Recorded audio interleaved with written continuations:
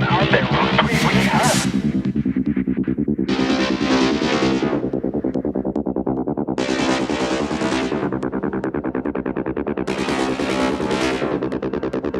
Is anyone out there who please we need help? Is anyone out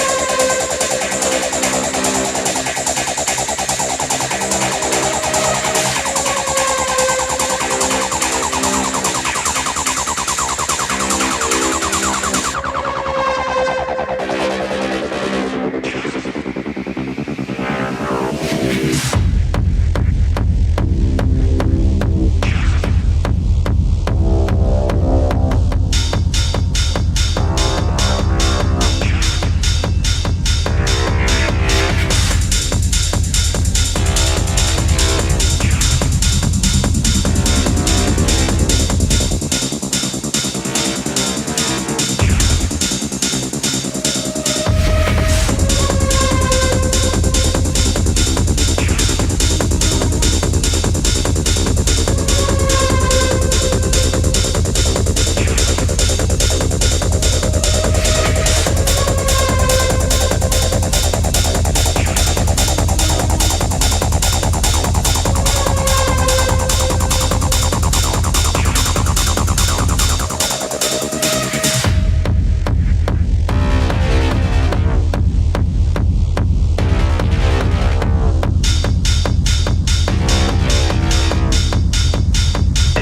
we need help?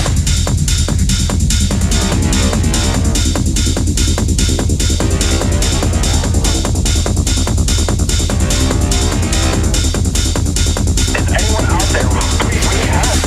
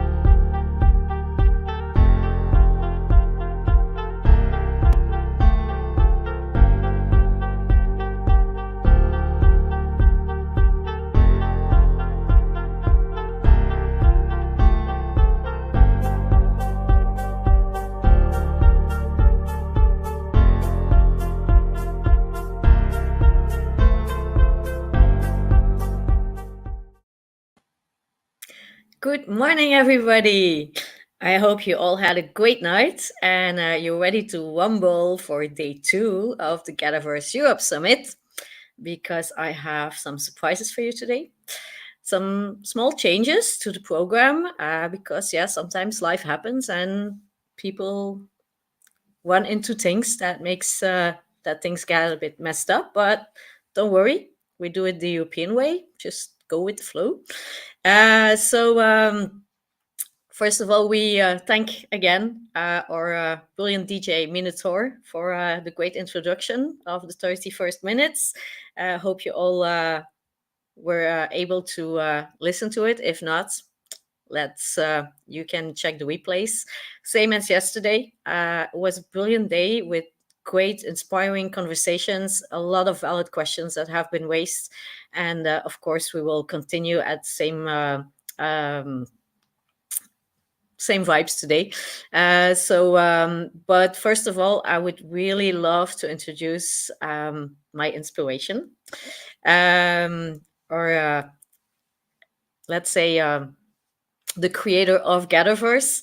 Um, and you all might know him. If not, then you're in for a ride because I present to you our dearest Christopher Lafayette. Please, Christopher, join us. How are you? Hey, how's it going there, Isabel? Hi, everyone. Welcome to GatherVerse EU. Happy to be here for sure. Definitely to explore. A lot was said yesterday, and a lot will be expressed today. Totally. First of all, yeah, thank you for being awake at this time of the day or night for you because you're like 9 hours away from us, but still with us.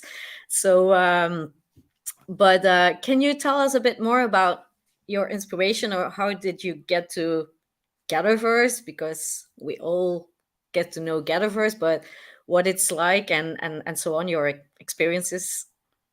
Sure, of course. But first, I'd be remiss in not expressing um, appreciation for your leadership in helping put together this incredible and wonderful event. For those that are watching, Isabel's our EU director for GatherVerse, and she's done just a fantastic job in expressing and working with the community and being able to help really get good information that we can take in from the European community and the so many different countries that make up the one continent, and to be able to take in a lot of information yesterday was just outstanding. So really a round of applause goes out to all of our speakers that showed up yesterday and that really took some time to chop some wood with us and plant some seeds. And this is part of the endeavor of really where we're headed when it comes to GatherVerse. And I'll share a few things today with you and even later on during this session. But how we got started with GatherVerse in part is because we wanted something different.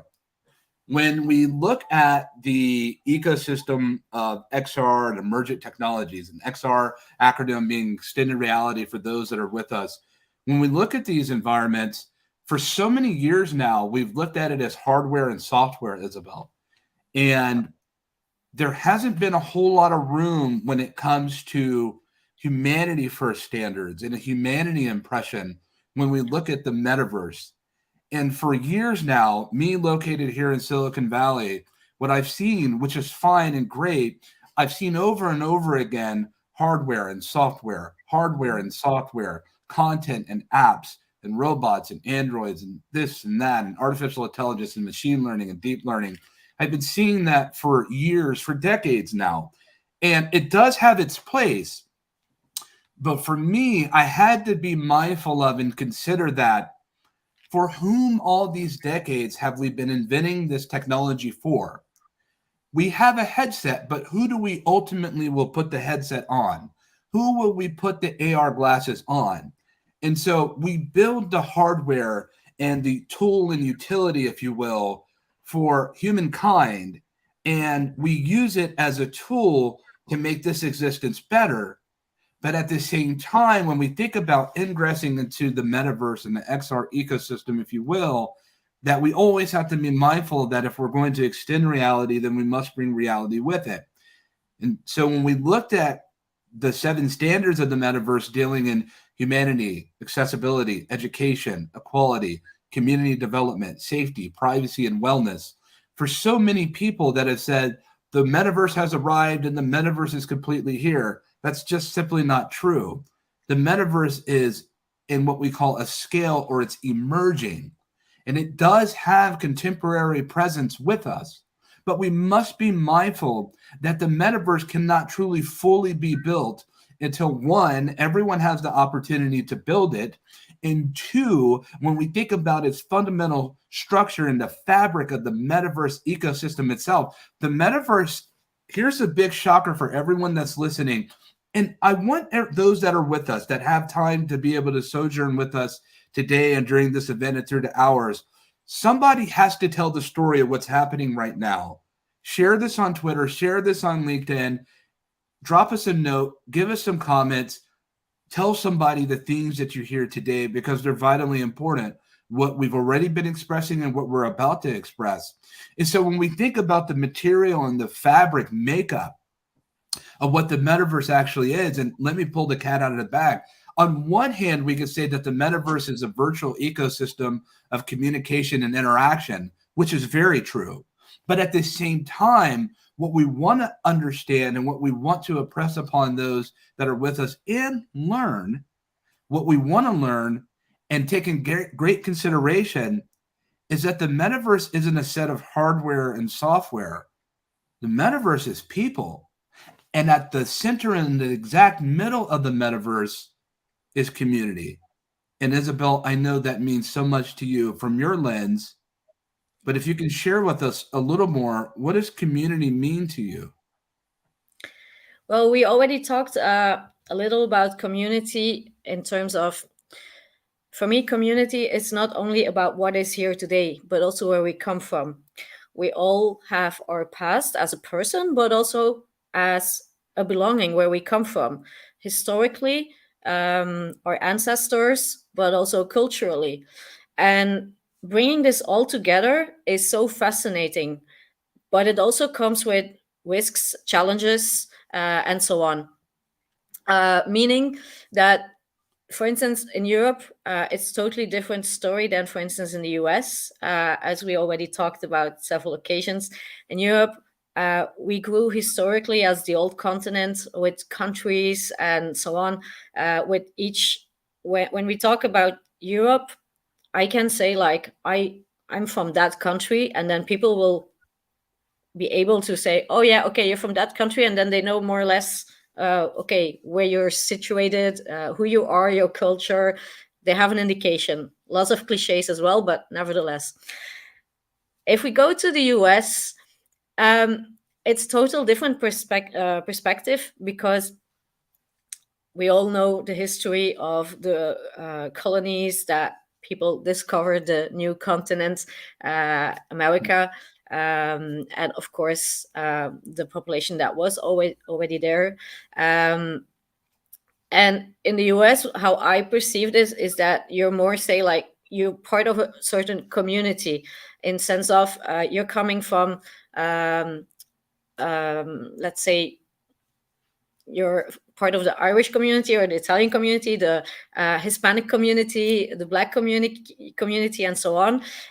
So it's totally different thing, for instance, to be part of your origins in the US and in Europe. And therefore, I don't think we can describe community as something general. In the end, it's community is what people make out of it. And we all have a need to feel part of something, to a tribe, to a community, to a culture, because humankind is not made to live on its own. That's something we could experience very well during the pandemic, where a lot of people were craving, like, hunger for skin, like not being able to see people or communicate or connect with one another. So in that sense, community is something we decide upon ourselves with kindred, like-minded people, and who share at least one common aspect, such as our passion for technology, for instance, or a passion of historic or culture, or just another common ground like the origins. But in the end, it's all about community and sharing experiences. And that's something that new technologies, emerging technologies offer us that possibility. But at the same time, it also comes with a big awareness and a lot of valid questions that have been raised yesterday and will be raised today as well, in terms of, as you said, accessibility, humanity first, equality, because there's one thing to have all this technology, but there's another to be able to use it and use it for the right causes. That's a big difference. So that's what community is to me. What is it to you? Well, thank you, first of all, for taking time to share that from your lens and from your breadth of experience, if you will, to really consider that.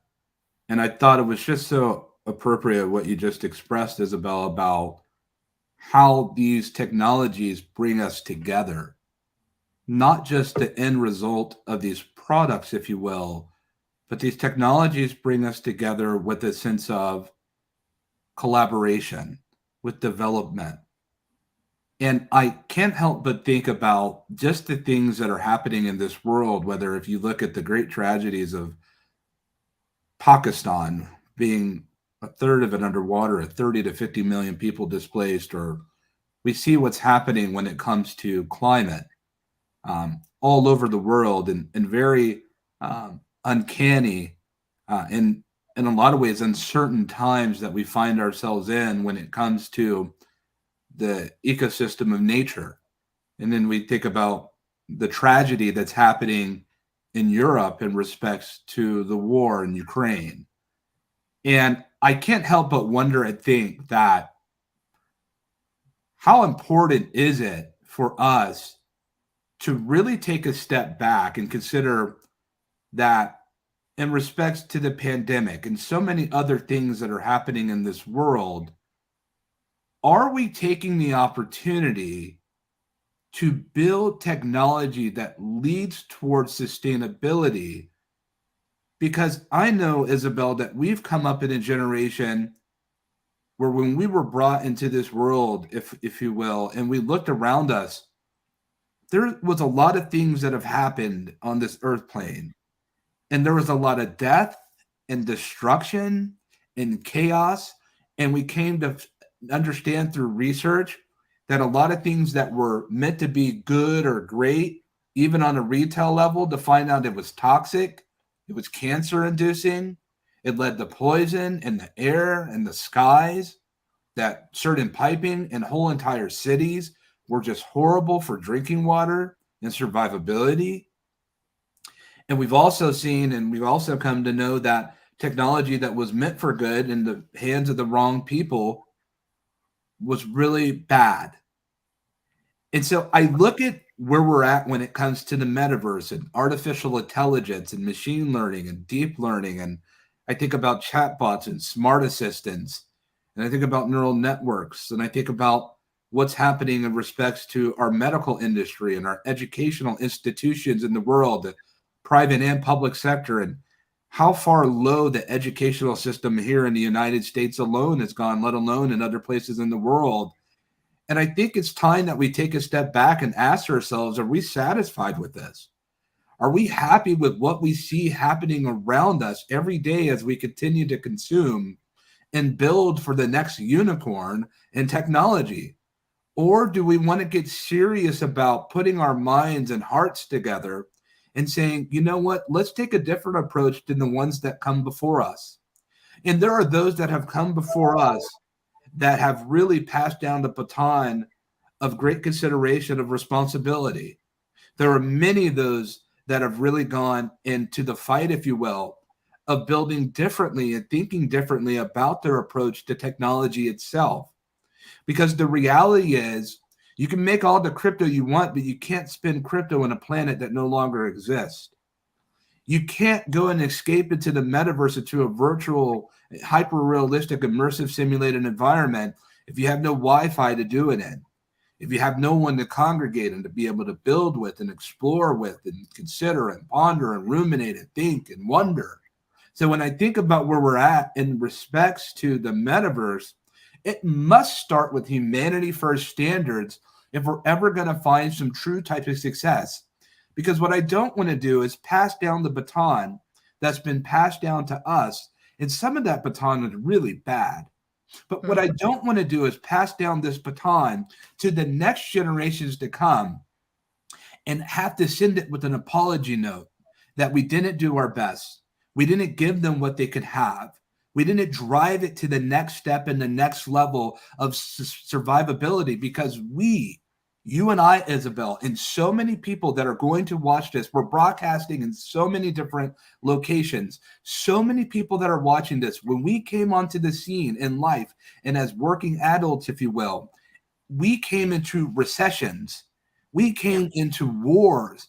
We came into it where the conditions were not ideal, and the things that were told us of the potential promises of life and of career never came to pass. And that does not to do with the color of anyone's skin, gender. Everyone found out that they came into a situation for the most part that wasn't ideal, and some had to receive it on a much more deeper and darker experience. And so I say that to say is that which is one of the reasons why you saw such a great prolific rise of startups in 2007 and 8 and 9, because people were tired of working under incompetent leadership that was out there in the industrial and the internet age and the information age, and that people actually wanted better for themselves. They wanted something different. And so GatherVerse in part is about exploring not necessarily the metaverse in terms of hardware and software. We have our great friends at places like Augmented World Expo that put together a great hardware platform and content platform. If you want to see hardware and software, go see what they're doing. They're going to be in Europe soon. But what we do is we look at the metaverse through the eyes of humanity, not hardware. And that makes the biggest difference when it comes to us and what we're doing in our exploration. I have to ask you, Isabel, because one of the reasons that we've arrived to the European ecosystem is because I didn't want to just have events that were based on popular speakers or people that we all know and that we have real care for. But I also wanted to make sure that we started to be able to bring awareness and highlight and bring it and provide a platform for those that aren't someone that everyone knows already, that are building incredible things that will lend towards sustainability and awareness of the great developmental build of this technology that we call the metaverse. So I must ask, from your lens and from your eyes, when we talk about community and we talk about technology, what are some of the biggest obstacles that Europe faces when it comes to progress? Oh, there are a lot. I think first of all, what a lot of people forget is when they think Europe, they think European Union.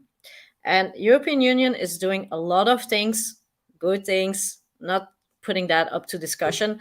But we should not forget that European Union is only 27 countries of the 51 countries on continental Europe. So let's say it's half of the surface of the continent. So what about the other countries? Because they're not putting in the spotlight. They're, let's say, underrepresented most of the time. And that doesn't mean that they're not doing great things. On the contrary, a lot of things coming forward from those countries as well. At the same time, what is a complication for Europe and a real challenge is that Europe historically has grown from several countries that united in today the European Union, but on a legislation level and fundings and so on, it's mostly the country that is taking the lead role. That power plays and ego of the countries itself often have the upper hand instead of the common good and the interest of everybody. So that is a big one that makes that it's not Europe is not fighting with the same means as other continents. Whereas if you would be in the US, yes, you would have like almost one legislation for the entire continent, and it goes from intellectual property to legislation to R&D to fundings and so on. Whereas in Europe, we have to struggle every day as startups, as businesses, as people, as such, first and foremost with a national level. And once you take that hurdle, you can take the next level. But of course, that takes a lot of time. The administration is very heavy. Depending on some countries, even more heavy. Because so often they are not fond of technology, or they don't want to move ahead. So those are things that are really slowing down not just the people within these countries, but also on uh, a global level to be competitive, to remain competitive. We didn't even talk about education or workforce. We have a great workforce in Europe, but often not put in the right spotlight, or giving credit for what it can do, because all of the previous things I mentioned. So there are a lot of things that Europe is still facing, and one of them is also communities, because in some countries, politics are trying to splitting up people or communities as such. Often just for proper gain, whereas in the end, the people as such, they have a good understanding, and it all comes down to one thing: is respecting each other, Right. and not just taking things for granted. And I think we still have a lot of things to work at, but I don't see that as problems. I see it as opportunities where we can make a difference. Yes. There is a lot of work for everybody, so Yes. no need to be greedy or be afraid of competition. There is Yeah. enough for everybody in this world, and so on. So, but we just need to, yeah, be aware and You know, create. I agree with that so much in so many ways. I think that's one of the reasons why I feel so fortunate to be able to explore with people such as yourself. And we've had a friendship way before, GatherVerse was even in existence, if you will, because I feel like we have such a common bond. It's so heartfelt, and I feel like in the world of work, I feel like we're given an opportunity to work with people that we care about, and have really compassion for, and people that we want to explore with as we move forward in building the metaverse and the XR ecosystem and emerging technologies together. When I think about Gather, if you'll notice that one of our themes of GatherVerse is clouds, Yeah, and that clouds are gathering together. They move and they flow. And there's so much that we can do and so much good that we can provide. But we're really moving from this XR for good and this metaverse for good, because for so long we've seen a lot of great platforms under the banner of XR for good or this event that are this big, and they get put in the back behind the headsets at events. And I feel like the new motif, if you will, the new phrasing is really technology for sustainability. Since we've launched with GatherVerse at our first event this February, and we have our 2023 summit next year, which we are already gearing up for, and are expecting so many people to attend. But what we're really doing right now, whether it's GatherVerse EU or Africa or Asia coming up, and especially Superhero Engine or She Summit, we're exploring to meet other hearts. We're going to places where a lot of people don't go to hear from different voices. And at the same time, we're pulling in from experts that really do know their craft. And we're asking these people, whether they're from Vive or Meta or HP or Pico or Magic Leap, we're asking them, what are they building within their organization that speaks to wellness and safety and privacy and community and equality, if you will, and humanity first standards, and education? Because what we've come to find out, and Isabel, you can attest to this, is that just even from yesterday, we had so much input that was so unconventional from what we usually hear at a summit and a conference. And I think that a lot of people that have spoken at one of our summits this year, I think they found a new voice for themselves within, because some speakers I've heard speak, and you'll hear some today that are incredible speakers. They have great information. They can tell you so much about technology. But what we've wanted to do is reach within them, if you will, heart to heart, and bring even more up that really speaks more towards the common man and woman that may not have an appreciation of the consideration of XR yet, but can better relate when it comes to humanity identifiable expressions. And those expressions come together when we do gather, when we do find ourselves present, and when we are afforded an opportunity such as we have right now, is to put out these series of events to bring more people into our ecosystem of sustainability, not an ecosystem that's only meant for hardware and software. There's wonderful platforms, as we've already said, that are built for that. But we have to start thinking about towards the future and how important this is, because what if there's another pandemic that arises? What if that happens? And what if it's worse than the one that we find ourselves in, that's still here, that's still present? What if we start looking at more disasters because of what we see happening with climate, if you will, more war, more displacement of communities like we see in Pakistan?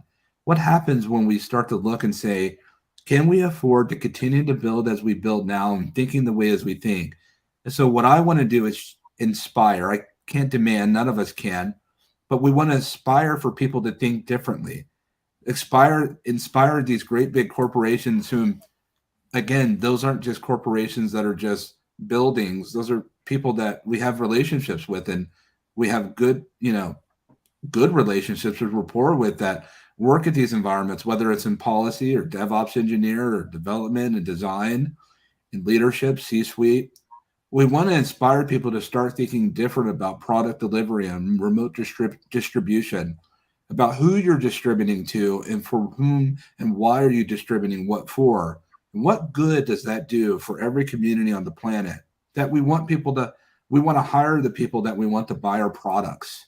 So there's so much that we can say about this. We can't say everything that we want to say that's inside in just one setting today. It'll take the rest of our lives, really, if you will, and even beyond that, to really express what could be expressed. And I'm so looking forward and grateful to be on this journey with you, Isabel. Thank you for your leadership when it comes to EU. I think that was on full display yesterday, and I know that's on display now. You're so inspiring to me in so many different ways. And I'm just really appreciative to be able to chop wood and plant seeds with you. It's always heartfelt, and know that I personally have your back and your front, and GatherVerse is with you and everybody that's with us today, and that will continue to go on with us. And we're looking forward to a wonderful rest of day 2 at GatherVerse EU. Brilliant. Well, it's not just about me, it's about all of you, all the people out there. And that is what we were doing with GatherVerse, to give all of you a voice, and not just a voice, but to express, but just to share and get there together for it. Absolutely. Thank you, everyone. And we're getting ready for our next broadcast. Prepare for a action-packed roundtable experience.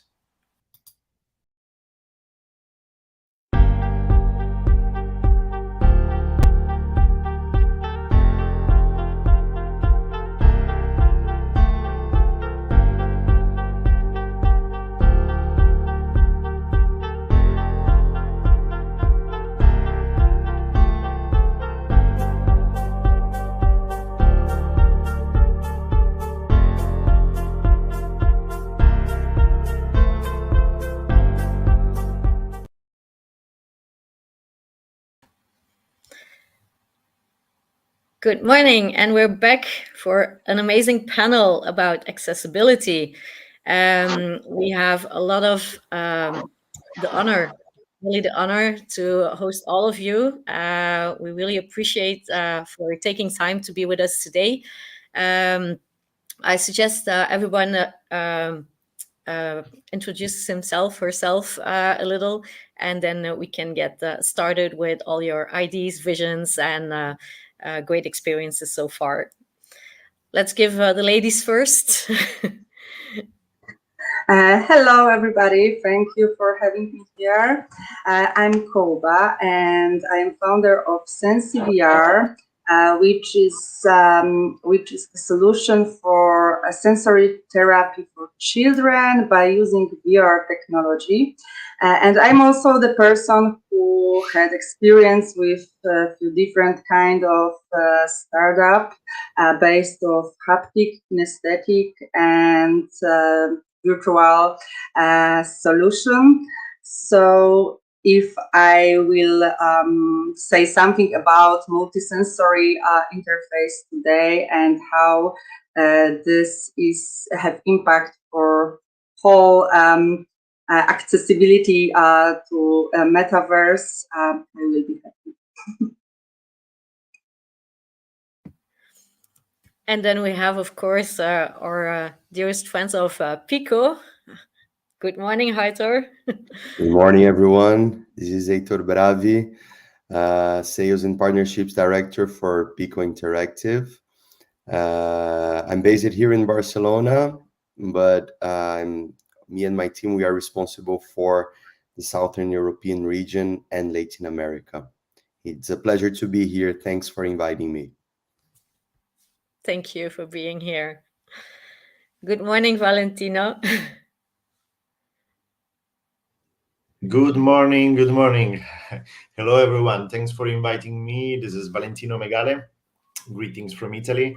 I'm the CEO and co-founder of Softcare Studios. So we are a digital health company using virtual reality for pain management and a virtual sedation tool, especially for children, but now also for adults and elders during critical medical procedures. So great to be here with you all. Exciting. Good morning, Greg. Hi, Isabel. Hi to everyone. My name is Greg. I'm the CEO and founder at Magos. We're a deep tech startup focused in the advanced human-computer interaction sector. Actually, the goal is to develop hardware and software solutions that would enable people to touch and sense the feeling of touch within virtual reality with their fingers. So we have a huge background, and we have a product that is already in the market, and we'll be happy to share our experience with you. Brilliant. Thank you. Good morning, Jelle. Long time no see. Yeah, from last week. Hello, Isabel. Hello, all. Yes, so I'm Jelle Demane, calling in from Belgium. I'm a neuropsychologist, neuroscientist in my background. And since a couple of years, I've started a research lab at the Applied University of Kortrijk in Belgium, where we have a mixture of game developers, AI engineers, psychologists, and pedagogues, where we try to investigate new application fields of XR technology in education, healthcare, and Industry 4.0, with a very big focus on the human side. So from the user. So as a psychologist, I also always try to see if we can add some extra measures about brain activity or other physiological measures if we're building, for example, applications for healthcare to have more objective analytics that we can then use to help people rehabilitate, etc. But more about that later. Brilliant. Valentina will get right back to us with a small technological problem. So that brings us right away to the first question. What is accessibility for all of you from a European point of view, but also with regards to the people using the technology that you're all presenting?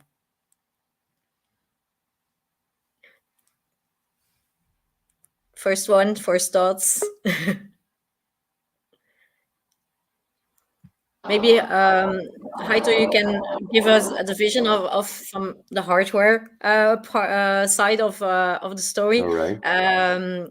Of course, with Pico, that is, by the way, launching something I heard of tomorrow. So let's stay tuned for tomorrow. Totally. All right. So accessibility, I think that it would be like an umbrella term, right? You can have several stuff underneath it. Um, I would go for the UX part of accessing a new technology. So you can tell everyone that's using a VR headset for the first time, they do need some guidance, right? It's not simply it's a new technology, so you need to get introduced to it. Just the same with smartphones. You remember when you first got your smartphone, you had to understand how it worked, how you can access all the tools that it can provide you. So I think that accessibility starts with the UX, with the user experience, right from the very beginning, from ordering a new device, from ordering and getting curious about a new technology. So it starts from the very beginning and it goes through all the process. Of course, wearing a headset, for instance, with Pico headsets that you have the battery behind, so you have like this care for ergonomy, for instance. So there are lots of components of accessibility. I would start with the UX one, and this goes through all the other subjects of the experience, of the user experience, while he or she is trying to understand and navigate this new technology. Indeed. And go ahead, go ahead. Yeah, I think it's also about be able to reach the hardware. So it's about the infrastructure as well. So yeah, a lot of people don't have the budget to buy this hardware, and that's also why in Belgium, at least, we're trying to. So with XR Valley, it's our organization also that we started last year. We try to install these hubs with infrastructure there that people can easily go within 30 kilometers, and they can use the hardware. And I think that's also a big step, a big first step. And of course, yeah, the UX important, but you should also reach the hardware, and then you should make it more accessible for everybody. Or you're creating this gap again between people that can afford it, and yeah, that's not the what you want, of course. I can go next. Actually, I'm somewhere between the Hector position and Zell position. Actually, we're trying to integrate technologies. We have a system. We're trying to improve it based on the existing hardware components, but also based on the user experience that a user should have within the digital world. So, and on top of the hardware, we're trying to improve the interactions, how the user in the virtual world could interact with the object. So it's the whole life cycle that Hector mentioned. And this is a process that will go on and on the following years. It is not only for glove type products that we build, but also for the headsets that Hector mentioned. Don't forget that the first versions of headsets were too bulky, a lot of problems, dizziness to the users, and this is progressing, and hopefully we'll have very light and very easy to use products. And this is the goal, to immerse people into the virtual world, like in the natural world. Totally. From of course, we also talk about senses. So, Robokova, you can maybe shed your light on it from the senses that are also related to it.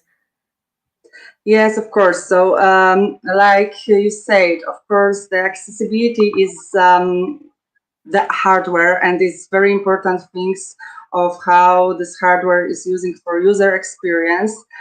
But in my opinion, the also very important, but even more important is valuable content. And I am quite sure that what makes us unique in Europe, European ecosystem, it is the building the world through globally value content and talent of staff ready for challenges.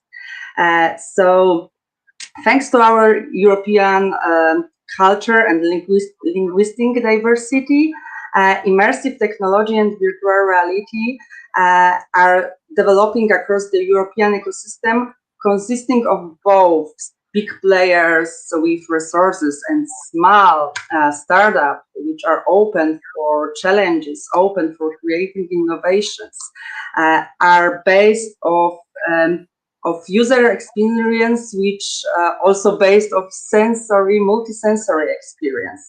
So from my point of view, the very important thing is build, the accessibility is the build content, valuable content, which based off human perception. And we have to know that very important things is to create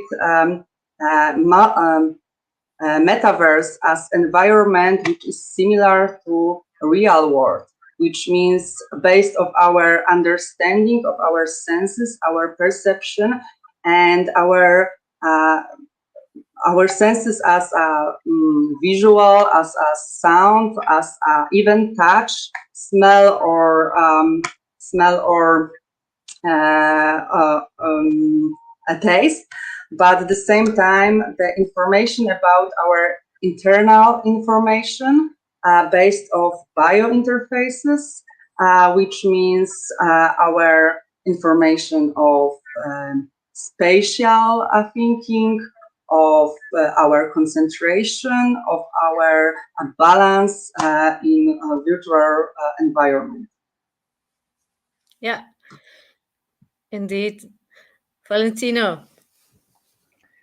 Here we are. Sorry, maybe the internet is a little bit tricky today, but hopefully you can hear me. So I'm perfectly aligned with the perspective of my colleagues. I'm working in healthcare, and we went in our work in the hospitals. We went through many generations of VR devices. Many things improved, luckily, and of course there is a lot still to do to make VR technology very accessible and usable. But what we learned is that technology is not the first problem today. The first challenge is basically the integration, the successful integration of VR devices and VR experience within the traditional processes and workflows in the hospital. That means that you really need to focus on the education of health personnel. There is a lot to do to build awareness and the recognition of the potential and benefits of technologies, and also the risks and challenges. And then you are asked to collaborate with transversal and horizontal teams to build models. So technology is just a tool to enable innovative models and approach to patients' therapy experience, to the work routine of the medical staff. So first of all, the challenge is transparency, discussion, dialogue, and development of these models in the hospital. So accessibility, from my perspective, is the recognition of the potential of technology and the ability to take advantage of this potential, basically, through different kind of technology, through different kind of platforms, but the ability to clearly take advantage of these benefits. Wonderful. What comes to mind when I hear all of your visions is that, of course, one can't exist without the other. And we need the hardware, we need the content, and of course, the integration of all of that towards the people that will be using it. Where do you see the most challenges or hurdles in Europe, especially, to convey all these, let's say, creations, possibilities in terms of accessibility?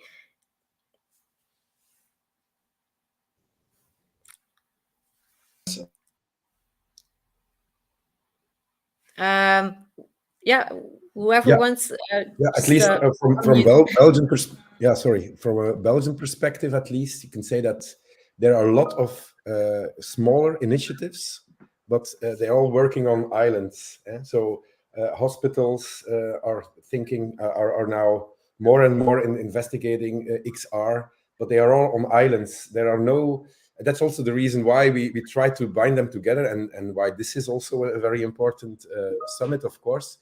But yeah, you have to bring the initiatives together, because then you can buy more hardware. Because most hardware that is bought is not used very optimally. So if you would combine it, you can reach much more people with the same hardware, and then your investment is less overall. But that's a typical, I don't know if it's a European thing, but in Belgium it's a typical thing. So also with the police, they investigated, but all police regions, they do it separately. They don't want to collaborate. So what I say is collaborating and then speaking with one voice, and bundling all the budgets, because there's, maybe compared to the States, there's less budget, there's not less willingness to invest in a lot of infrastructure. I can add something, if I can. Also reconnecting to what Katarzyna said before.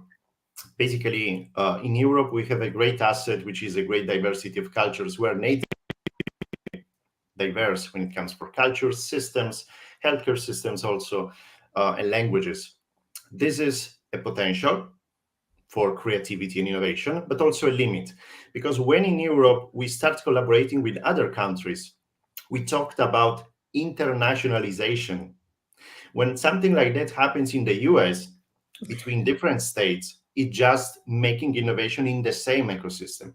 So I think we need a cultural shift, just recognizing that we are working on the same innovation platform, on the same cultural platform, and there is some work to be done on that side.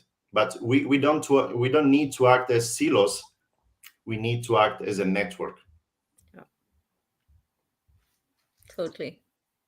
And yeah, if I can add something, like from a very basic point of view, I see this huge problem, like challenge to build this awareness around the healthcare system, like healthcare experts, specialists, therapists who will be happy and able to use this new technology. People still don't happy, don't want to use new technology, afraid about using new technology. Like we know that we're building VR for games, and everybody know that this is something still bad, still not fine for something which can help. And as I believe in our startup also, this is technology which absolutely can help, and is even require all of things that we need for sensory rehabilitation, for sensory therapy. But we have to build this huge awareness. So we need a lot of resources to make this happen and give them believe that this technology can definitely help them patients. So that's huge challenge for me, and challenge which I see in this industry.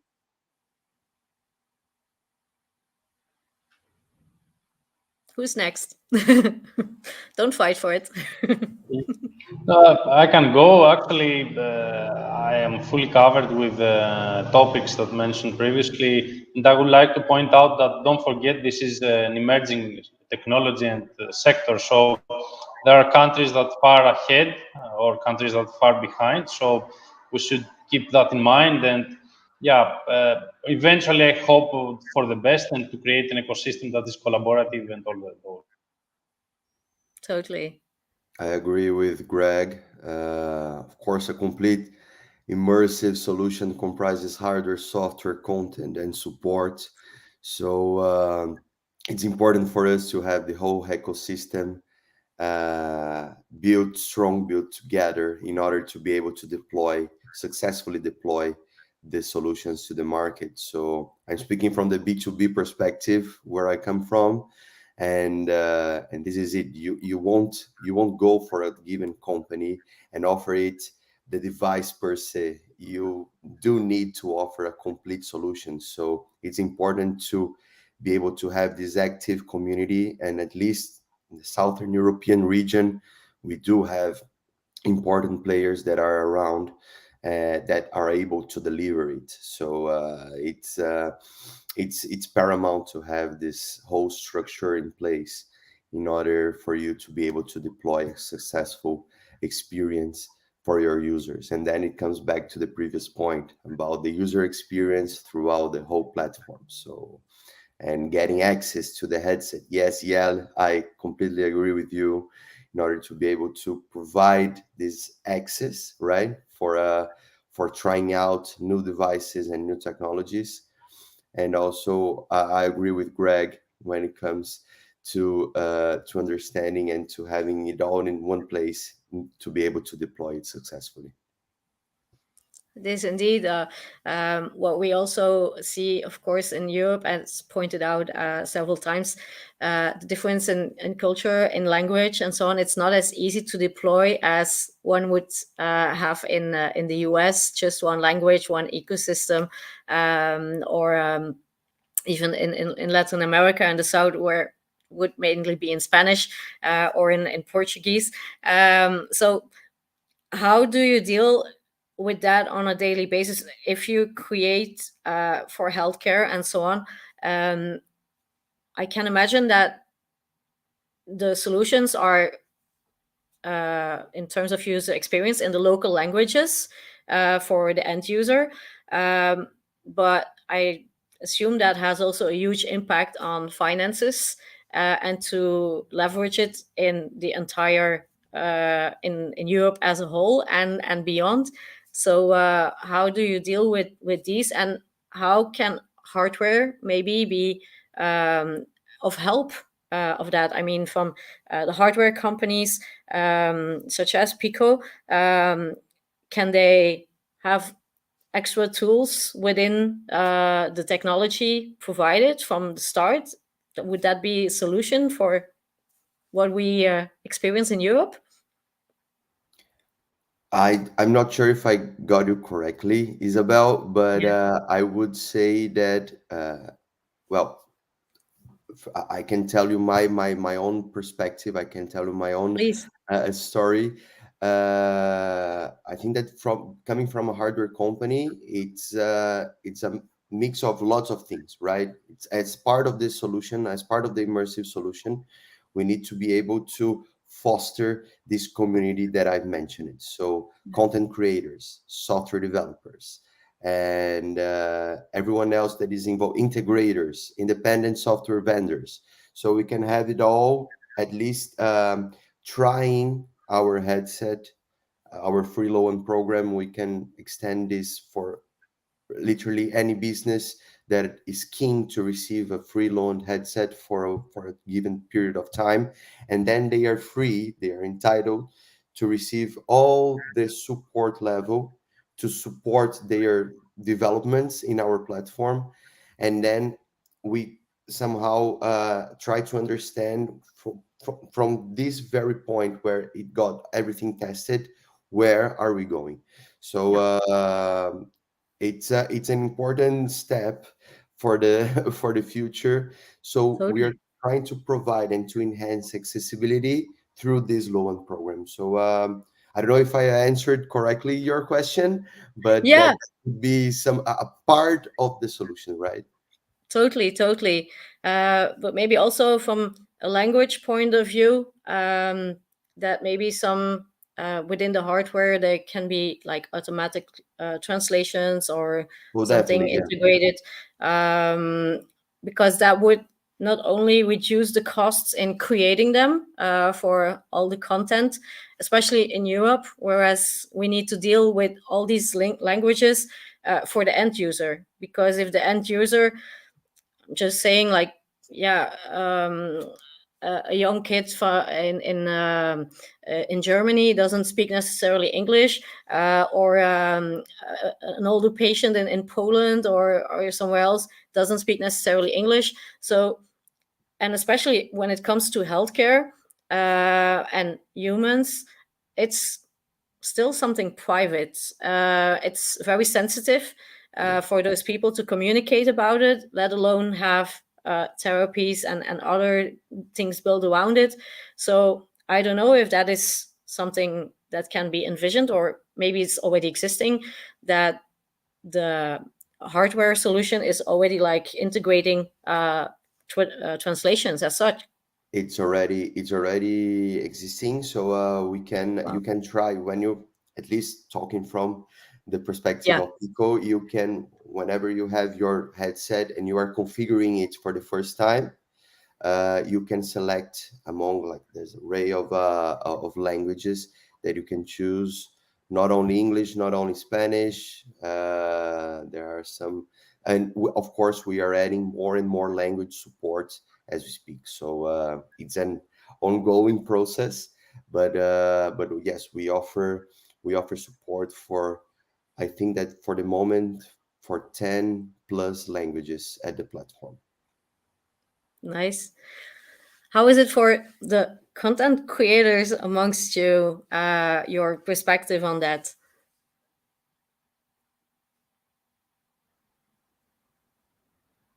From the content creator perspective, I mean, I can tell by the creators that I that I work with.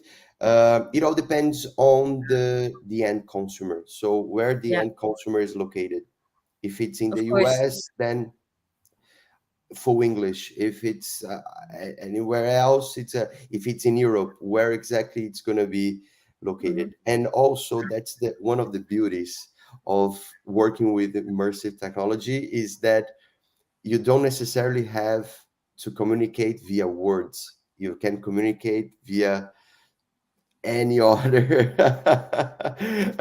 Yeah. stimuli. So, like Greg mentioned it about the haptics of it, or even probably Valentino is also working with that. So you can provide different inputs, different experiences, non-verbal experiences, that where you are able to convey all the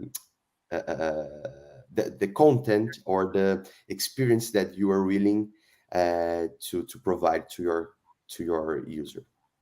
Like through the senses, and so on. So Valentino, please enlighten us.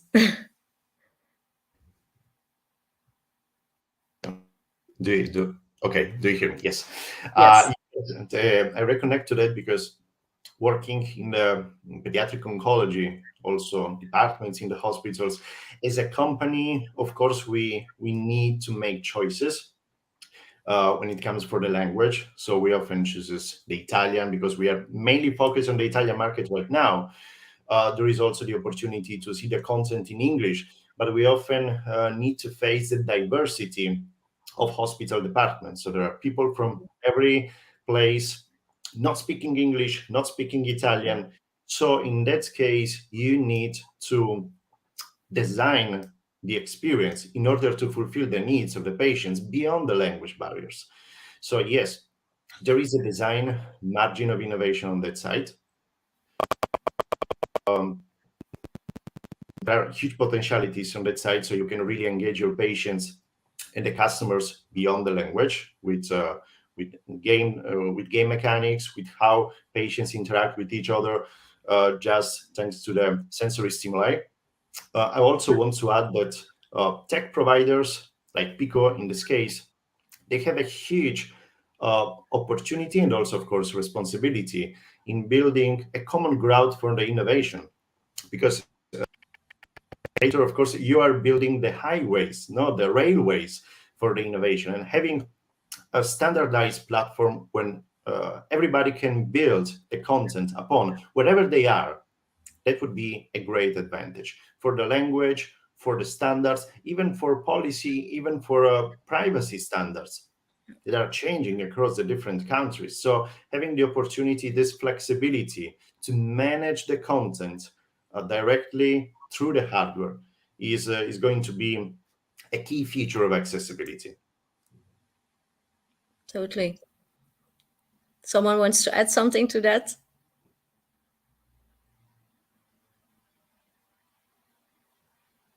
Not for now. Okay, let's move on to the next question, because as you mentioned already, Valentino, when we talk about accessibility, we also talk about privacy, and especially when it comes to personal data. of course, in Europe we have the GDPR. How do you see the opportunities of Europe when working on all your amazing projects? How does that play from a point of privacy and GDPR and even just privacy as such? Yes, sure. For our projects at the moment, we are not collecting data. So this is a choice for the content, for the software. But of course, we are not responsible for how the hardware works. Mm-hmm. And I think that sometimes there is this not alignment between the choices of the software and the choices of the hardware. Of course, there is a common policy to respect, like the GDPR in Europe. So I think there is needed much more connection and alignment between software and hardware, because you want to use a hardware that respect your choices as a software, as a content provider. And it's not always like that. Okay, so I think that, as always, the solution comes from a horizontal discussion between content providers, hardware providers, and policymakers. Yes, Jelle. Yeah, there's also what we see in our network of XR developers is that there's a lot of uncertainty what they can and cannot do with data that they collect. And so, of course, I'm totally I agree with the European vision and that you should be careful with sharing data, but you should also be careful that it doesn't block innovation. And so, especially in healthcare, so what companies are doing now is, in fact, so they're not collecting data, they're not storing data just to avoid the problem sometimes. But of course, you can do a lot more things if you can, for example, in a VR training or in a healthcare application, if you can compare your performance, your biometrical reactions to previous sessions. And that's difficult, because from the moment you interpret data, especially in healthcare, you don't only have to follow the GDPR, but you also should apply for the MDR, so the medical device regulation. And smaller studios don't have the budget to do that. There's, of course, always a gray zone. So the daring, so the companies that dare more, of course, they do stuff, but it's not completely clear what's the route that you have to follow to do it correctly. So there should be a discussion with policymakers with concrete examples of use cases where they do it correctly and not, because also in our lab, so we built this proof of concepts. We don't know, so we know where everything is stored. We have consent, but from the moment you take the step to an application, a B2C application, in a healthcare context, for example, or in training context, it gets very difficult. So that's a big hurdle that we still have to take. So it's a two-sided sword, so to say, or I don't know how to say it, but it's good that it's protected, but at this moment it slows down innovation and new applications in certain domains. Yeah. Greg, I see you nodding. Yeah, actually, we are facing exactly the issue that Jill mentioned. We are recording the hand motion data and applying that for pilot training or surgical training. So, yeah, we have created this trainer-trainee approach in order first to guide the training, so this is not harmful. But in a second level, you can also gather the data and validate the training based on the data on specific circumstances and have very detailed hand motion data. So yeah, this is a huge topic. We are working with also customers outside Europe. So yeah, this is easier out there. And this is a topic that needs to be addressed, I think. Yeah.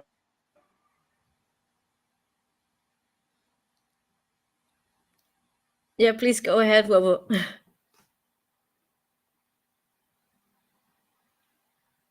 You can come in.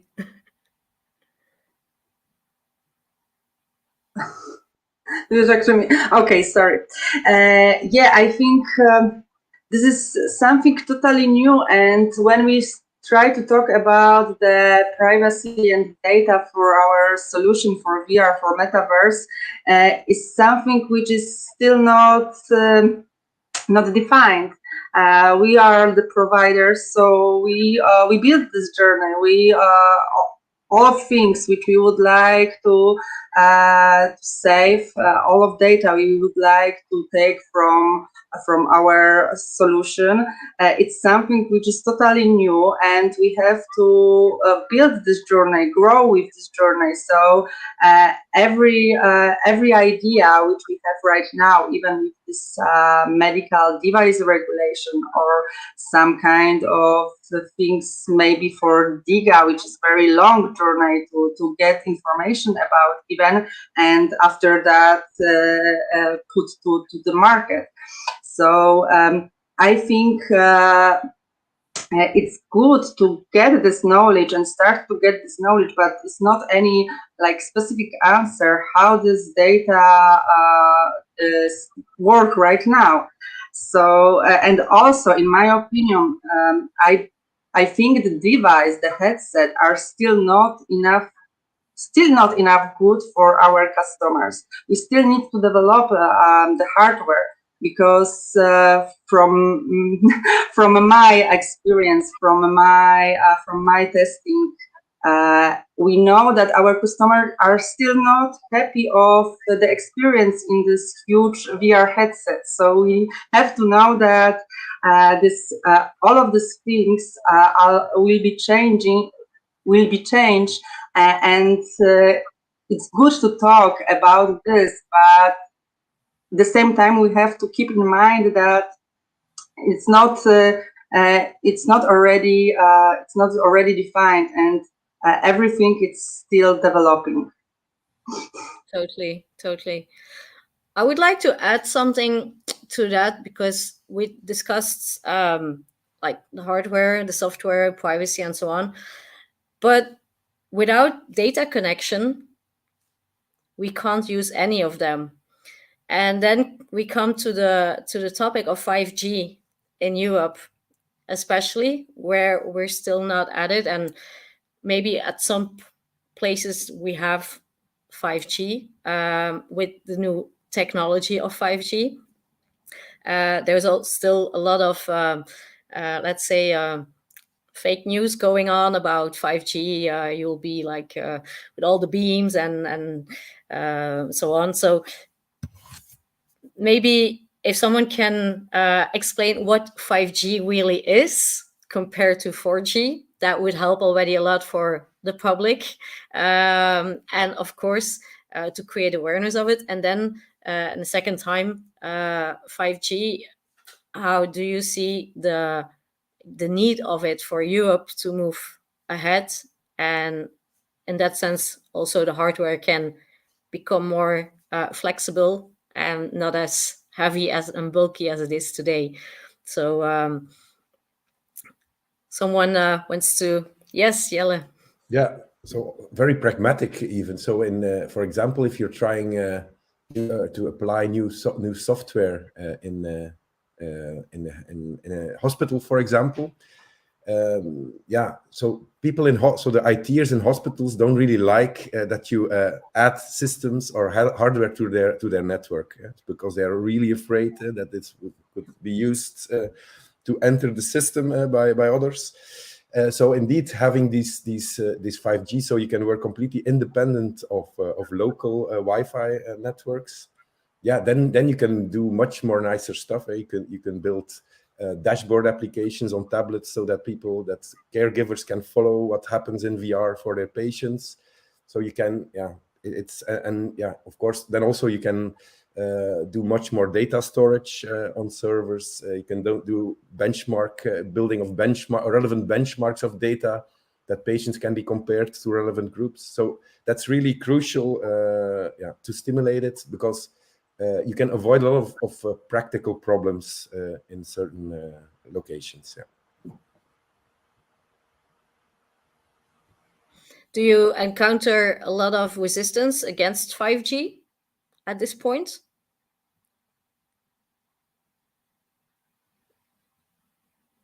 Not in my network at least. So Like, Yeah, I could add my opinion here.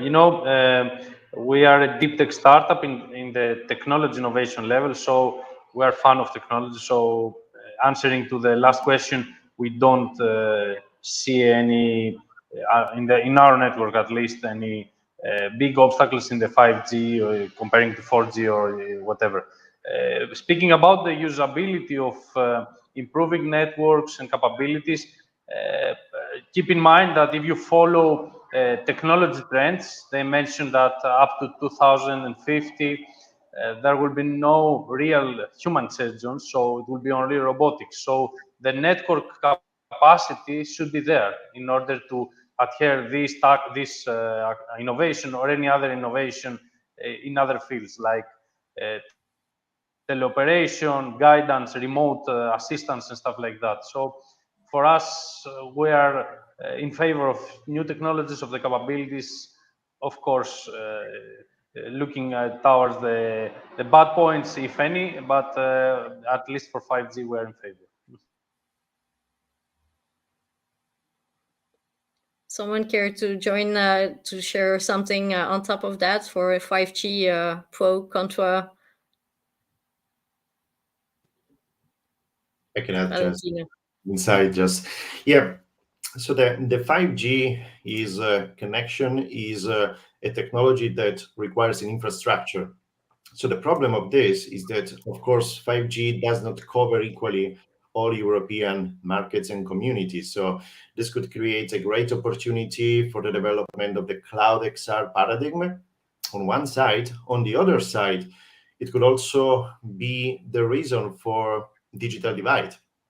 And digital divide means not accessibility, reduced accessibility to great content or not great content. Of course, also infrastructure is connected with infrastructure sovereignty, which is another topic when it comes for data privacy. And there is a lot of debate around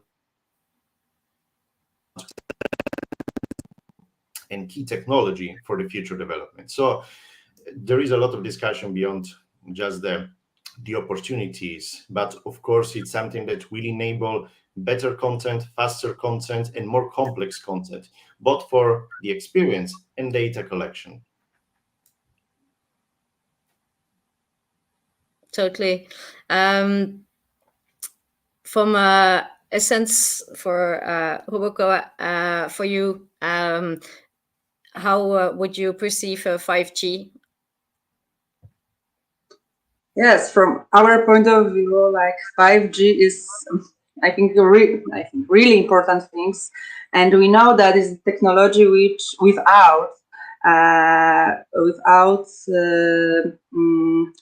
can't develop our solution. Like if you would like to create some solution which will be based off all of our senses, like send the data about our sensory stimulation, like vision, like sound, like touch.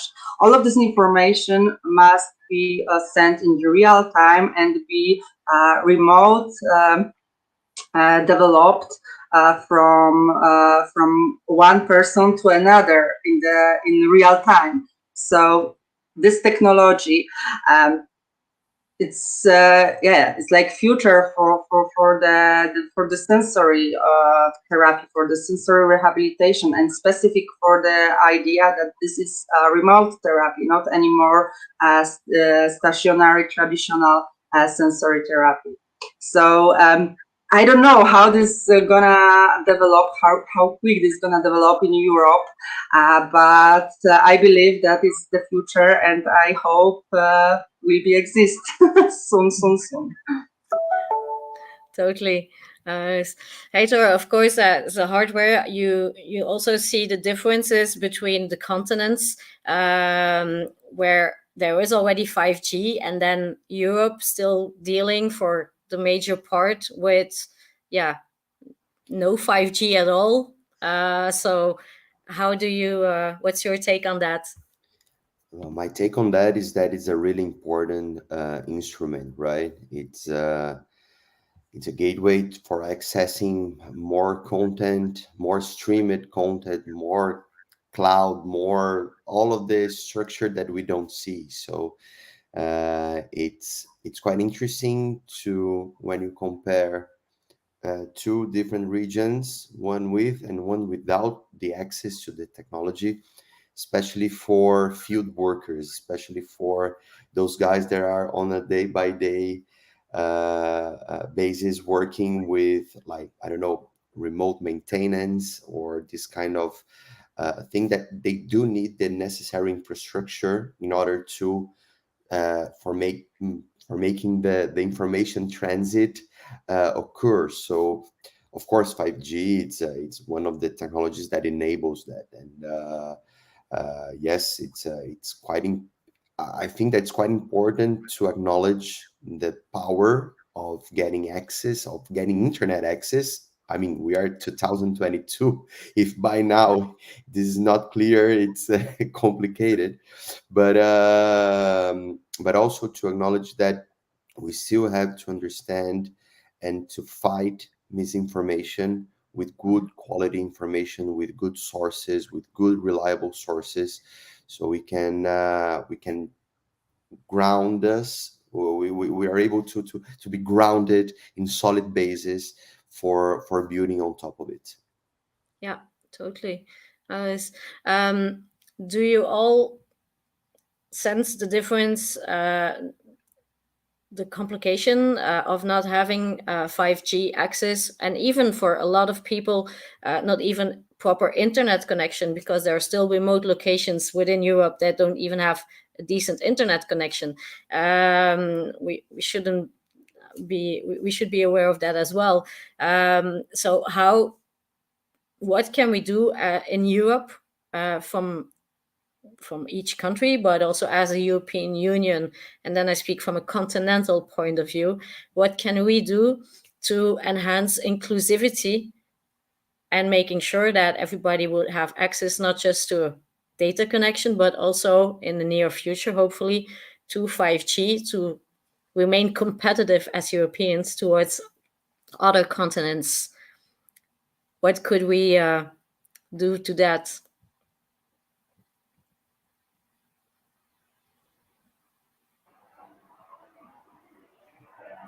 Yes, Greg, please. Yeah, I can speak for our domain, the human computer and human machine interaction. I think in this field we are really competitive. The companies existing in Europe are very good positioned comparing to the North Americans or some Chinese or as well Asian ones. So in this field, I think Europe has done a lot of progress in the deep tech hardware in the field, headsets, but I will leave Hector to speak about that. Okay, brilliant.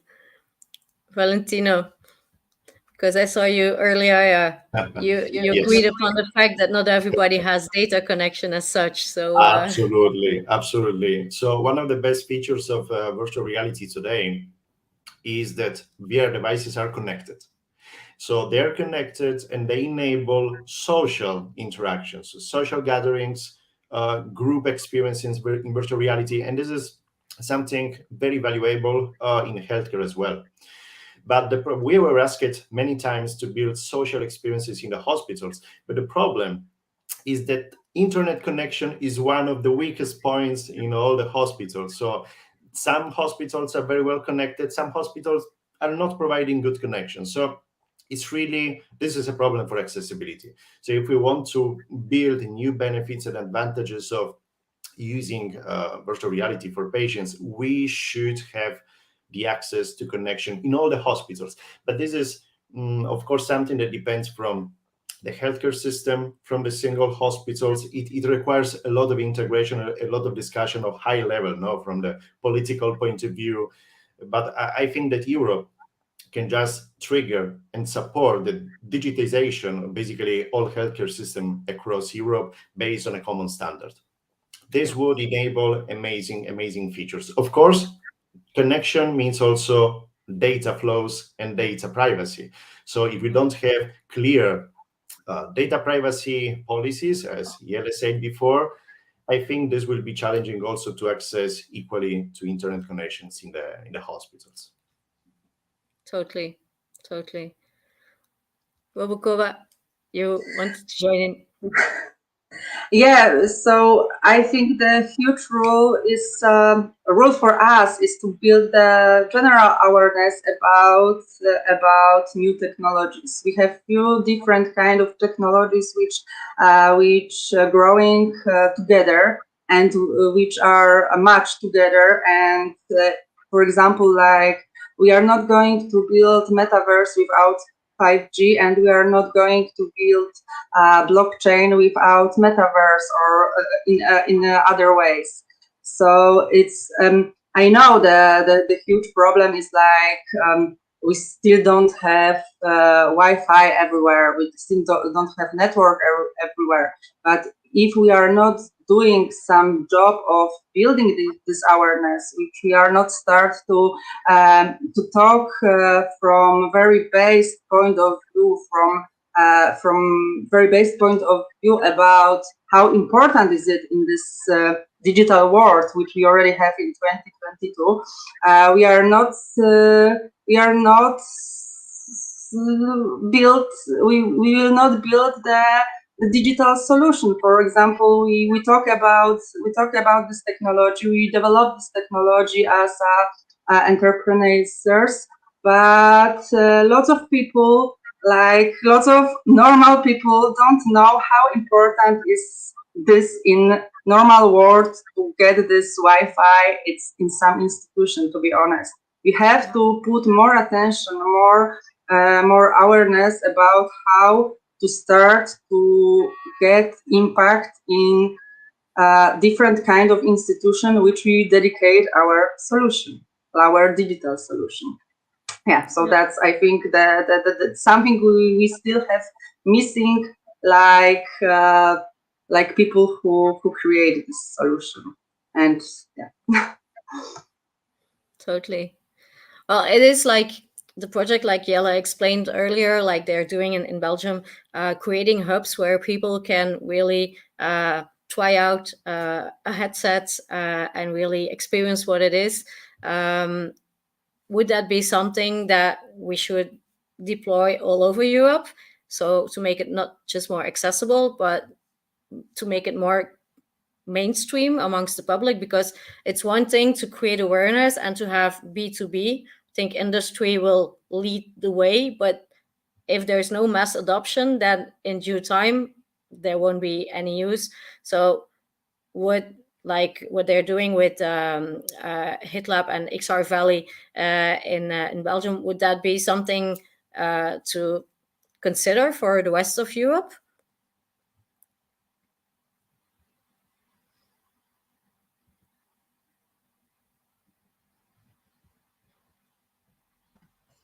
I think so. It would create a lot more, well, it would be more inclusive, because we can create all those technologies, but if we don't have people to use it, then it wouldn't mean what it is. So that's also what the metaverse is all about. It's people. Without people in it, there won't be anything. So in that sense, or maybe you see other solutions, Heitor. Yeah, I mean, it's more and more we're seeing a bigger adoption of the technology. So it's not something that, of course, it's a huge concern for us to be able to provide a reliable hardware, reliable structure for content creators to create and for software developers to develop. But it also comes from, I mean, you can tell by the Discord communities, by the LinkedIn communities, by all the communities out there, how strong it's getting day by day, and the adoption is getting more. It's coming in a massive way. So it's, I mean, I think that there are some I think no, there are some companies that are deploying meaningful solutions throughout the market on several fields, from smart working to healthcare, and there are some other verticals. It's not only about entertainment, which is a huge No. part of it, but it's also about positively impacting other people's lives. So in this sense, I think that we are seeing more and more, like that wow effect that everyone has when when you put the VR headset for the first time. It is being replicated really, really fast. So it's a nice one to. It's nice to be able to. Well, we are all in the industry right now, so to be able to convey and to drive this kind of innovations, really, it's really nice. Indeed. As you mentioned, the entertainment industry. Um, I Yes, most people know virtual reality, extended realities from gaming. Lots still think it is about gaming, whereas the figures I know is gaming only represents like 5% of the solutions possible with virtual reality, extended realities. So there is still a whole lot to discover, but that's something most people don't have are connected with or are aware of as of now. So all the solutions for healthcare, for administration, for travel, for whatever therapies and so on, there are so many opportunities still there, but they're not aware of it. I have a small example. With my own company, last year we did a karaoke competition at Laval, and you had like the professional, the opening, whereas everybody put on the headset, and that was like easy. We're used to that. That's normal. We all had a great time. But then we took it to the regular people, and most people, it was the first time that they put a headset on, and we had like 10 minutes between each participant, because for them it was like, oh, okay, now I'm in virtual reality. And we didn't have the impression that there was already a mass adoption. Of course, there's a big difference between bigger capitals and in some countries and smaller towns, of course. But for most people, that was like, wow, I need to adjust, like I'm in another world, and then at the same time I have to sing. That was a bit like, wow. So I don't know if we're already there yet. People start to adopt, but I'm not sure if we're already there in terms of mass adoption in Europe.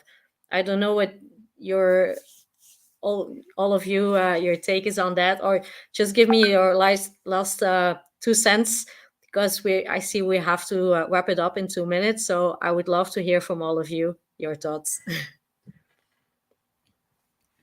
Please, Greg. Yeah, actually, it was funny because we are used to face this exact same situation. For example, we are building a hardware wearable so the user can use their hands and their fingers, and when you say them just grab an object, they go through the object, not all the way around like you do in the natural world. So yeah, it's a matter of perspective. Some users do that, some others do not. So yeah, a lot of progress needs to be done for mass adoption. But I think we should go step by step and look into the pleasant and funny way and try to overcome the Totally. So Please. wrapping up, Isabel, Wokoba, Yeah. Valentino, Greg, Gael, thank you very much for the opportunity to meet you guys virtually. And I invite you all to stay tuned for our global announcement tomorrow, picoxr.com. You're going to be able to check on more information. And yes, let's build together a brighter future for XR, for VR. Let's make the community stronger, because from this community is where we have where we have the best ideas coming and everything else. So we we need to use the power of the community to flourish one really good future, an accessible future for us all. Thank you very much for the opportunity once again. Thank you all from really for a great conversation, and let's stay in touch and head on to the next keynote from Alina Mikhaileva, and stay tuned for the rest of the day. Thank you all for participating. everyone. Thank you you. so much. Bye-bye. Bye. Thank you.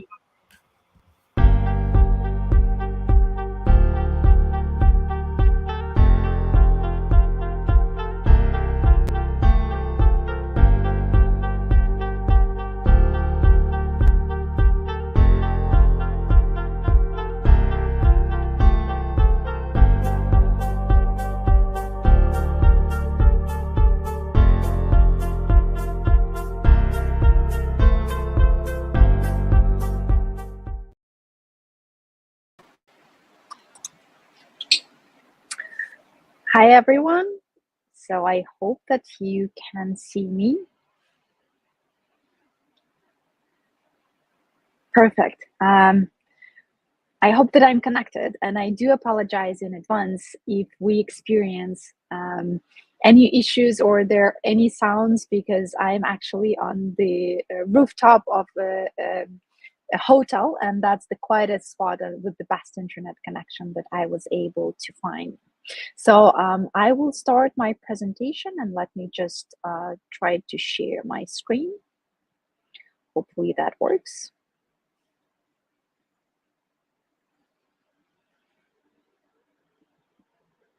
Okay, you will see my screen for a second, and hope you can see my presentation. Let me just start that right now. So yes, I hope that works. I don't see you and I don't see the comments right now, because in my presentation, it is taking the entire screen, but I do hope that it works. And please, if any of the organizers are on the call as well, if there are any issues or if you don't see the presentation, please let me know by voice. That would be fantastic. Okay. So as I mentioned, I do apologize for the noise and for the location, because this is how my evening late at night yesterday looked. So I'm actually at the venue where, with an enterprise company, we are trying to run an event, which is a social VR event, but at the same time, it is physically happening in one space. And for all of you who are in innovation and in virtual reality, I always love to say that when we imagine how we're working in virtual reality, and when we actually do that with all the headset preparation and all the headset setup, it is quite different, and it is a challenge. So we had quite an experience yesterday and today with the event. But I need to step back a little bit and to share my VR story and to share the projects that we are working on right now. But it would not make any sense without sharing a little bit of my VR journey. Okay. I will start by showing you the image that for me at some point just represented that the perspective that we see always depends on where we stand. I've been kind of exploring, and VR is a medium for me since I started exploring that in early 2014-15, was always about getting a different perspective, getting as close as possible to experiencing other person's perspective, because really without understanding where another person is coming from, we cannot really understand and get to embodied experience of understanding what another person is experiencing, living through. And I think that's the strongest thing that we can do as humans, to try and to connect with each other on the level that would allow us to understand that we're all the same. Kind of the baseline for humanity is the same, but at the same time, we are so different. And I think that for the presentation today, I have to start with my own origin, just because in 2022, I cannot come from another place, but to really share the perspective and the background that I have, because I was born in late Soviet Union in the place called Crimea, a wonderful, magnificent place. I was citizen of Ukraine for many years. I've been citizen of Russia for many years. I graduated from University in Moscow. And that's I've also lived in the US for quite a long time. So all of that in 2022 gives me a very complex perspective on the tragedies that are happening in our world, and specifically in the countries, in my country right now. But I will start with my VR journey first. My VR journey started even before the headset, because in 2013 and 14, I was working with one of the media broadcast companies. I'm coming from the media background, and in my journey, I witnessed the revolution, the digital revolution that was happening in traditional TV broadcast media, from YouTube to Instagram to other platforms.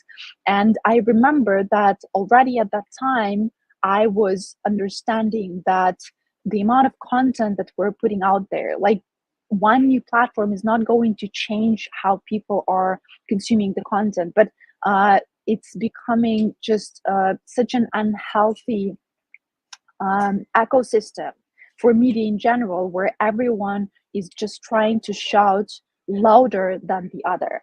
And for me, there was an understanding that that doesn't work. If we shout louder, it doesn't mean that we are creating more value or actually saying something meaningful. And so for me, it was important to first encounter 360 technology, because in the news industry at the time, that was the answer to being relevant. I found the cameras before even YouTube live stream was available that were doing 360 live stream in the application. And from the news media perspective, I thought that if I don't trust anyone, because there's so many voices that are all saying all different things, the only thing that I want to do as a viewer is to be there. And that, together with VR, is what brings us here today and brings me here to this journey. So my first VR project in 2015, I got hold of the camera. That was already time when the conflict in Donbass has started. And when I had a brief opportunity to work with a drone company that were also doing very early drone captures. And of course, we wanted to capture something that was happening immediately and in our world. And that's the place where I've been in 2015, and a short documentary that wasn't even properly released because the rights belong to the broadcaster was produced. And for me, that was the first production experience in virtual reality. And I understood how powerful this technology is and how powerfully it transports us into absolutely different perspective that we don't get through 2D screen. We don't get that through 2D media. But at that time, it was 2015, and I was feeling that if I stayed in the area where I pursued my career previously, I was living in Moscow, I wanted to be part of the VR hype train. I was really feeling that there's something very powerful going on, that there is this shift that we're all going to encounter. And so I made the decision to jump off my previous job, to leave the company and to start a VR startup where for several years we were doing 360 production, post-production. We worked with some great organizations like Associated Press, Riot. We worked with HBO on entertainment side, and it was all about trying to navigate this absolutely new space, testing new cameras, understanding how hardware works, how post-production works, and just constantly iterating. But what I value most about my journey in LA, that's where the company was based in between 2015 and 2018. I attended a lot of festivals, and I was lucky and privileged to experience a lot of VR. And I remember those moments when, from this first hype, of 2015 and 16, where we had a lot of content that was not there yet. Maybe it was produced by some big names in the industry, but they actually did not speak the language of VR that we already know today, and we're exploring this new language constantly. But at that time, the majority of creators came from the place that let's just translate all the best experiences that we had, all the things that we knew about other mediums to VR, and that would work. And also, if you remember that time, there was an expectation of immediate growth, this huge hype, something that we're witnessing once again right now with the Metaverse. So I'm much more chilled about this new thing, because I know that people that are coming to this industry just for hype, they will come and leave as soon as it disappears. But those who are here to stay because they really see the future belonging to this most powerful medium, communication medium, that we have, they will stay and try to continue their journey like I did. So let me just quickly remove the sound. I hope you can see the video. My journey through VR brought me to start my own company in 2020 that is called Less Media Group. And my understanding of the media in general, my experience in VR together with almost 10 years in traditional broadcast media, just showed me how we are consuming the content, and how the screens that we're facing constantly are just algorithmically created to be very destructive, and to distract us from our lives, and to distract this distraction economy that was building. And it was just getting worse and worse as I was witnessing this progression. I think that now we're all aware how ill-intended a lot of products are on the market, but I also want to argue that it's not because they were initially created by the people who put this intent into them, but I have a feeling that the overall system and ecosystem and the devices are built that way, so you don't have any other means of interaction. Because we've also seen time and time again that for those platforms, dividing people and sharing very divisive and aggressive content turns out to be better business, just because angry people click more. And from 2022 right now, with the war going on in two countries that I split half and half Russian, half Ukrainian, I can definitely testify that the result that I'm seeing right now in the anger, in the political decision, it very much was inspired by the same just wrong media consumption and underestimation of the power that those media tools have in shaping the realities of millions and millions of people.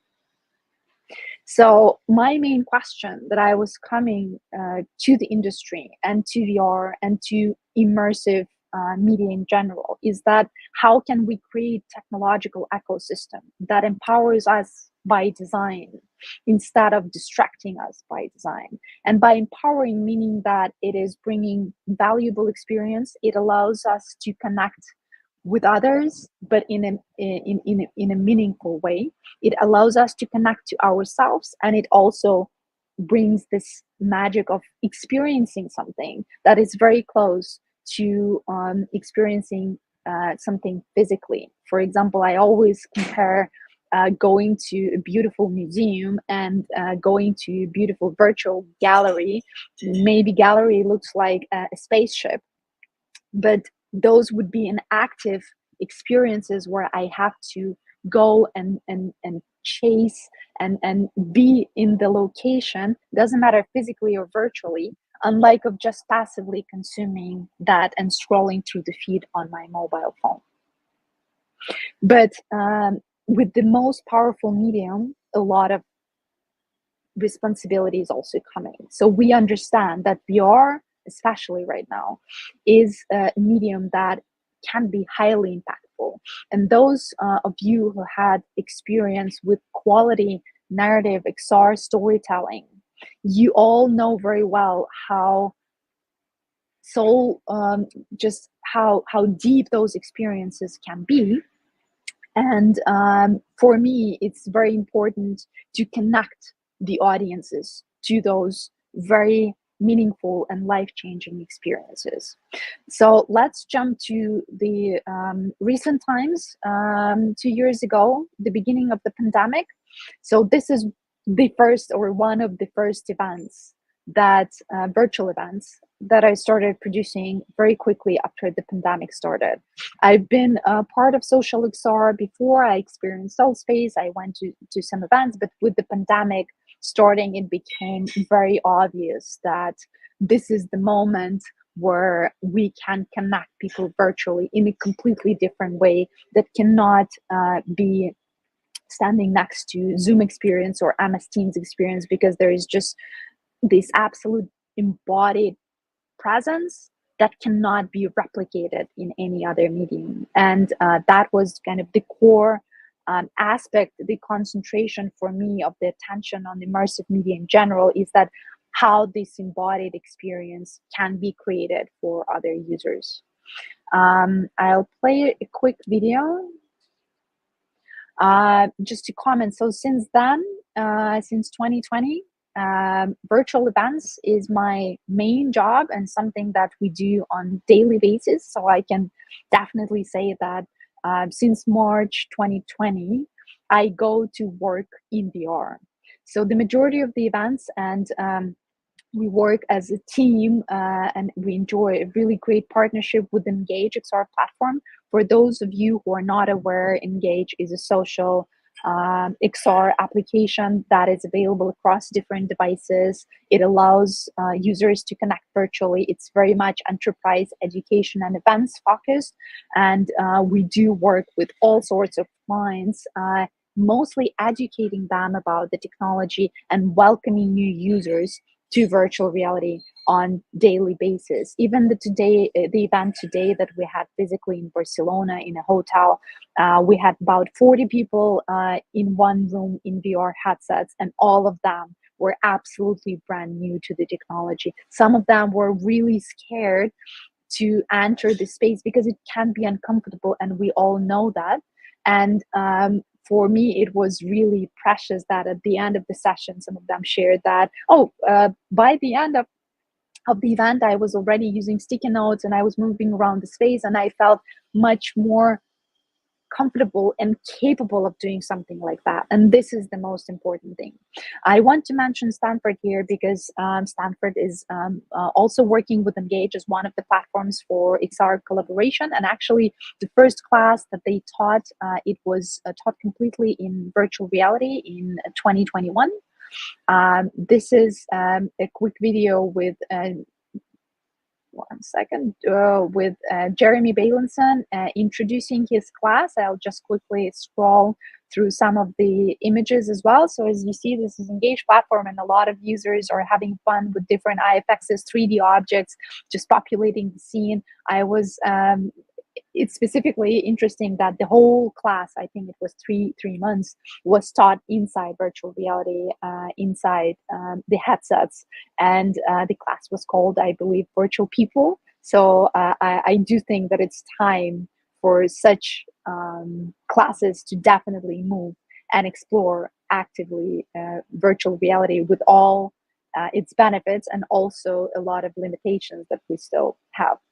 So the class that Stanford, that happened in Stanford, actually, the results and the publications about this class and what the participants witnessed and experienced, I think will be appearing in the next year, just because, as we know, to put together a scientific paper, it's a really long process that takes time.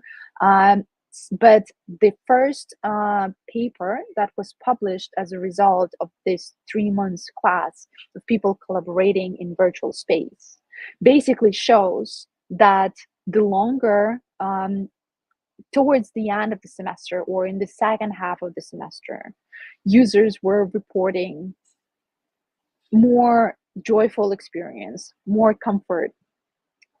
All the parameters that were measured were increasing as people were getting used to this medium. And this completely coincides with my experience in doing both physical events where we are showcasing VR and virtual events where we're just introducing new audiences to VR through VR headsets and supporting them remotely. You have to learn how to VR, and then you will be able to learn in VR or to interact in VR and to attend in VR.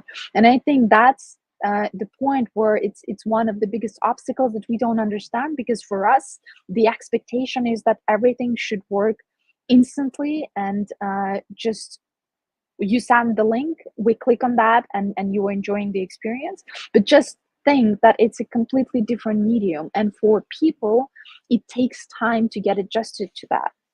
From all of the experience with virtual events, and we've done hundreds of them, we see that if the users are attending some trainings and they are given some time to get comfortable in this new environment, the next session that they attend would be much more joyful. And that's why we always recommend to first give your brain some time to adjust.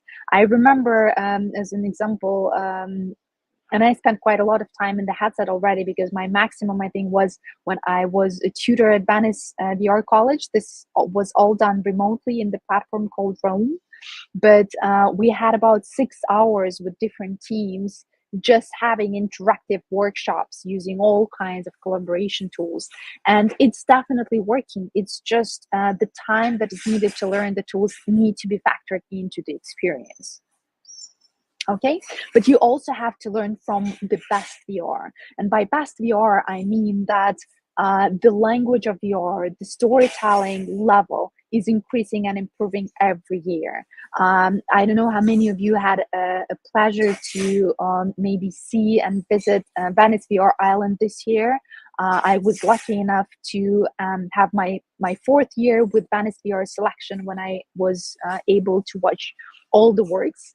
And during the pandemic, that was also a life-changing moment, because we realized that there is an opportunity to connect local audiences to those groundbreaking VR experiences. So in 2020, when the pandemic hit, Venice VR launched a satellite program, meaning that if you had a venue and you were able to host a VR event in your city, you can partner with Biennale, and through the license, you could showcase the best VR works of this year's selection. And we had the first event in Moscow in 2020, and it was 20 headsets running for 10 days. And that was the first time when this region overall was introduced to the quality VR storytelling for the first time.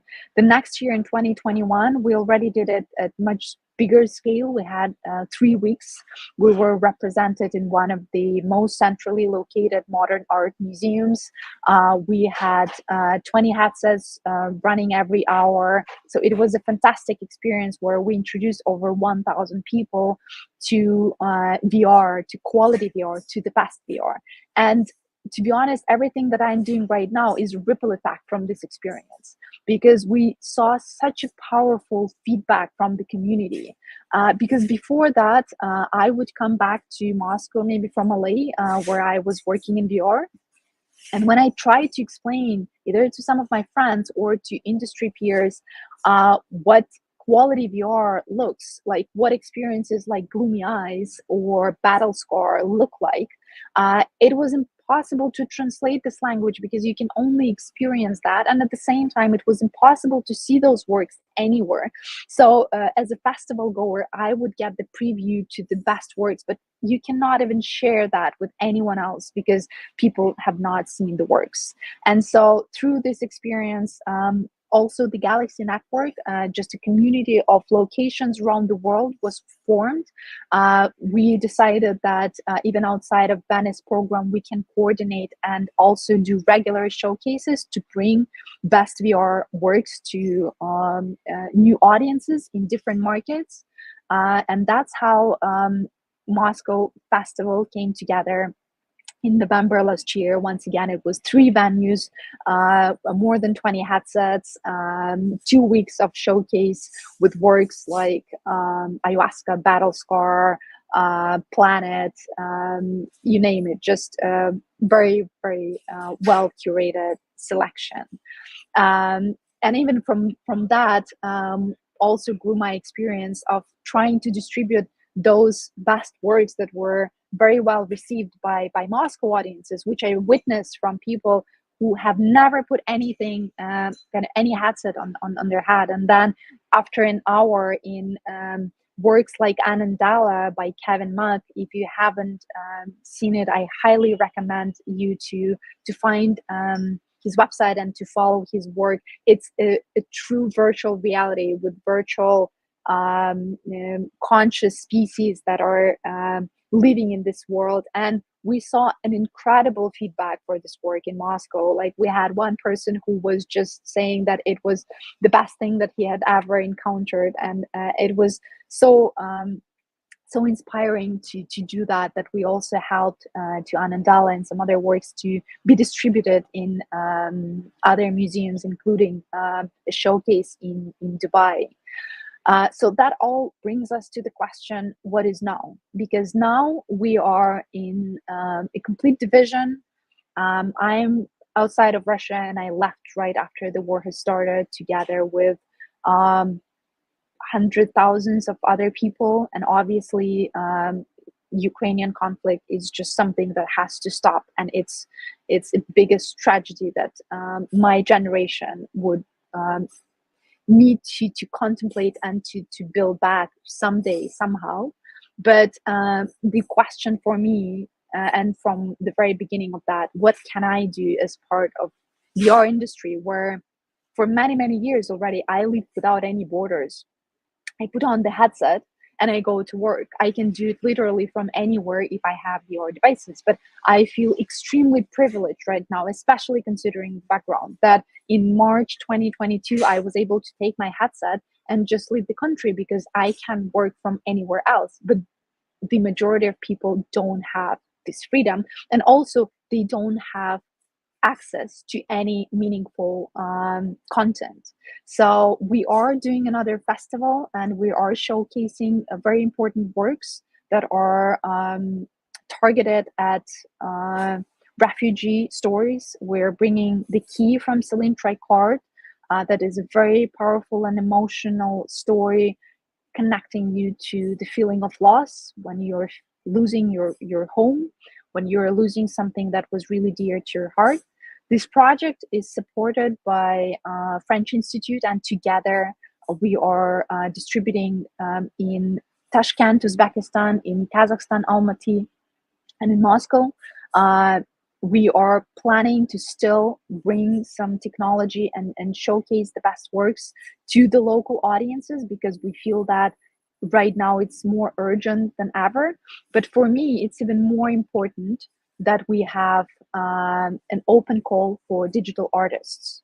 And for 10 days in the end of October, we're going to have an educational program that is open for anyone to apply from any country.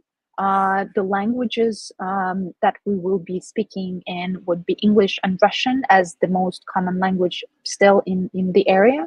And what is the most important aim of this program is to introduce those artists who have been working in digital field, and now they might have been relocated and they're struggling to pursue their artistic career because there are no more exhibitions, museums, and the world is completely shattered. How they can find their way to start creating in immersive spaces and in immersive community. So that would be a practical course. And as a result of this course, we want the artists to develop their XR pitch, their idea. And on the 3rd of November, we will have a virtual event inside Engage where everyone is invited, and I hope that you will be able to come as well, to connect to those artists and to show them that in virtual reality, we don't have borders and everyone is welcome to start creating. So just to finish, because I see that I'm on time, how we can connect and how you can support this initiative if that connects with you. So come to virtual event on November 3rd, connecting virtually and making an effort to come, to register, to network, to communicate with those artists and people from the region would be very important for all of us. Share your expertise. If you want to become a tutor, if you feel that you would like to share your practical experience or invite us into your virtual world, we're open. Just let me know and we can connect.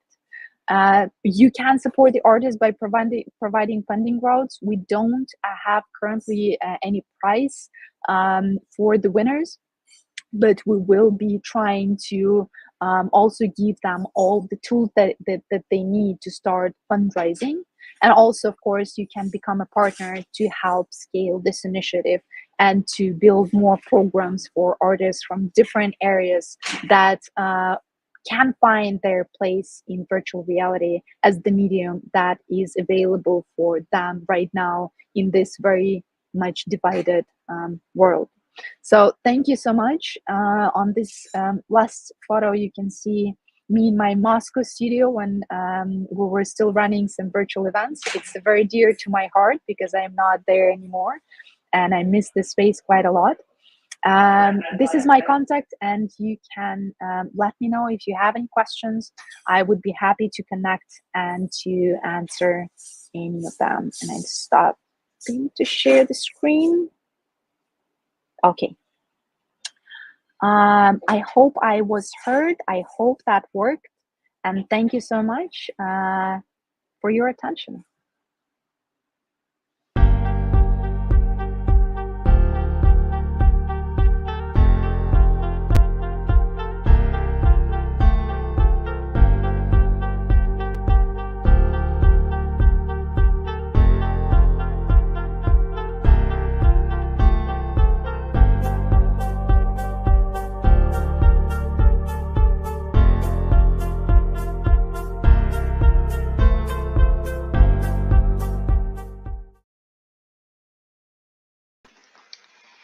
Hello everybody, I'm really delighted to be here with you today and share my passion for the VR technology. I'm Maria Cuvilliard, I'm an innovation product strategist. My job is to find the best mix between user experience approaches, business goal, and the technical and the data constraints. I'm really passionate about the customer experience, XR, and the cognitive sciences. My goal is to invent and reinvent the future of the user experience and share this passion with others. So let's talk about the great topic today, the VR learning, and more precisely, why the VR learning is a powerful opportunity for the learner experience. As you know, the world moves fast. 80% of tomorrow's jobs do not yet exist today. Flexibility, curiosity, and the ability to learn continuously has become essential skills to face this new environment. Learning is reinventing itself, and VR will be the fundamental tool for continuous learning. COVID has demonstrated the limits of our way of learning, and it has evolved enormously with new forms of learning, which are often hybrid learning or blended learning. Virtual reality has demonstrated its effectiveness in the easiness of learning and consolidation of knowledge over the long run. But above all, it's important to understand some fundamental concepts and levels that make VR such an added value too.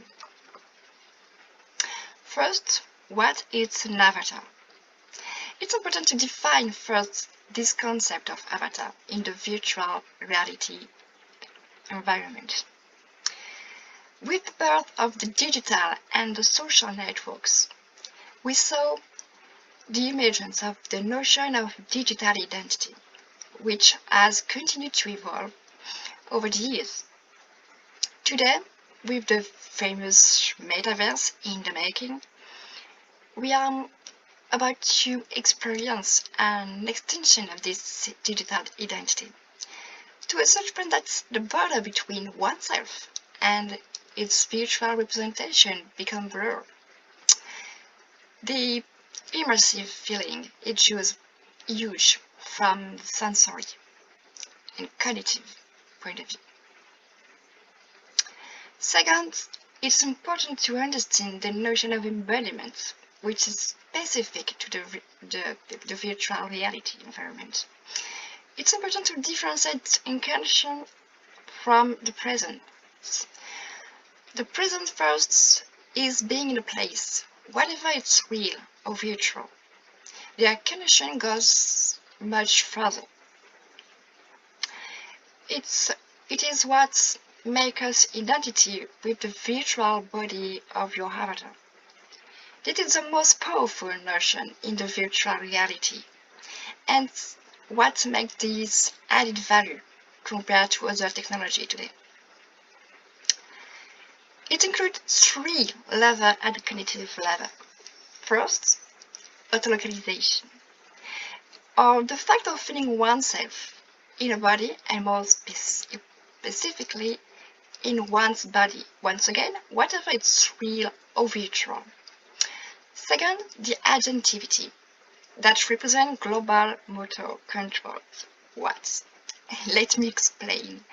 It represents, for example, the whole process that goes from the will to the action to the realization of the action itself. I give you an example. I want to open a door. I will trigger the will to open the door and then perform the movement to open the door, and then have the visual feedback that the door is open. Easy. Third, the property of the body. The fact of feeling one's body is the correlation between what we see and what we feel. If the same sensory stimulus is created simultaneously on your real body and your avatar, your brain will associate the virtual avatar as being your own body, because there is a correlation at the sensorial level.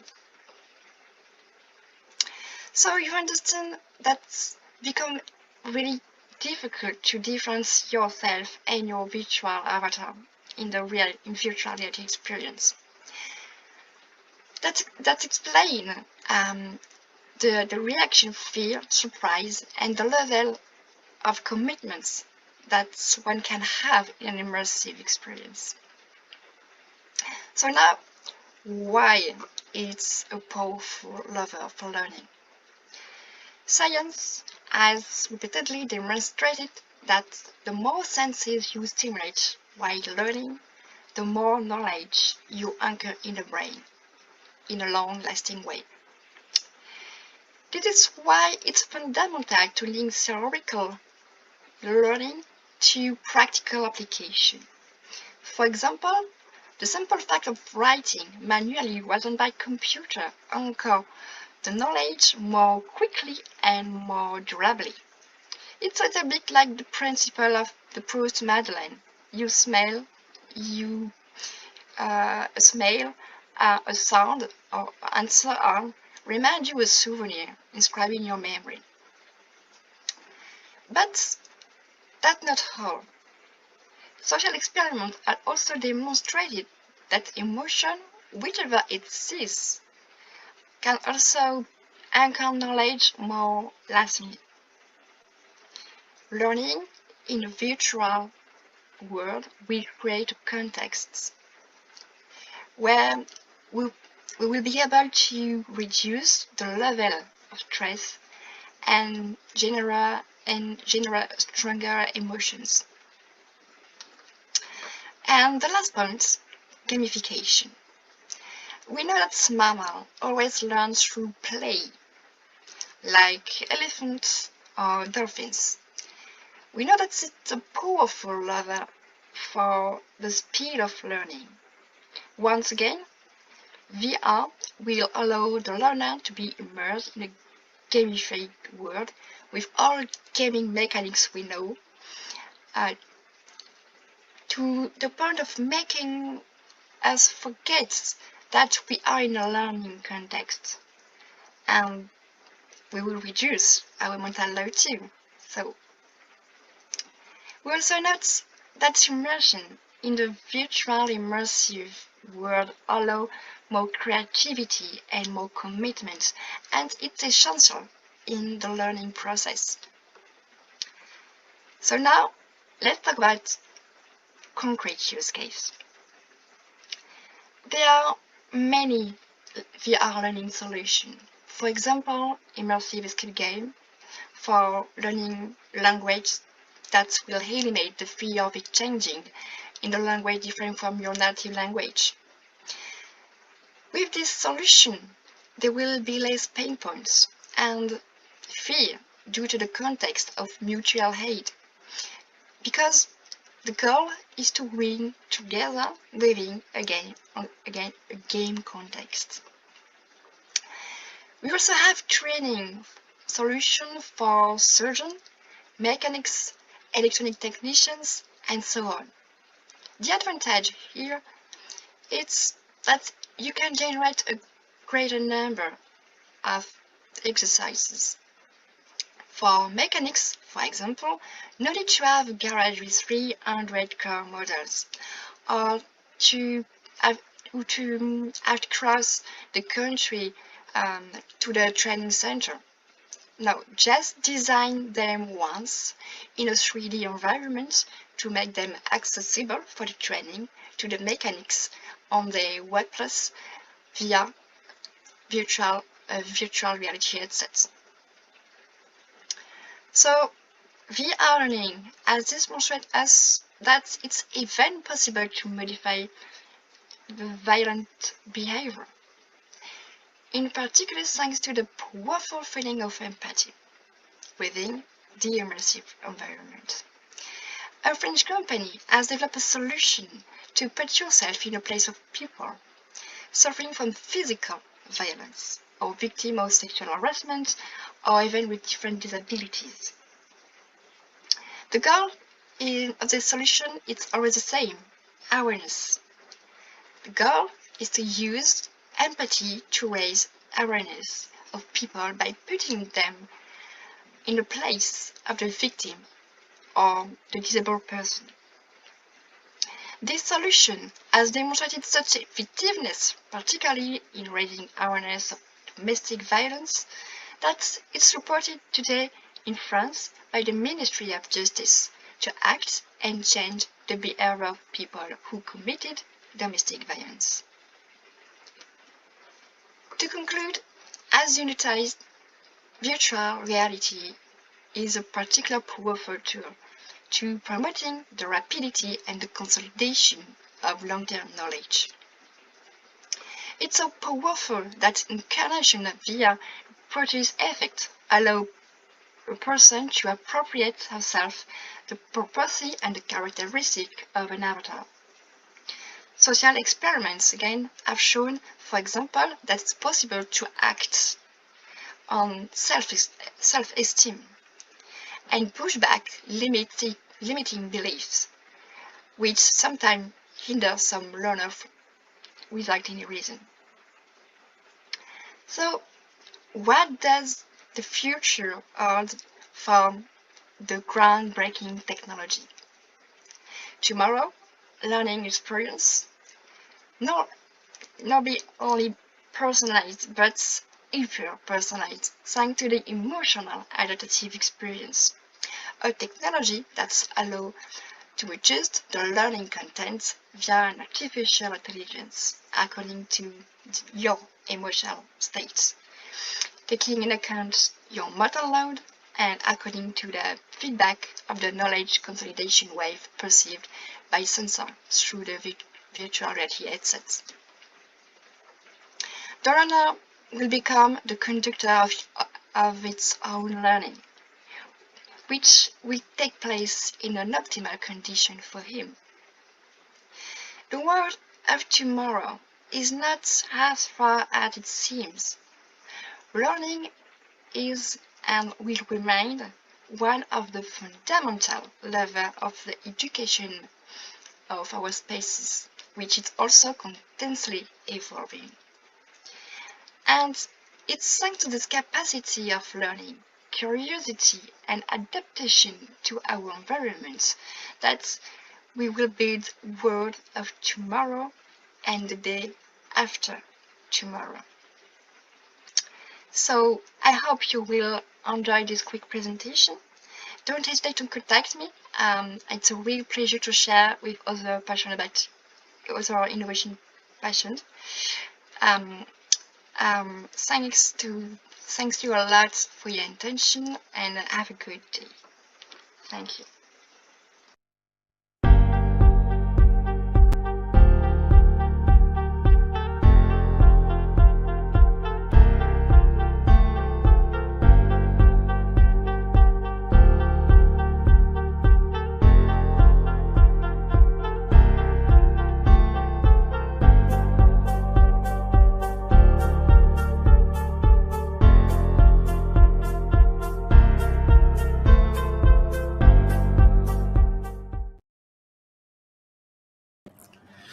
Hello, hello, hello.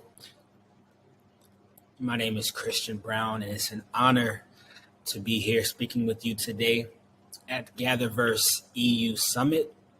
I'm joining you live from Paris, France, and I'm not originally from Paris.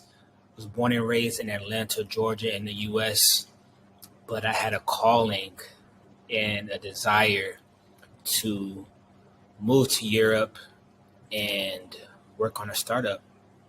Very random, I know. But my story has a lot to do with the topic I'll be speaking on today, which is mental wellness in the metaverse. And so before diving into the talk I have prepared for you all today, I'm going to give you a quick background on me, who I am, and why I'm here today, coming to you live from Paris, France. So like I said, my name is Christian Brown. I was born in Atlanta and spent 25 years of my life there. And through that journey, I learned a lot.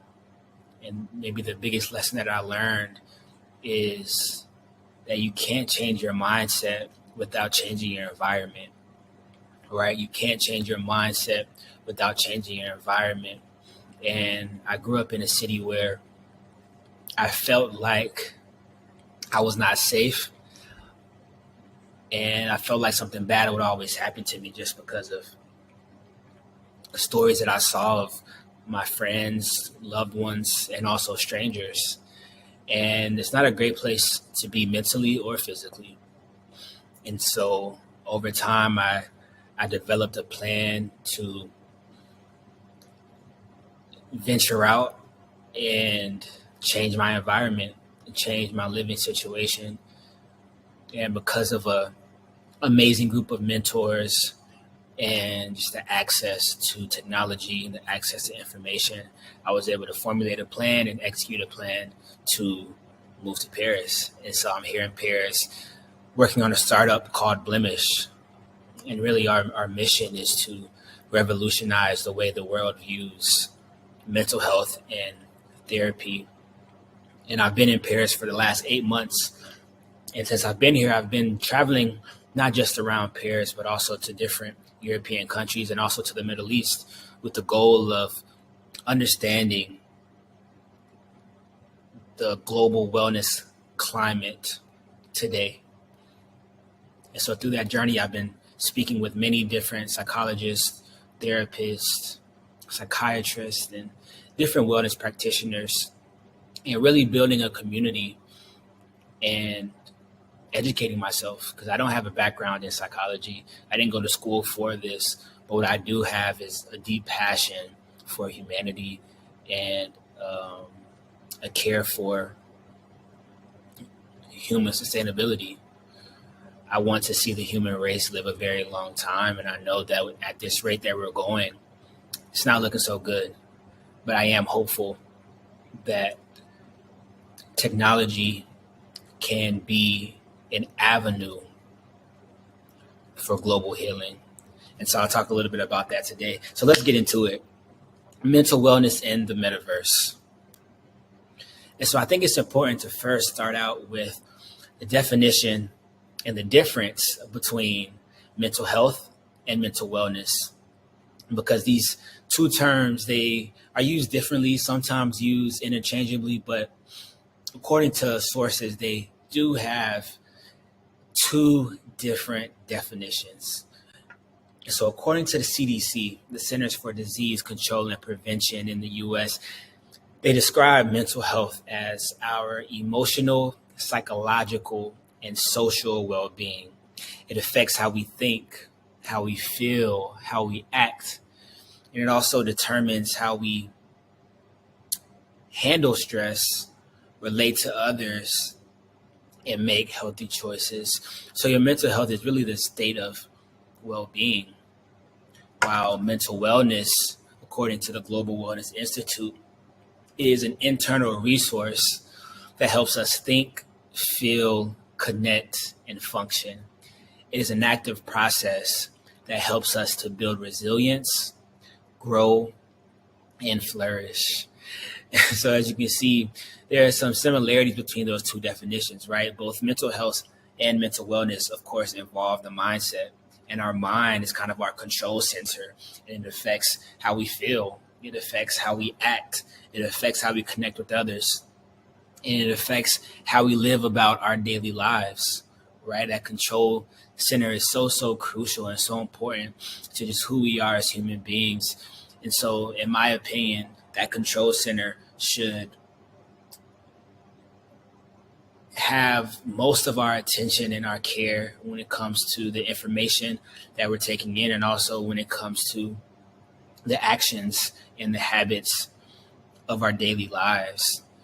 And one thing that I want to note in this mental wellness definition is that it says mental wellness is an active process, right? It's an active process. And to me, an active process requires an intentional set of actions. An active process is something that is continuously ongoing, day after day after day. It's something that builds over time. So when it comes to an active process for your mind, it's very important to be aware of what those actions are. And so a lot of platforms now who are tackling this issue of mental health, they are platforms that help people to meditate, help people to gain healthy sleeping patterns, help people to also find a therapist, right? And all these things are different sets of action that improve the active process of mental wellness. And so as we're entering into this new wave of technology where we're incorporating Web3, we're incorporating crypto assets, blockchains, incorporating the metaverse, there's a question that comes to mind that myself and my friends have really been researching and coming up with ideas for. And that question is, how can the metaverse create new processes for improved mental health, right? How can the metaverse create new processes for improved mental health? That's an important question, because this new term, the metaverse, is scary to some and it's really exciting to others. And I find it so interesting. And so here in Paris, I've been able to host small events, about 20 to 25 people, where I bring them together and we have open dialogue about today's issues. And so I had an event last month and the topic was mental health and the metaverse, right? Ironic. That was the topic. And it was about an hour and a half long debate. And there were some people who were really passionate about how negative the metaverse is for our future. right? In their minds, they saw the metaverse leading to people just being inside of this virtual world all day and not ever going outside. And it's a serious problem, right? It's a problem that requires our attention, it requires our thought, it requires solutions. And you also have people who see the benefit of the metaverse in terms of improving education, right? There's research that shows that education inside of the metaverse improves the attention span of learners. And that's something that can be used when it comes to education about mental health, right? And so there's two sides of the coin, right? There's two sides of every coin, but at Blemish and with the entire GatherVerse community, I believe that we are striving towards this human first metaverse to where we value the wellness of humans. And one idea that we are thinking about is how can we reimagine therapy, right? What does it look like? Therapy reimagined. And so there are a few benefits that I took the time to make a list of, and I've gotten these also from some credible resources and these professionals that I learned from. And the first thing that I want to talk about is how virtual reality in the metaverse, it provides anonymity and confidentiality. And there's always this barrier to therapy when it comes to being vulnerable and putting your whole self out there. A lot of times it's easier to be anonymous and say whatever you want to say. But you want to know that as you share your heart, it's confidential. Your thoughts and your feelings won't be out there for the world to see. That information won't be sold to big corporations. There's something important when it comes to therapy reimagined. But also, like one of the pillars of that GatherVerse focuses on is accessibility, right? VR makes exploring programs, therapists, and groups more accessible. Imagine if you can just log in on your computer and be immersed in a world. Or imagine if you can put on a headset and be immersed in a world and then take it off and be out. That accessibility, I believe, will enhance the entire mental wellness journey. And also, when you think about virtual avatars and digital environments, and as another layer or removes a layer, it makes it easier to be vulnerable. And there was a study that was done at an organization, an institution in China. And I can share this information if you reach out to me. I don't have it on the slide. But basically, they did an entire study that talks about digital avatars. And they came up with a few different theories that show how gaming avatars can support a sustainable, healthy lifestyle. And it's very cool information. I should have put it on the slide, but I didn't. But there's evidence that shows how virtual avatars can help encourage healthy lifestyles. And so lastly, VR and the metaverse, it creates an opportunity to recreate the shared, immersive, and interactive experience that therapy is. There is an opportunity to design a world that makes humans feel comfortable and encourages them to share openly. And one thing that I love about psychology and the study of the mind is that there's so many different layers, right? The brain, the mind is so complex that you can spend your entire life, and some people do spend their entire life studying the mind and studying the brain, and they still come up with new ideas and new revelations about what is best for our minds. And one thing that really has encouraged me the past few weeks is the idea of ecotherapy, right? The thought of taking your therapy sessions outside and being in a place where there is no silence, right? Because when you're outside, there's never silence. There's either the wind, there's noise from outside, people talking. There's always noise outside. There's always life outside. And what that does is it channels something in our brains that make us feel like we're not alone.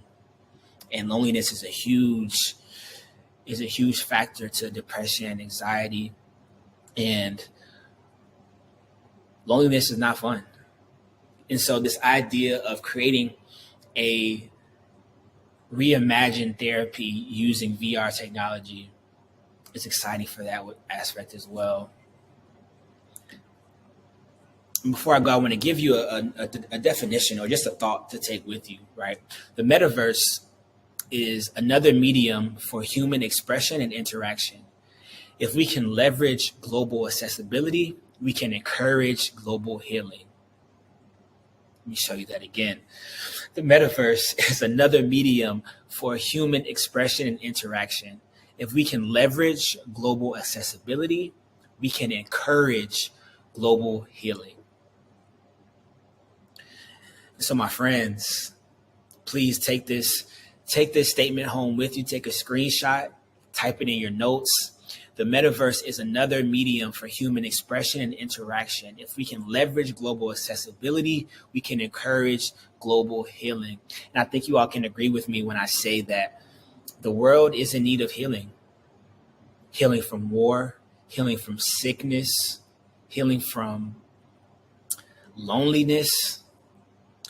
There are a lot of things that the world needs to heal from. And in order for that to happen, it's going to take me, it's going to take you, and it will take the help of our fellow global community to really put a focus and place an emphasis on mental wellness. And so with that, I want to thank you from Paris, France, with love. Thank you so much for tuning in today to GatherVerse EU Summit. Thanks for watching this talk. And I would love to hear from you. You can reach out to me on LinkedIn or go to blemish.com to see more about what we're doing. We're very excited to show what we've been working on. And right now we're having conversations, right? Conversations are an avenue to learning and understanding and gaining wisdom and also hearing people's hearts.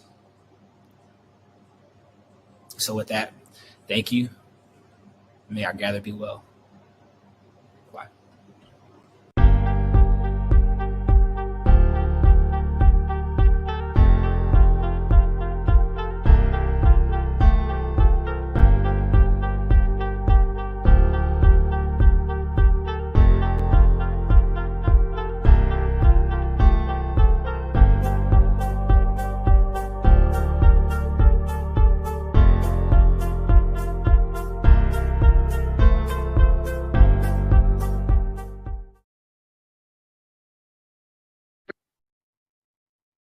Hello, everyone. My name is Alita. I am pleased to be here and be a part of the GatherVerse EU here with you today, this summit. My goal is to bring some awareness around the mental health arena, mental health topics and wellness and well-being on an overall whole. I'm extremely grateful to the GatherVerse for creating this platform, for one, Christopher Lafayette and his team for working the extensive hours that they do in order to make the magic happen and bring all of this information to you. The first thing that I'm gonna do is just give you a little bit about who I am and why I'm here. One of the things about me is that I'm very passionate about health and overall well-being. And some of my favorite sciences are neuroscience, epigenetics, and quantum physics. I know that Europe is about ready to head into having Mental Health Europe. And it's on October 10th, I believe. That's also known as MHE. And their goal is to stop the stigma around mental health and mental health, the topic of mental health. My goal is to give you resources perhaps today, tools that you can use, and it's also to challenge all of our thoughts on an overall whole about our future and the developments in technology and how they impact all of us globally. So on that note, I will step into our global information. So I did a little World Health Organization research before jumping on here today. And the World Health Organization is reporting that 5% of our adult population is depressed. The ratios show that suicide is the #4 cause of death globally amongst our ages 15 to 29 years of age. So I would say it's something to take pretty seriously.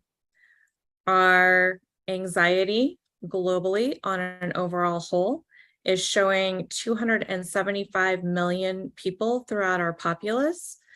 That I want to stop and reflect on for a moment and discuss why this could be of importance for us, all of us globally as a humanity. When people are anxious, they are in a state of fear. When we are in a state of fear, our physical bodies do not function the same. Our minds do not function properly. We're not functioning at an optimum level. This is important because we react differently when we're in a state of anxiety or fear.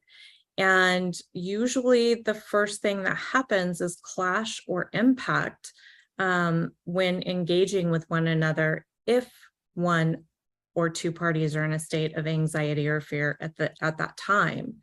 So our behaviors change and they become more erratic. And so it's really important to be mindful of that because it impacts all of us globally and how we're reacting to each other. From a neuroscience perspective, I want to share with everyone that the reports are showing globally, again, as a populace, that we're consciously aware only 5% of the time. We hear conscious, subconscious mind all the time, but nobody really pays attention to these facts and these statistics that are being brought forth. And I think I really want to just stop and pause on this for a minute. And I really want to educate people, and I really want us to pay attention consciously to what it is that I'm saying. So subconscious awareness is basically, I would equate that to your free will. And they're reporting that we're conscious 5% of the time. The reason why that's not okay is because conscious awareness is also the same state of being, and I equate it to the free will. It's the same state of being that you're in when you are at the ability to make new decisions and choices for your life. It's your opportunity to choose something different than you did the day before. We can only do that when we're consciously aware of the things that are happening around us and in our life, in present moment awareness. Subconscious mind. So the reports are that the populace are in subconscious mind 90 up to 95% of the time. On average, they're saying 95% of the time. There's some variance depending on what studies, but this is mainstream overall science. Subconscious mind is repeat programs. That's your prior upbringing that is ingrained in you. It's education, perhaps, or an education system that you went through. It's anything even potentially traumatic that's happened in your life that maybe is a part of your programming, as well as anything that's awesome. Maybe that's a memory, that's a happy memory or joyous memory from your childhood. Those are all prior programs. That's subconscious mind. They're saying that our subconscious mind is basically running on autopilot over and over again, repeating old programs 95% of the time. When that's happening, we cannot, as a humanity, develop or create anything new. So we will keep repeating the same patterns over and over again. So I'm a firm believer in let's wake the populace up. Let's get everybody more conscious, more than 5% of the time. I firmly believe that we're meant to be conscious much more than 5% of the time. Mental health, let's talk about this. So my goal from a mental health perspective is to get people to pivot out of subconscious mind and into a conscious state of being more often. And I'm going to equate this to, it's going to sound a little bit funny, but we have a movie that is out, and some people who love science fiction love the movie The Matrix. So think of it this way. Think of your conscious mind in neuroscience as taking the red pill, and think of subconscious mind as blue pill, if you will. And so we don't want to be running around in those repeat programs where we kind of aren't really paying attention to what's going on. We want to be the people in the Matrix who are taking the red pill and who are the superheroes. They know what's going on and they're here to save the day. So I want to wake mass consciousness up and empower mass consciousness, because we can do so much better. We can build so much better. We can create so much better. And I see a far better future once we're able to actually accomplish this as a global humanity. Choices, current programming. Let's talk about our current programming. So current programming, aside from our past programming, are our daily choices. It's the things you read. It is the things that, the music that you listen to. It is the social media that you choose to engage with. It based off of algorithms, which will repeat right back to you the same things that you're searching or looking at on a regular basis. So that's another part of the equation. And that's why social media is also programming, because it's just going to repeat back to you whatever it is that you're primarily paying attention to on a regular basis through your searches and feeds. Let's also talk about news broadcasting systems. I don't know about you, but the last time I turned on the news channel, the same old philosophy still held true for journalism across the globe, and that is, if it doesn't bleed, it doesn't lead. That means that that is the primary component of what is being broadcast and being programmed. They call broadcasting programming for a reason, because that is in fact what it is. And so when we opt to turn on the news and absorb all of the information that's coming at us, and the TV, by the way, is designed to put us in a meditative state of being. So we really just take that information on and we accept it as 100% truth.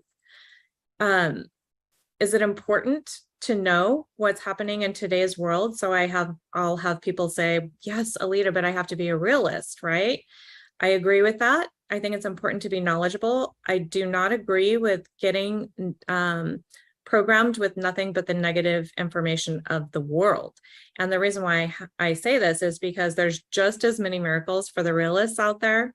There's just as many miracles happening in today's world as there are catastrophes. And there's just as many amazing things. There's people saving lives. I don't see broadcasting stations running around showing us all the lives that are being saved on a daily basis, because they couldn't keep up with it, quite honestly. They're not chasing all of our superheroes. They're not broadcasting all of the empowering things. And we as a humanity and as broadcasting systems and as media and programming and information systems, the owners and the investors of these designs need to, this is where I'm going to challenge a little bit, and I'm going to say, we can do better. We can build better. We can show people more of the balance and the truth in the world, and we can stop a lot of this fear and anxiety and depression. And then it takes me into gaming and our gaming systems. And our gaming system designs have been primarily built around war. And then I want to take us back to the fact that fear, anxiety, depression, these are the things that are mental health issues primarily that a good chunk of the world is suffering from. And our gaming and programming then is desensitizing these kids that are between the ages of 15 and 29. And this also is the largest group that are choosing to take their own lives. So I will also encourage anybody in gaming and gaming systems, gaming side of things, anybody who's in the development of the metaverse, anybody who is engaging in VR and VR creation, I will say to the mass populace, pay attention. One thing with VR and the upcoming creations is that our neuro rights are something to pay attention to, because a lot of these systems are designed to be able to record our thoughts and the things that are happening and the brain patterns that are happening within our own minds. So neuroscience, I think, becomes an issue moving forward, but also these VR and programming systems and games can just as easily be designed to empower people, make people feel like superheroes, make people feel like they can accomplish anything in the world and that they can obtain whatever their dreams are. And that is what we should be programming our kids age 15 to 29 with, and even before, far more than the war games that have become the mainstream across the globe. We can do better. We can build so much better, and we can empower people. And I'm going to tell people my parting message to you is that you can empower yourself. And that is, quite frankly, choose your programming wisely, your current programming. Pay attention to if something, when you're watching something, you're reading something, you're listening to something, pay attention to how those things make you feel. And if it's not giving you a feeling of empowerment, or it's not bringing you joy or happiness in some capacity, then it's doing the opposite. So choose your programming wisely, because you can absolutely change how you feel through all of your own programming as well. Think of it as like consuming food for your brain. Think of it that way. So you consume good food to nourish and empower your body and help your body. You're going to want to do the same thing with your brain and with your mind, and feed it what it needs and give it all the goodness. Thank you so much. Have an amazing day.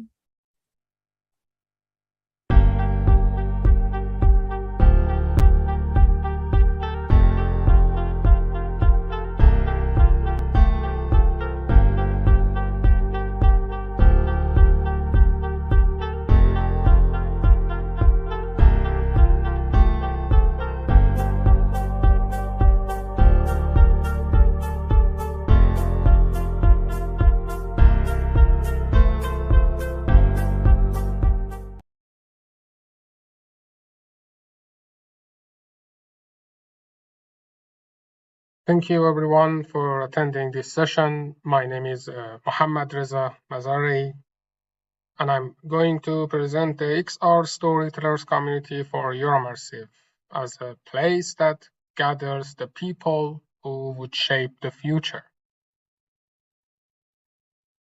This community will be based on an approach to sustainable development. Based on the World Commission on Environment and Development report, sustainable development focuses on meeting the needs of the present without compromising future generations' ability to meet their needs. So, here the main question is, what are the future generation needs? Currently, some methods predict the future generation needs and set a sustainable development approach to it. But my question is, what are the ways that future communities will communicate to each other to meet their needs that increasingly turn from local problems to global concerns? In current sustainable development approach, if you want to run a startup, the main question that capitals as creatives are, what is the problem and what is your specific solution for that? Then the answer would be an innovation that considers sustainable development. So we try to find sustainability in solutions. But there's a question for capitals. Should any innovation be a solution to a current problem?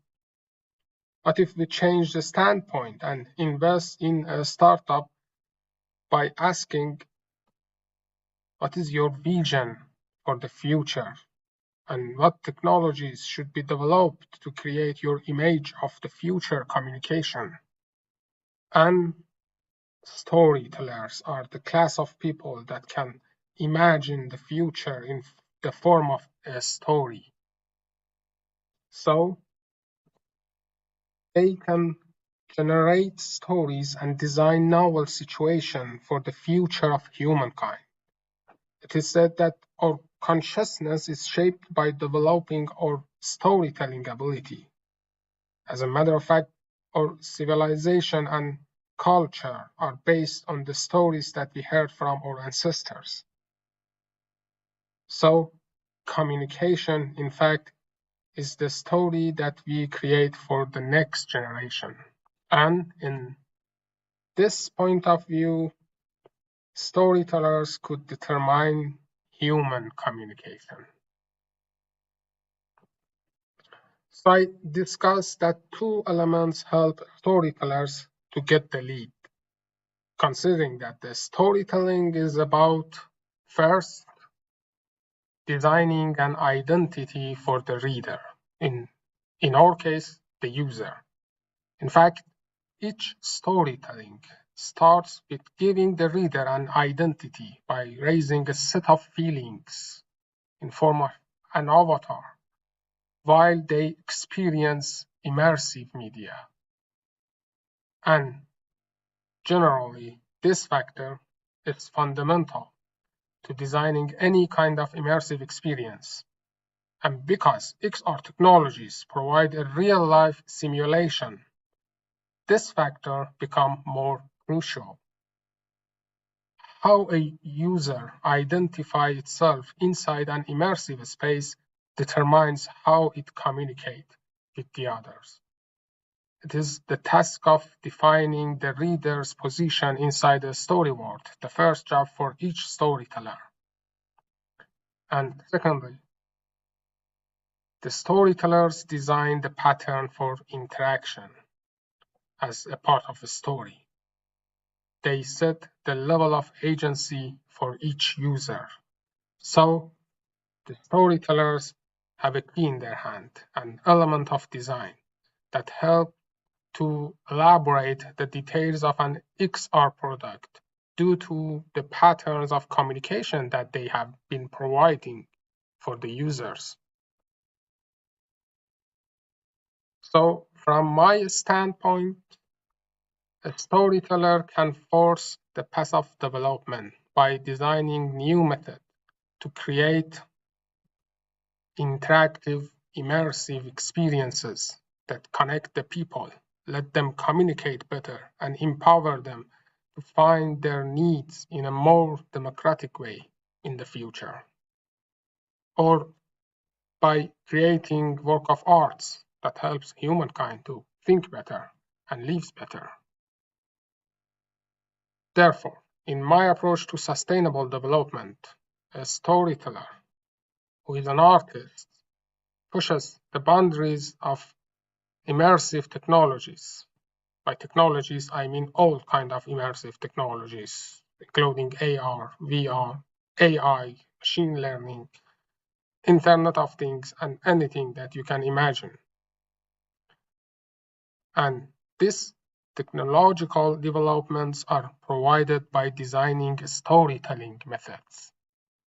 So, raising the demands for new technology is the storyteller's duty. Later, these technologies could be used in other fields of development, but the thing is that the storytellers are the cause of new technological innovations.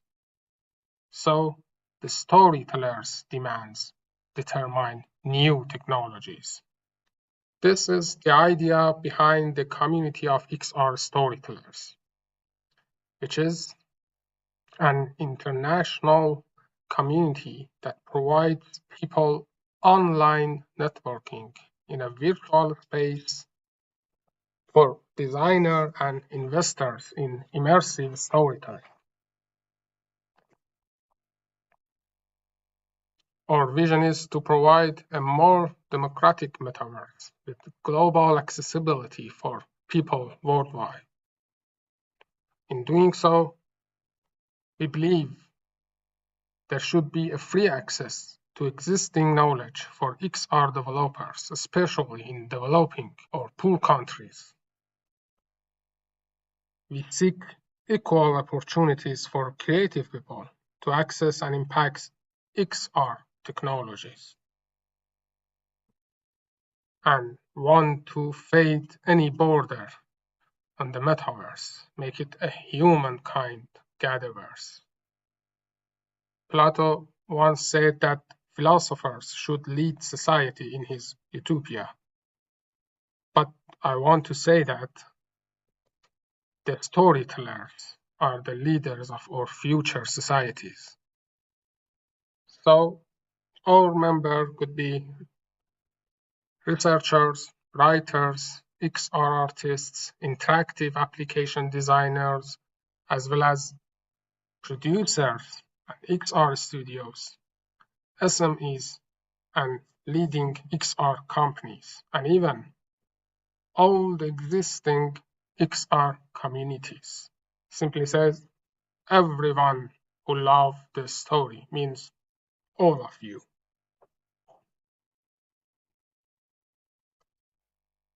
And our mission is, at the moment, allow artists to present their ideas to all Euromersive associated communities, and in the near future, run collaboration between creative people and industries by launching an XR research hub. And generally, our mission is to empower storytellers' role in forging technological innovations. We are a part of Euromersive, the European Federation of XR Professionals, which was created by a gathering of European professionals from complementary professions in connection with XR in order to provide European XR ecosystem.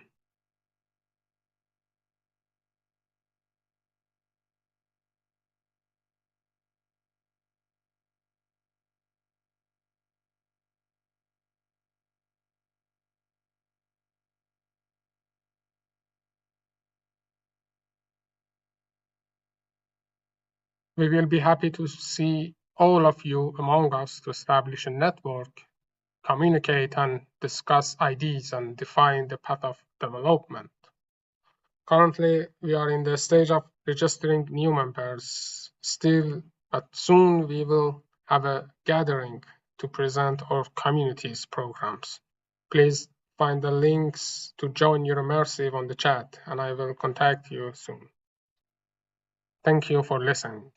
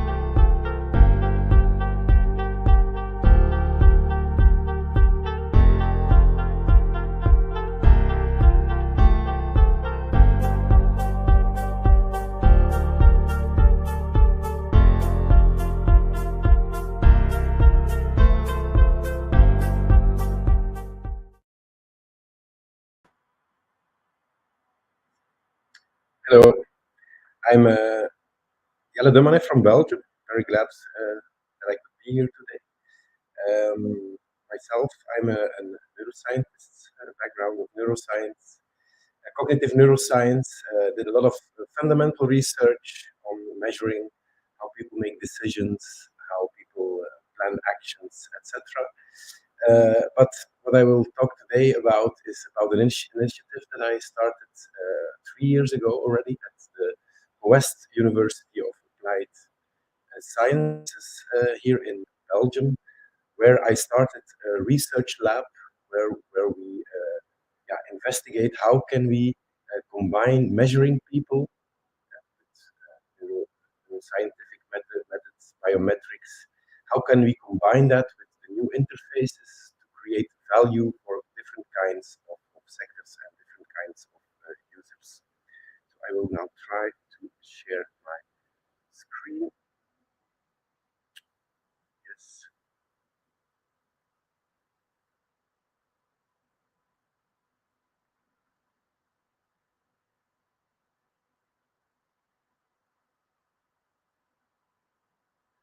Right. Yes. And the title of my talk is Human Interface Technology. Because, as I said, so we are trying to, by combining these measuring people with new kinds of interfaces, it's a kind of a human interface technology. Because in this kind of technology, you try to facilitate the interactions between humans and machines, humans and computers. So you're trying to create a loop between a machine and a computer so that the computer does not only present information or a computer or a machine to a human, but that the machine also tries to understand and tries to try to understand its user. So you have a kind of a collaboration between human and machines, and this kind of technology, so human interface technology, in fact, consists of three important components. So first of all, you have to measure people. So while measuring people, while interacting with computers or software, you're collecting a lot of data. So in order to adapt your software to the user, you have to have intelligent systems, so machine learning algorithms, more intelligent algorithms that can deduct mental states from a user. And of course, to link that back then to the user, it's very interesting to use these new XR interfaces, so extended reality interfaces. So human interface technology to us consists of these three components. And today I will talk about some use cases, some projects where these components are always present, and to give you a better idea of the potential of combining these three components in the software of the future. So in our human interface technology lab, I will talk about that later. We have the profiles, so the experts of these three components. We have AI engineers collaborating with psychologists, experimental psychologists like myself, pedagogues that know about applying these technologies in education, for example. But we also have these game developers that are crucial to make software and to make game engines to let that run. So human interface technology, what's the vision about? I will first just check if everybody can see me correct. Yes, that's correct. I only have one screen. Yeah, so the vision of our lab is already is playing on a trend that is already going on for a couple of decades. So interacting with computers, interacting with software, interacting with hardware as a trend of becoming more implicit. What I mean is, back in the 50s, if you wanted to give a task to computers, to software, you really had to think about it very thoroughly. So you had to punch your software into a card, punch card, and that were the rules that you gave to the computer that the computer had to execute. So this was a very explicit way of interacting with computers. But the last 70 years, already there was a trend towards more implicit ways of communicating. A keyboard allowed to react much faster. I hear that the sound is really bad.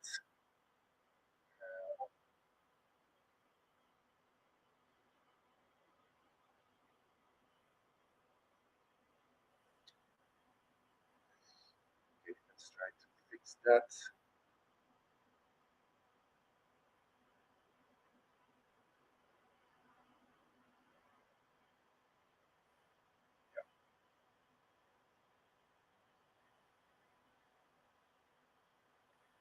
I will try to talk a little bit closer to my computer then. All right, so there was indeed a trend towards more implicit ways of interacting.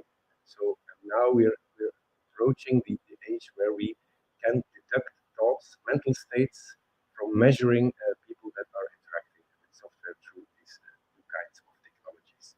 So this means that you don't always have to explicitly give a rule or a task to a computer, but the computer already can try to estimate how you are feeling and how it should adapt or it should adapt to you as a user.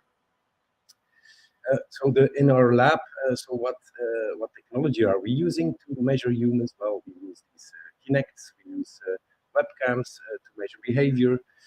Eye tracking is really interesting. So as eye tracking is also now almost very common now in the latest HMDs, and I hope also in the Quest Pro, I heard. It allows you to get an idea about the attentional patterns of a user while using technology. Biometrics, of course, very interesting as you can have an estimate of the stress levels of a person, but also of the cognitive load that somebody experiences while performing a task. And of course, then brain activation. These new technologies, this new hardware is becoming really accessible now, not as expensive as a couple of years ago, and it allows you to measure concentration levels, even emotional things that you can measure in real time. So from the moment, so you have these intelligent systems to interpret that, you can create very nice software that can adapt to the user. Just to give you an example, for example, with eye tracking, this is a thing we built in our lab. The eye tracker that you see is also a European one. It's a pupil labs. Yeah, I'm sorry, I cannot improve the connection here. So Telenet, the local telecom provider, is letting me down. So, but what that is doing, so these guys that you see are playing a Pong game just by looking at the screen. They can direct the game, so they can the racket, and they can play the game. Of course, measuring people is one thing. Understanding is another thing. But creating new experience with that, of course, you have to integrate these new interfaces as virtual and augmented reality in it. I don't have to explain this here, as there are you are all probably experts in that. But of course, the combination of those new interfaces is very interesting in that. How do we tackle those? So how do we combine those technologies? Well, we believe at HitLab that you have to work interdisciplinary. It's all these three components that I talked about require such an expertise that you cannot find that in one person anymore. So you have to collaborate, you have to work interdisciplinary and even multidisciplinary, as they call it, to be able to create software, and I will talk about some concepts later, that really create value and that combines the best expertise that you have. So in our lab, so as I talked about that before, we have a mixture game developers, robots, occupational therapists, AI engineers, and psychologists. And that is how we work. And I must say, now, last 2 years, we have our team really set up, and we can really proceed very quickly. We can build stuff, but we can also test it very quickly. So that's also one of our visions, is that, of course, as a research institute, it's very handy if you can build your own proof of concepts and you can test them immediately on the user group.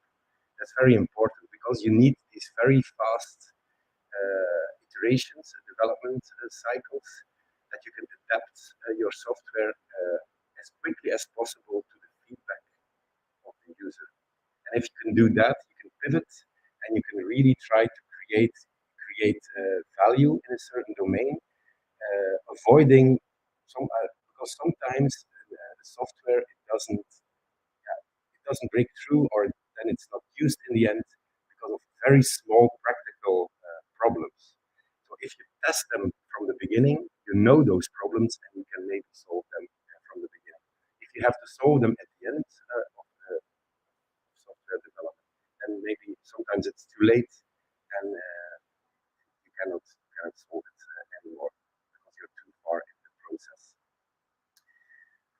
As a research institute, as a research lab, it's important also not to work on an island. So, and as HitLab, we work together with governmental institutions.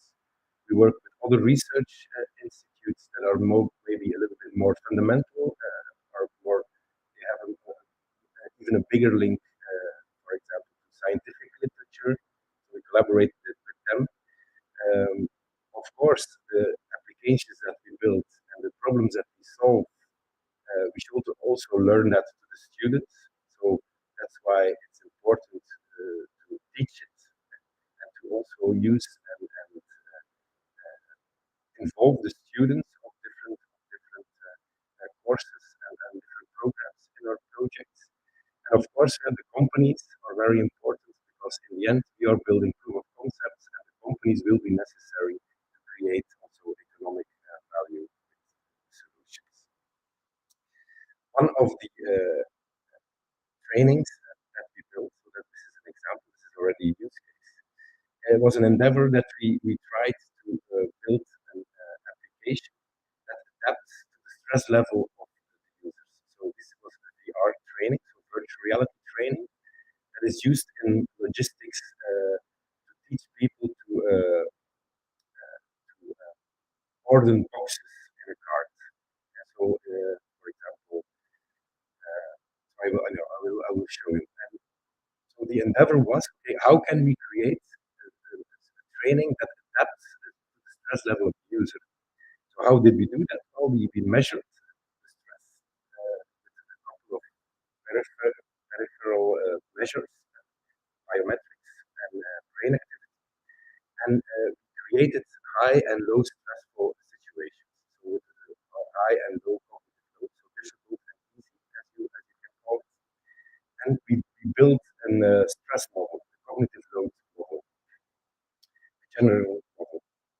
This model, statistical model, allowed us, if we had a new person doing the task, to estimate his or her current stress level and then adapt in real time the complexity and the speed of the conveyor belt in that sense.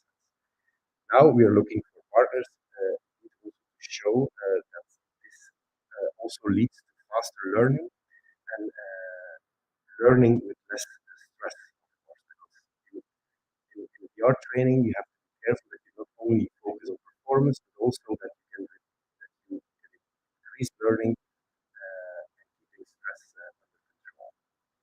So this is the task.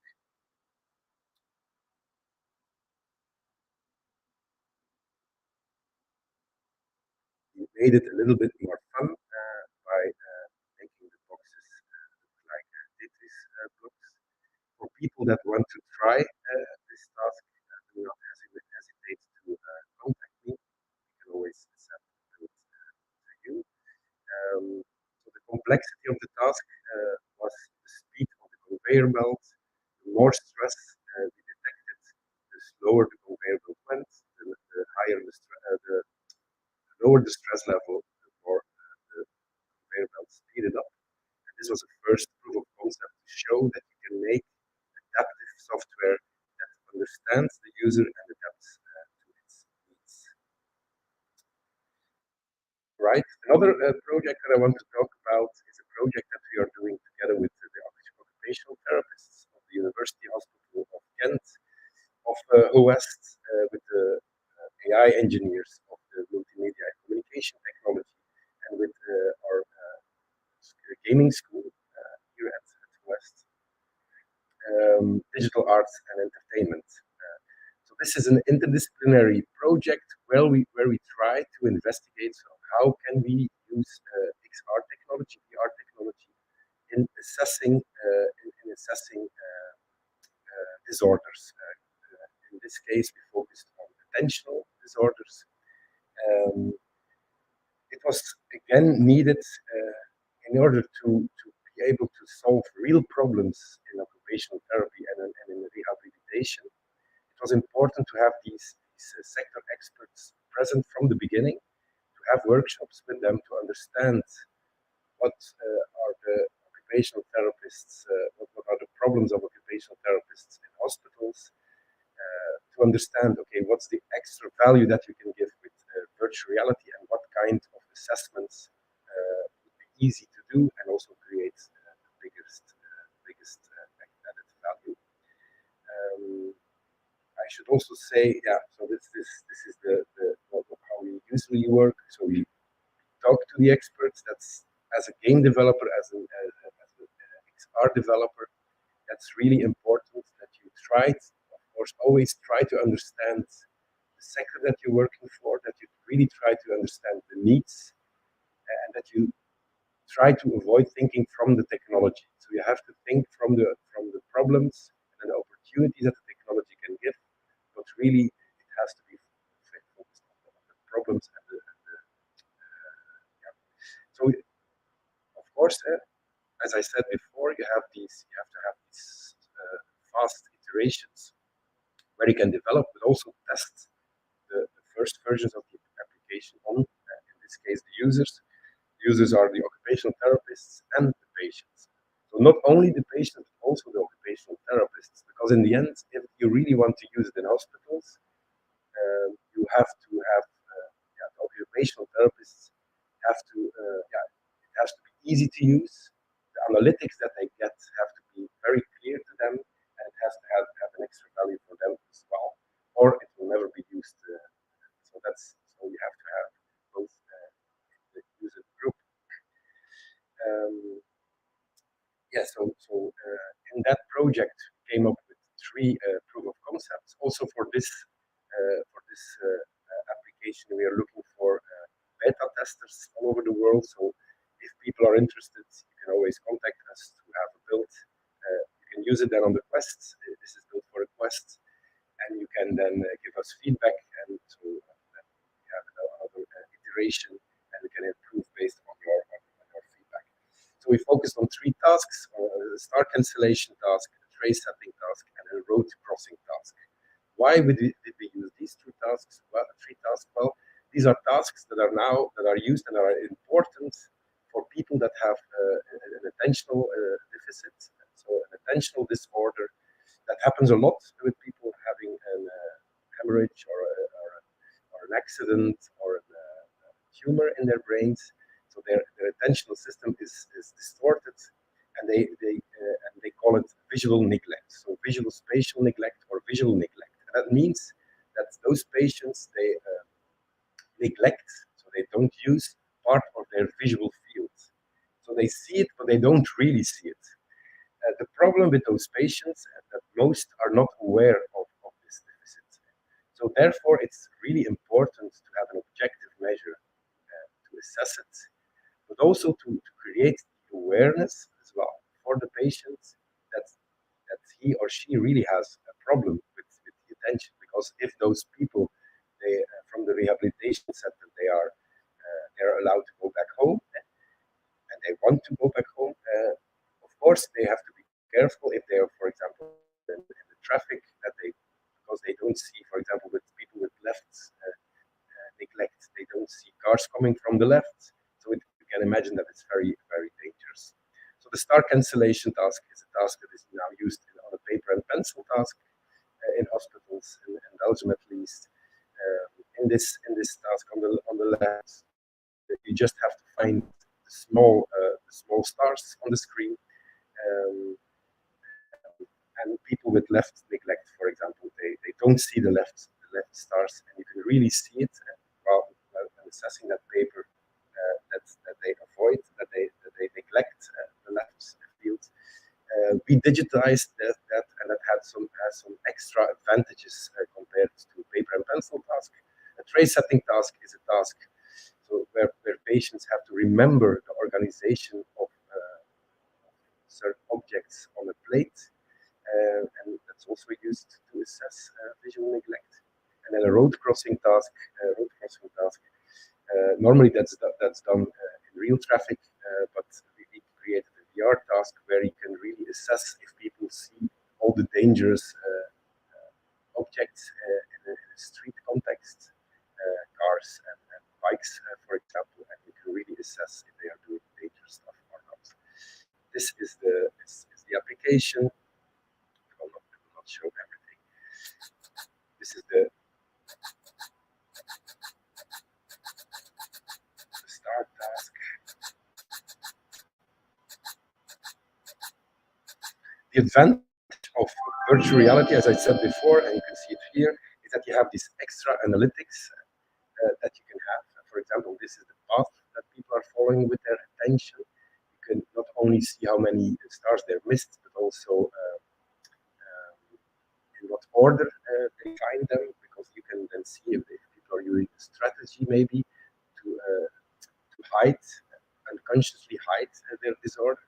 This is a trace setting task. You see an example, and you have to remember it, and you have to play it in the same order. The advantage of virtual reality applications is that we can do that almost without guidance of an occupational therapist, so they can do it much more. This becomes even more interesting if you are building a training application instead of assessment applications, because then the training time can be improved much more, so they don't always have to wait until there's an occupational therapist available to help them. So you have these big advantages. Also, it's much more, especially for the last task, you can have these trainings in situations that would otherwise be dangerous for the patients. So as you can see here, you have these small squares on the tubes on the cars. If they turn green, you looked at them. If they don't turn green, they stay red. You didn't see the car, so this is linked with eye tracking, and people can have a score if they pass the street in a safe way or not. So as I said before, these VR, because you have everything under control, it's a digital environment. You can also have very interesting and valuable analytics out of that. Right, the right bottom of the screen, you can see a heat map. People with high neglect, you can really see what kinds of part of the screen they really neglect, and you can have these objective analytics based on their behavior. Another task that we built in the context of that project was also together with students of digital arts and entertainment, where we created a game to help patients learn to drive an electric wheelchair. So we were able to collaborate with the manufacturer of the electric wheelchair. We hacked the control system, and we were able to create a task, so that, because I will the sound. So you can use a gaming environment to let them maneuver those wheelchairs. That's not easy. Normally, this is done in the hospital, in the hall of the hospital. Of course, you cannot never have all these. It's never as fun, of course, than in a game. And while gaming, you learn to maneuver your wheelchair. Also for this, if you need more information, don't hesitate to contact me. Other things that we're doing, this is still exploration as well. So we're creating or we are investigating how we can use HoloLenses in combination with object recognition and eye tracking. The idea is here that we can create software.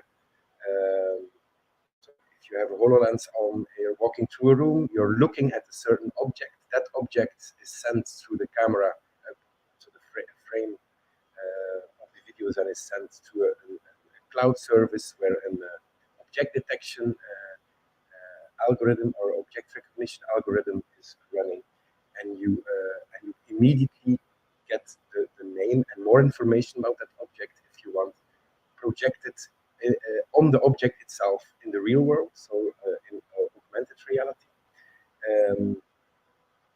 You can imagine that this can have an extra value for people, for example, that are visiting a factory for the first time, or for example, want to have more information about certain objects in a factory setting, without the need of a coach that is constantly explaining things to them. So this can be a very nice application, and this is definitely doable at this moment. Of course, the HoloLens is still an expensive device, but it's a very, in my opinion, a very good device. Other project that we're doing, it's also augmented reality, but then in a different way. It's more with projection mapping that we're working. This is a collaboration with the company Archites, and what they do is they have a technology to project instructions in an assembly task. So the software and the system is very intelligent. It's based on the objects that are on the table. It recognizes them and it estimates in what step of the assembly process the worker is, and it then projects the relevant instructions on the table itself. So it's really you almost need no training anymore to do the assembly task. We collaborated with them because we've added an eye tracker to the table. So we hacked, and it's in collaboration with Toby. So we used an eye tracker on the table. We hacked it because normally an eye tracker is made to measure your eye movements on a vertical screen, and we changed it to a horizontal table. Because of that, we can, in real time, we can track where people are looking at while doing this assembly task. We can track if they are looking to the instructions or not, and we can look at what objects they are looking on the table in certain steps of the assembly process.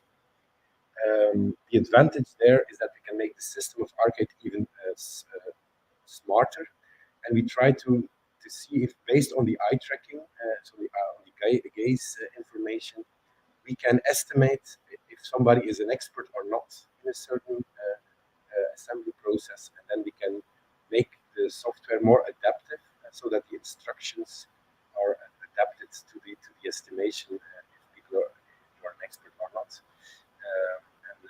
But our role in this project was to see, can we use eye tracking, and can we use these measures to make the system smarter, and can we do that in real time, because that's really necessary if we make some details that are less interesting right now. In HitLab, we are not only working with virtual reality, but we are also trying these measurement technologies in the real world. This may be not that relevant here, but very quickly, because it's a very nice project with the Navy, the Belgian Navy. So we are helping the Belgian Navy to make their training better, while they are training new commanders of the ships.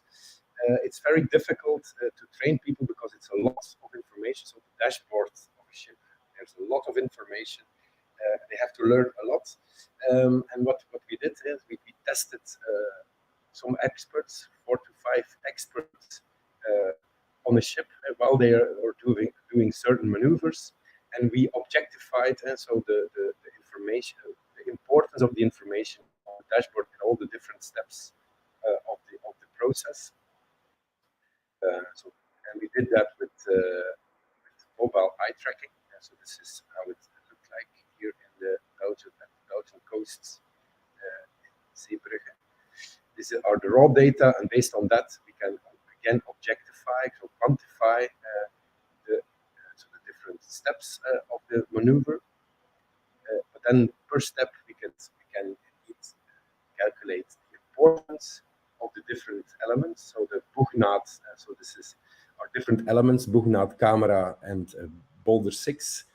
Not that important what it is, but just to show that you can objectify in every step of the maneuver what is important to guide the ship in a safe way. Another project that we're doing. We don't have time to that anymore, so thanks for your attention. I just want to say that if you want more information about our projects, don't hesitate to contact us and to ask more information. Thank you.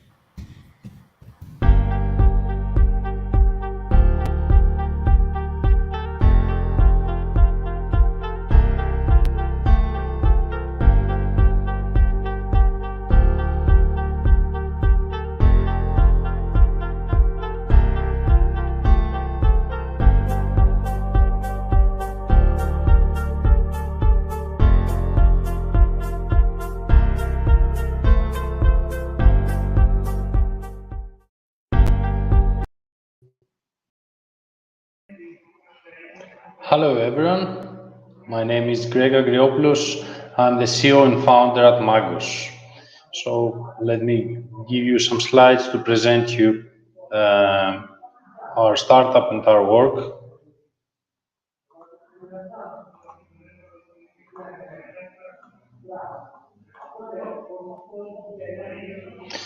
So nice to be here with you today. Actually, we are a deep tech startup focused in the human-computer interaction sector. And our vision is to enable people to interact naturally within the digital world with our products. We are a Greek company originally. It was established in 2017 with headquarters in Greece, in Athens, and we also operate from the UK for international partners and activities in London, more specifically. The whole idea started from, and the whole activity started from 2016 by a European Space Agency hackathon. The name was Act in Space. Back then, actually, the idea is to, there was a challenge in order to utilize a magnetic tracking technology coming from space in order to track the finger and hand motions. And we had to create a business model around that. So the original idea was actually to translate the sign language into speech, and the whole effort was really good. We were ranked first in the national competition. In the international, we were actually third overall. So we started exploring both the technology and the business side of the idea. Then a lot of honors and awards followed up. For example, in 2019, we got the Innovation Award by Reload Greece in the UK. Then in 2021, we were awarded with Exploitation of Industry 4.0 Technologies Award by the Elevate Greece in a national award, let's say. And finally, the same year, we got the Industrial Impact Award by the ISM conference. It is a worldwide conference in the industrial applications. All those years, actually, we won multiple R&D EU contracts from various European projects that allowed to upgrade the technology and the solution to apply that in different sectors like the healthcare, the extended reality, the robotics, the IoT applications, and a lot more, and received a lot of grants for this purpose. And of course, we participated into accelerators, starting from local ones, following the European Space Agency, then some European ones like the Startup 3 and the IoT Tribe Space Endeavor. And last year, we participated in the Mass Challenge in Houston, which was a huge impact in our strategic vision and operations. And last, we participated into incubators, so we have a lot of experience how to progress.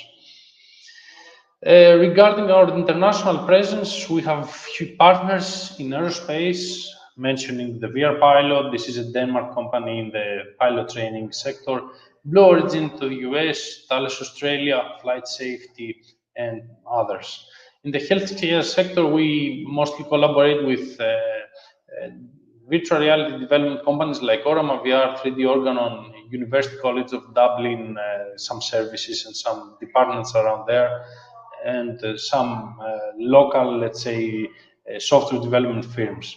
In the entertainment sector, we have worldwide and European presence, delivering and collaborating with mainly Breakpoint One. This is a German company delivering software for entertainment, and had some discussions and collaboration opportunities with Fraunhofer and some other organizations. And finally, in the robotics sector, we are working with some R&D organizations like CTAG in Spain, with Probot from Finland. This is a for-profit integrator in robotics, and other companies like HAMC and Robotics. The areas of activities of our company is around the human-computer interaction, human-machine interaction, and human-robot interaction sector. We have in-house 5 highly skilled departments. The first one is the industrial design, where we design and deploy our prototypes in the 3D environment. Then we print these prototypes, test printing in-house with the 3D printing laboratory, and when they are validated, the quality is okay, we proceed with outsourcing. Then we have immersive laboratory, mostly equipped with virtual reality equipment, but also accessories like Vive trackers, base stations, lighthouses, etc. Of course, we need a software development laboratory in order to optimize everything and integrate our solution, and a very advanced microelectronics lab that is very essential for our operations. The whole team is 11 highly skilled personnel that assist the whole endeavor. So here is a demo of our solution. You can see in the healthcare sector, we provide virtual training and simulation for training doctors. So here the user puts on the Magos wearable solution that we are developing, and with the software interaction techniques, he's able to interact very naturally within the virtual world with his hands, enabling both the finger tracking and hand tracking techniques, but also the haptics. Other applications are in the robotics sector. In the left side of the screen, you see a robot teaching application where the user, not using virtual or any immersive technologies, utilizes the system as an IoT solution, collects the data from the hand and finger motions, and then receives the data and feed them into the robotic system in order to perform the same action identically. This is a replica of a car glass from the door, and this is how we teach a robot to grab and manipulate a replica of the glass. In the right part of the screen, this is an ongoing project. Actually, we have partners in Finland for that. It's a real-time manipulation. This is ongoing, so the next stage is we're going to integrate the gloves for the manipulation and navigation of the system. Regarding the applications of our solution, one might understand that there are many potential applications, from virtual design, sculpting in the artistic sector, gaming, robotics, as I showed you some examples, a general IoT device, or virtual design and engineering. But today we see that the most mature sector is in the virtual training and simulation area. So this is the current version of our solution, this right part of the screen, and some past projects in the robotics. Now I will present a more detailed presentation about our product for those that are interested. As you know, the latest years, the virtual world is increasingly important in both recreation and work, actually with the buzzword Metaverse and all the VR, AR, and MR developments in the hardware and software side. Some metrics about the market. We are mostly active in the virtual training and simulation, which is valued in 2019 in $205 billion and expected in 2028 to be around 650, so with 16% growth rate, which is very, very high.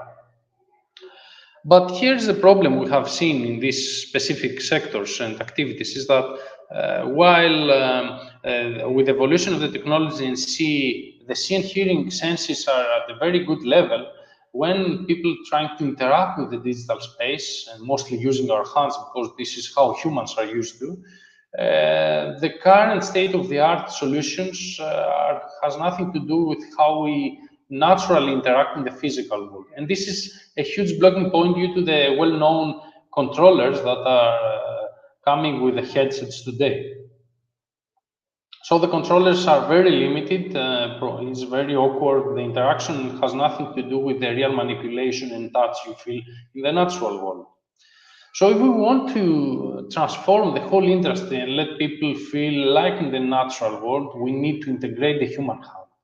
This is why, because as human beings, we learn by doing, and when it comes to do things in a natural way, nothing can compete our hands. The hand, though, is very complex. It has 16 joints that provide 27 degrees of freedom, and different humans have different hand sizes. But here is Magos.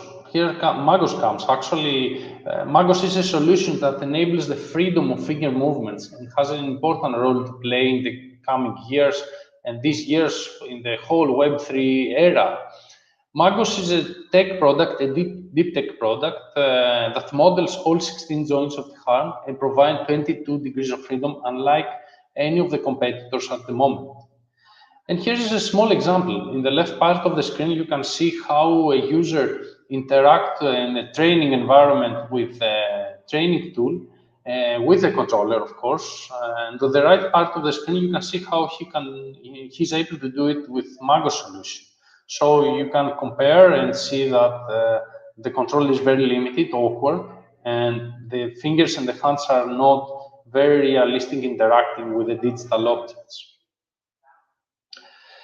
Here's our goal, actually. In the foreground, it is the hardware, of course, the Magos Glove, but we cannot do without our software, the Magos operating system that is able to integrate the hardware with any third-party solution like head-mounted displays. But an important role to play is the Magos SDK that is providing connectivity of the hardware with major game engines like Unreal and Unity.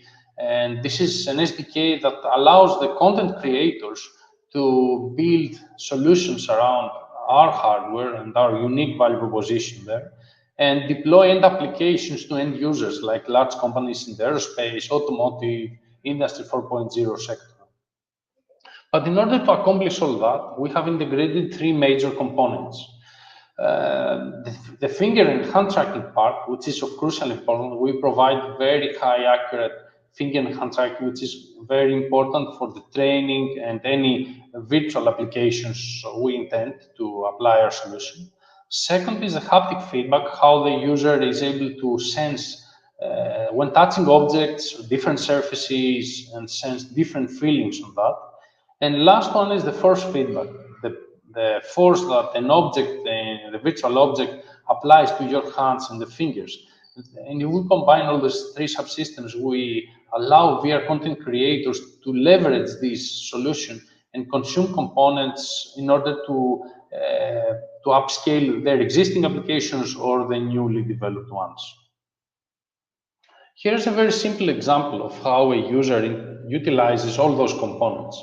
You can see here a trainee pilot following a pre-takeoff procedure and interacting with a virtual cockpit with very high analysis and accuracy, actually. In the first part of the screen, the user presses some buttons, but when we proceed in the next, let's say, interactions here and in the process, we can see that the user has to interact with very detailed objects like the levers, the thrust levers, where the user should put in a specific way the fingers around and deploy the muscle memory required, or with tiny buttons like the engine selector. And you can see that the user needs to put his fingers with very high details around the object in order to interact. These are a combination of hardware, unique value proposition, the accuracy, and the software, the interaction techniques, and of course the feedback, the haptic and force feedback required. Why Magus is better than the competition? There are very sophisticated products in the market, some utilizing different types of solutions of tracking categories like inertial measurement units, magnetic, optical, or stretch sensors. However, all those solutions prohibit from providing precise and accurate manipulation and touch, which is the really key importance for the end users. And the whole experience is not at all natural and intuitive. And some solutions are not even portable and robust, which is our unique value proposition, the offering. As far as the business model, we provide the SDK for VR content creators and end users that have internal immersive laboratories, so B2B sector. And as far as the end users, they purchase not only the software, the SDK, but also the hardware in order to deploy for their internal training or engineering applications.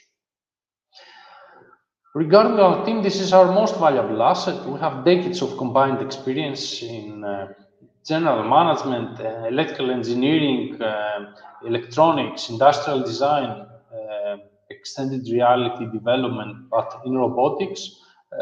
We have worked with large organizations, enterprises across many sectors, defense sector, first responders like Coast Guard and civil aviation, in the business software sectors with large companies like SAP and consulting, as well as in the defense and aerospace sector. So today we have a very robust team, and we have in-house the 100% the R&D, including some expertise in hardware development, software development, marketing, and business development. So regarding our history, we started around 18 with the technology upscaling development and developed the first prototype. It was a concept back then at TRL4, then upscaled to TRL5 with a more advanced prototype deployed in some early clinics for mainly hand therapy and rehabilitation activities. In 2020, we had the first fully operational prototype. It was bulky though, and a lot of issues, but the operation was there. And started from there. Last year, we implemented the full exoskeleton approach in order to tackle the wearability and other options. So today we have a pre-commercial version that is ready to be taken to the market. And thank you very much. Actually, I would like to point out some key important information about the solution itself. In the bottom layer, it's the hardware part with the glove or exoskeleton. We have, of course, a network layer that connects wireless the solution with the local PC or infrastructure. Then we have the middleware layer that Magos application allows the user to connect and configure the hardware at their needs. And then we have the application layer where we include the custom interaction framework, which is unique value proposition of our solution as well, because we deploy some very accurate interaction techniques to allow the user to feel like the natural world. And then in the business layer, we have the application levels where we deploy our solution for customers or partners. Thank you very much. Any questions?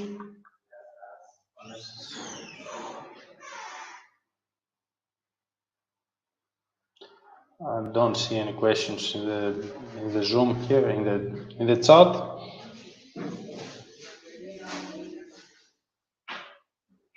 Okay, let me see what are the questions. Yeah. Yeah, the first one is about how accessible is this type of technology in schools, organizations, companies. Of course, this is the early stages. I would say about this type of solutions. A lot of technologies are coming from different companies, some with some benefits, some others with some drawbacks. So the whole ecosystem is evolving, and some dominant solutions will emerge and remain at the very end. But yeah, this early days, the solution is, this type of solutions are rather expensive. For us, for example, this is the only way to go as B2B first. So sell and provide the technology into large enterprises first, because we need to validate also the solution to before going B2C. So the B2B is the first path we need to follow. And in large organizations, for example, we have some customers in Ireland. It's university clinics and hospitals. So we test and validate the solution, integrating in some applications with them. So for customer perspective, there is a limited accessibility for this type of solutions. For example, you can find from hand glove type solutions from starting from 1 to 2,000 euros up to 15,000. So it's rather expensive for an end user, for an ordinary developer to purchase. Universities, of course, always utilize such solutions, and I would say that hubs, immersive hubs in towns or in specific rural areas are able to purchase such a solution. We have some ongoing collaborations with schools here in Greece, so we provide the solution into the system integrator for a project, and they provide it for schools or some museums, for example, in order to test this type of solutions. Yeah, actually from Mikhail, I see just a congratulations message, no question direct for our solution.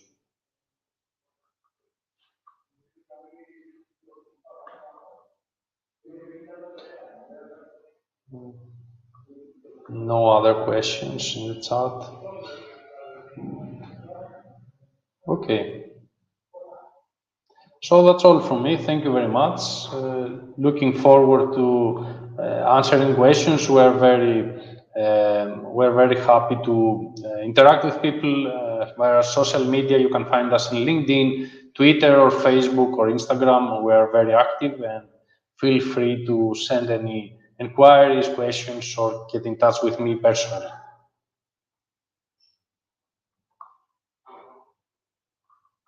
And a personal thanks to Isabel, who is doing a great job to make this event and all these great speeches reality.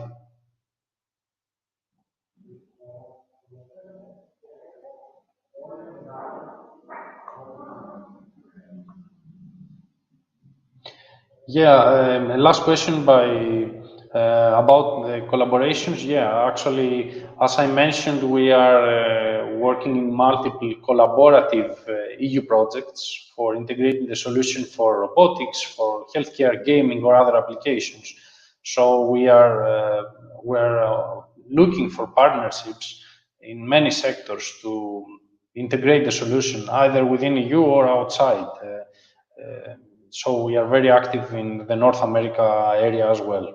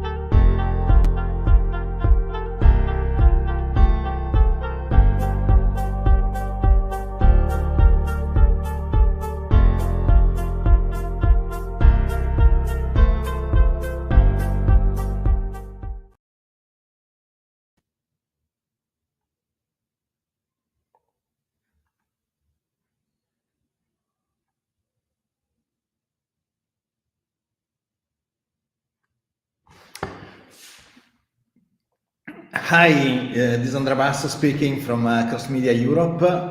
I'm just waiting that my slides are ready. Here we go. Great. Okay, so today we're gonna spend around 30 minutes talking about metaverse and art, and what is this, this experience. As I said, I'm Andrea Basso. I'm the CTO of Cross Media Europe. I want to say a few words about Cross Media and Cross Media Europe. It is a company that focuses in immersive international projects, and we mainly manage all the chain, in the sense that we do the conception, the design, the production, the distribution, the installation, and the promotion of exhibitions. And we are present, I would say, worldwide. Our mission is really to have an impact from a cultural perspective, and an impact that put art first and education first. So we do this, but traditionally also we do publishing in the most common sense. That is in general associated with the production that we do.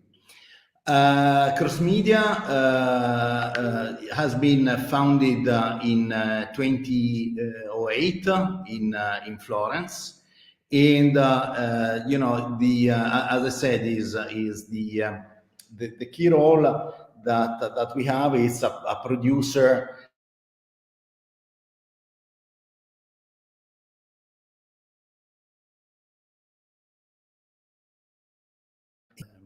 Exhibitions. So now, with the evolution, in fact, of the technologies that are made available to us, there is a challenge, right, on what we can do with these new technologies, and what is the relationship between the new technologies and the art by itself. And so, we're going to talk about this today.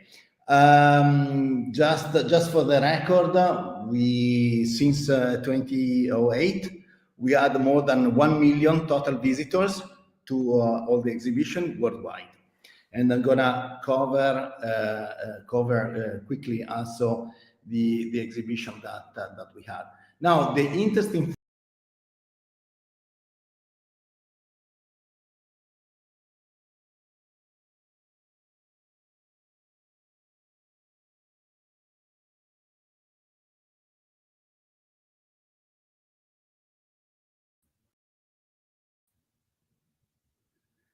Okay, I can't see my slide. Okay. If you can put back my slides, then that would be great. Okay, let's see if this works. Okay, good. Sorry about that.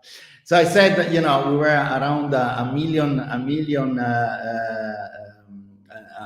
visitors worldwide in just a few years. So I was talking about the average age of the visitors. We are addressing a population, very young population, because 60% is under 35 years old, and mainly it's also from a cultural perspective quite diverse, because we did production in Europe, in China, in South Korea, in USA, in Mexico, New Zealand, Brazil, Argentina, and Chile. So it is quite challenging, on one side, to be able to take full advantage of these new technologies. On the other, to bring the message in art to this variety of population, and also be connected, to the consumption schemes that this young population has. So it's an interesting exercise. One thing that I really suggest you do if you are in Florence is to visit what we call the House of Immersive Art. It is, the formal name is Cattedrale dell'Immagine. It's very close to Ponte Vecchio.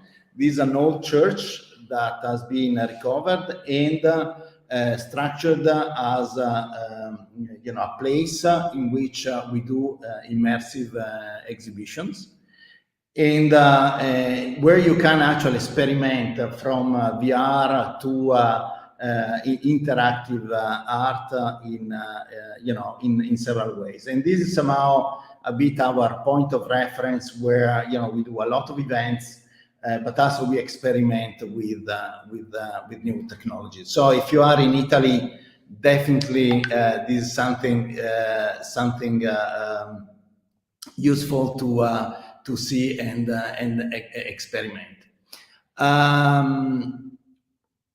So what we do there, as I already said, it's mainly we use these for experimentation and and push of somehow new technologies. We test them over there, and then we use this as a showcase of what new production can look like.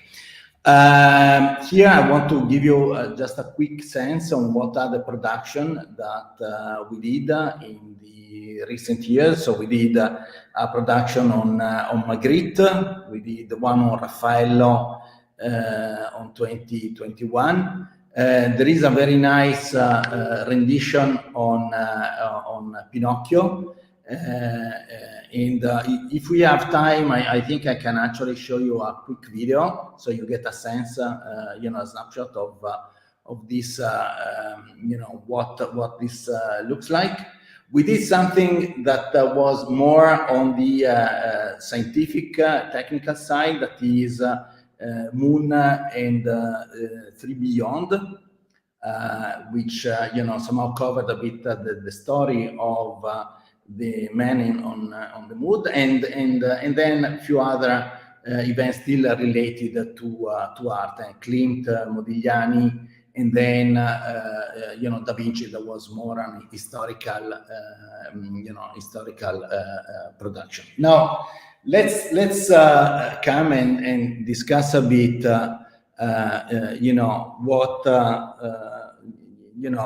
what do we see as the house of art, so the museums, evolving. Thinking that we will still have museums in the traditional forms, with the traditional model of consumption, it will be a limitation. The available technologies, in particular Metaverse, is opening up opportunities that are unthinkable, and we cannot even really being able to understand in detail what impact that they will have. But the Metaverse is very rich, and so mainly all great part of the experiences that we are used to have, the physical one, will be enhanced. And so it is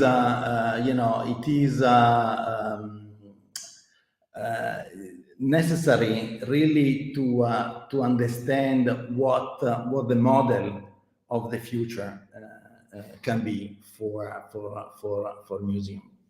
Now, the museums by themselves, they have some specific characteristics. No, there is the aesthetic of the museum. There is the ambience, and it's a very specific environment. No, it's not like if you go at Starbucks, right, or if you go in a mall in which you have background music, or you're drinking your coffee, you're listening to music. You may have some imagery also around you. to relax. The museum has some very specific elements and also manages some specific expectation for the visitor that need to be preserved. Also in the new wave of models that we can use for experiencing art. And this is pretty tricky, I would say, because the visual side of content is becoming abused. I remember when 10, 20 years ago, I used to do around 1,000 or 1,500 pictures per year. And I actually, was very careful. The process was pretty long. You have to develop them and then to pick the good one, and a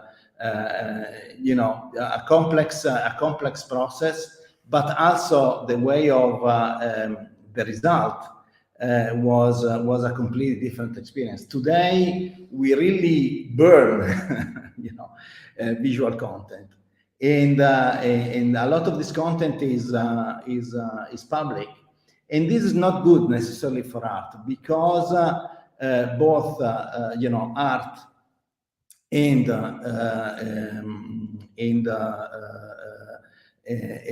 visual use the same medium.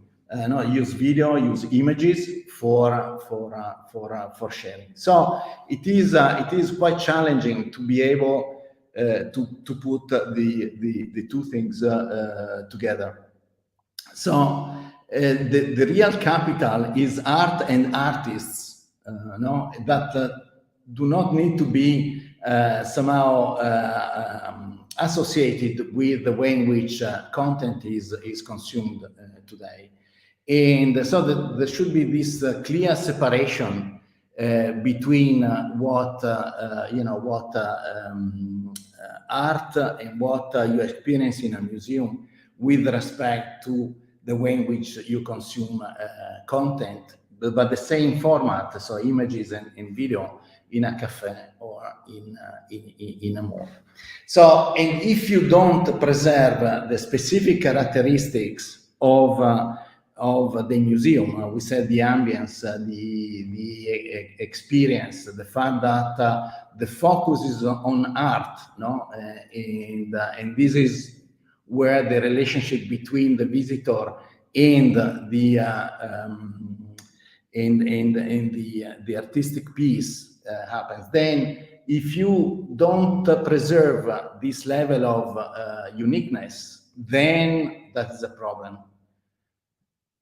Because at that point, your experience, the experience that you do in a digital museum, will be comparable, will be the same as you look at Facebook pictures while you are in Starbucks.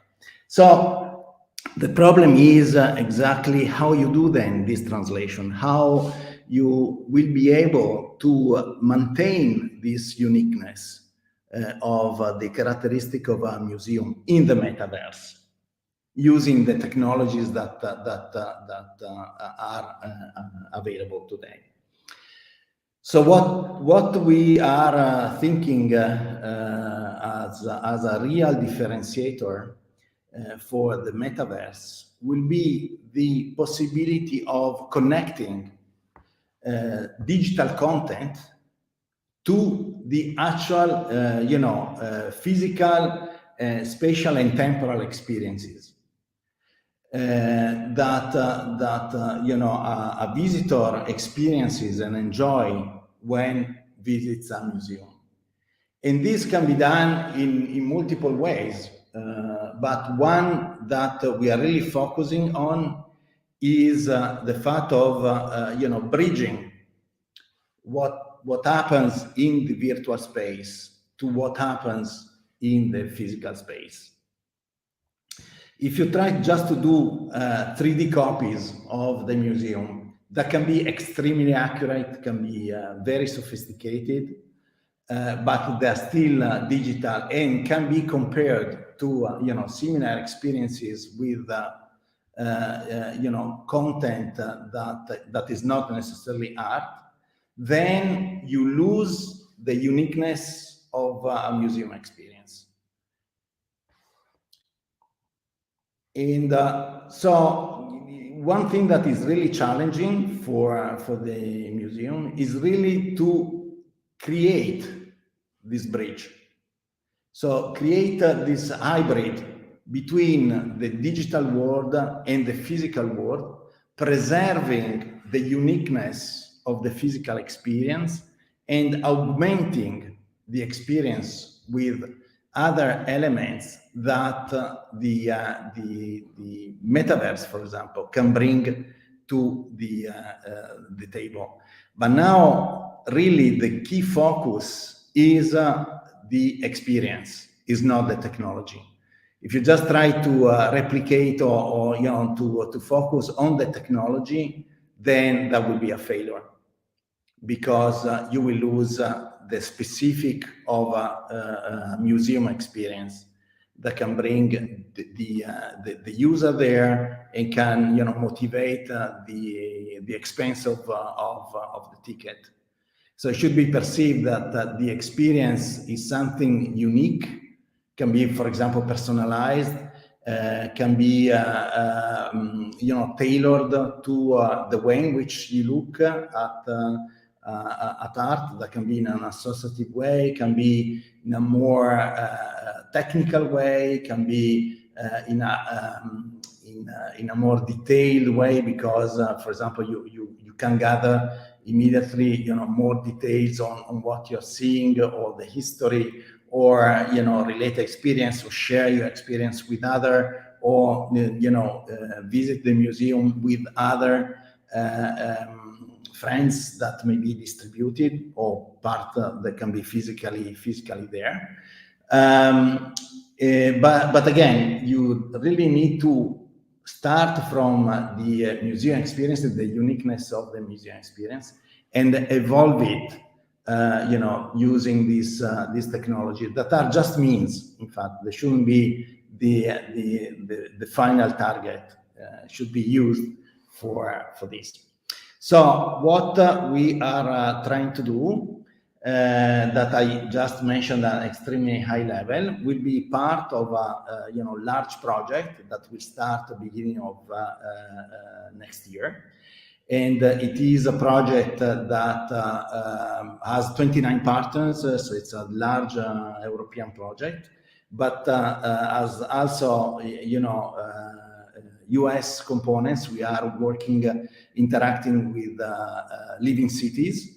That in living cities, it's a recent startup that has been created by Matt Messianic and John Gaeta. John, won the Oscar for the bullet time.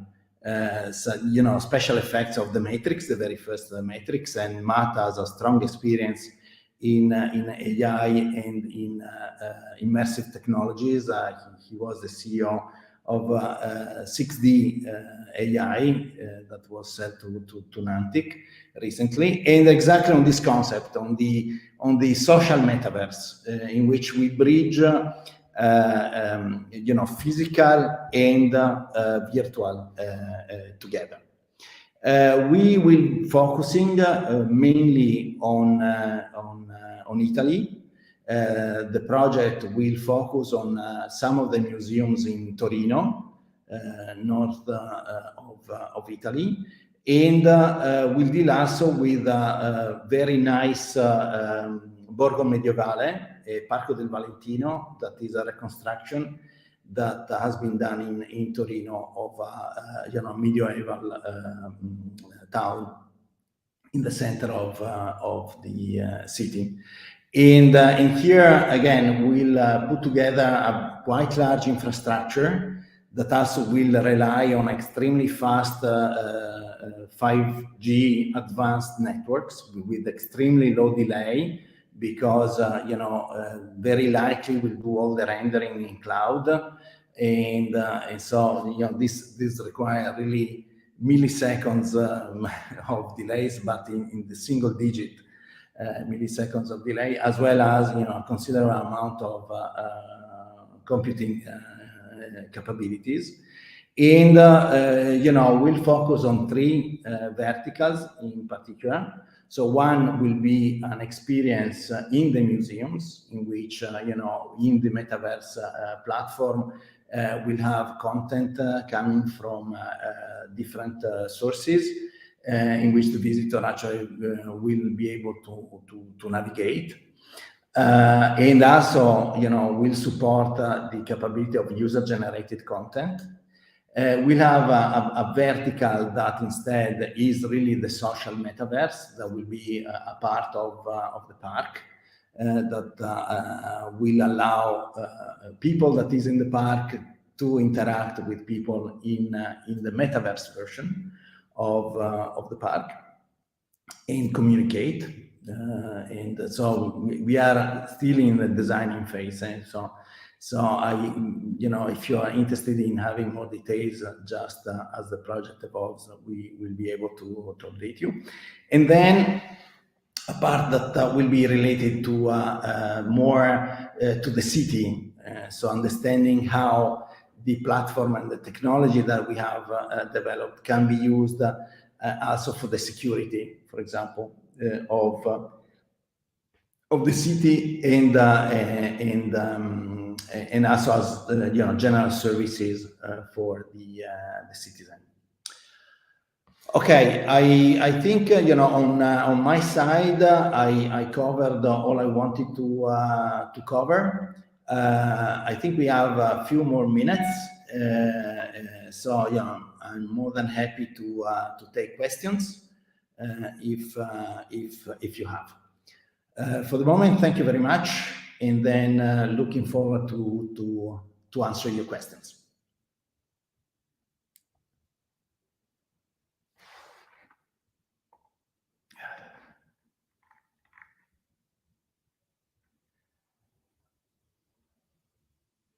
Okay, let's see.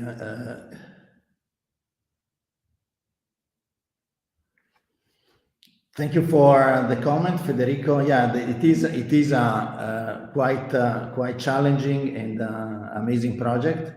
And the interesting thing is that we are combining quite a bit of technologies, because there is all the metaverse infrastructure that will be extended to the visitors of the museums, and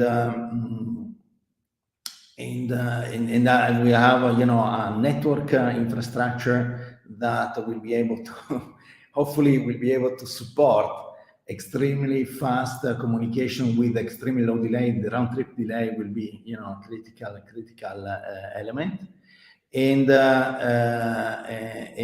then again as you know better than I do, the use of helmets, the use of XR technology is never easy.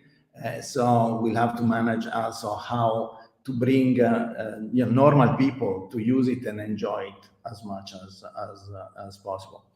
Next question is how we can get involved. This is an European project, so somehow the consortium has been already formed, but you are more than happy to follow it through the web, and we'll have demonstrations that will be made available, and so that is definitely a way in which you can contribute. Yes, and there was another comment. Yes, I'm aware of that project XR for heritage. It's the interesting thing is that art is picking up quite a bit in terms of what as a showcase for the metaverse, and that is somehow a fortune for everyone, because I think has all the good elements, has all the good challenges that are needed to prove the value of the technology before a full commercial deployment on large scale. Okay, so what is the best way to introduce other to Cross Media Europe? Well, there is a website that I actually put also in the slide, where you can actually enjoy some of very small snapshots of the productions that we have. We currently are present both in Italy, in Firenze, and in Brussels through Cross Media Europe. And I also left an email that is europe@crossmediagroup.com, and you can definitely reach us over there. I don't know if I can show the slide again. No, I think I should try to do this. Let's see. Doesn't allow me to show. Oh, here we go. Let me see. I'm going to just, you can definitely send us email to europe@ctcrossmedia.com. Sorry. Okay, I don't know if there are any other questions.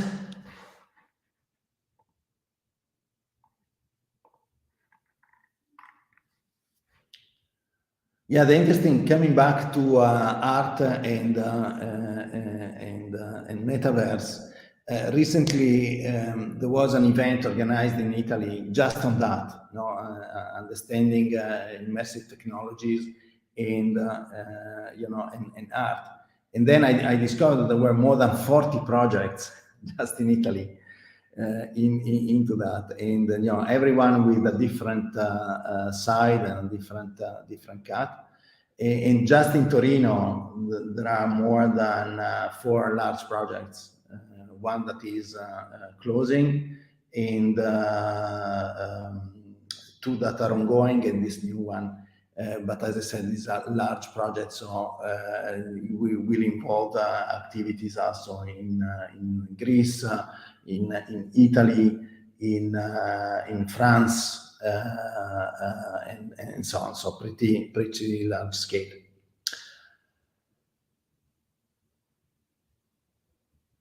Okay.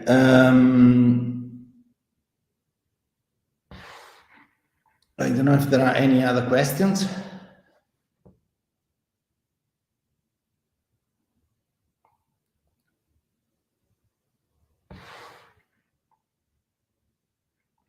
Okay, very good. So I think we can close here. I thank you very much. I hope that the presentation was useful. The metaverse, it's an opportunity on one side, need to be understood in the proper perspective with respect what is the final goal. For art and culture, it is very tempting. The most important thing is that doesn't become the final goal, and it's used as a mean, to be able to put value in art, and increase our cultural capital, and not to be, just another element of technology that adds on what we already have and what we already use. Okay, then thank you very much, and I think we are done.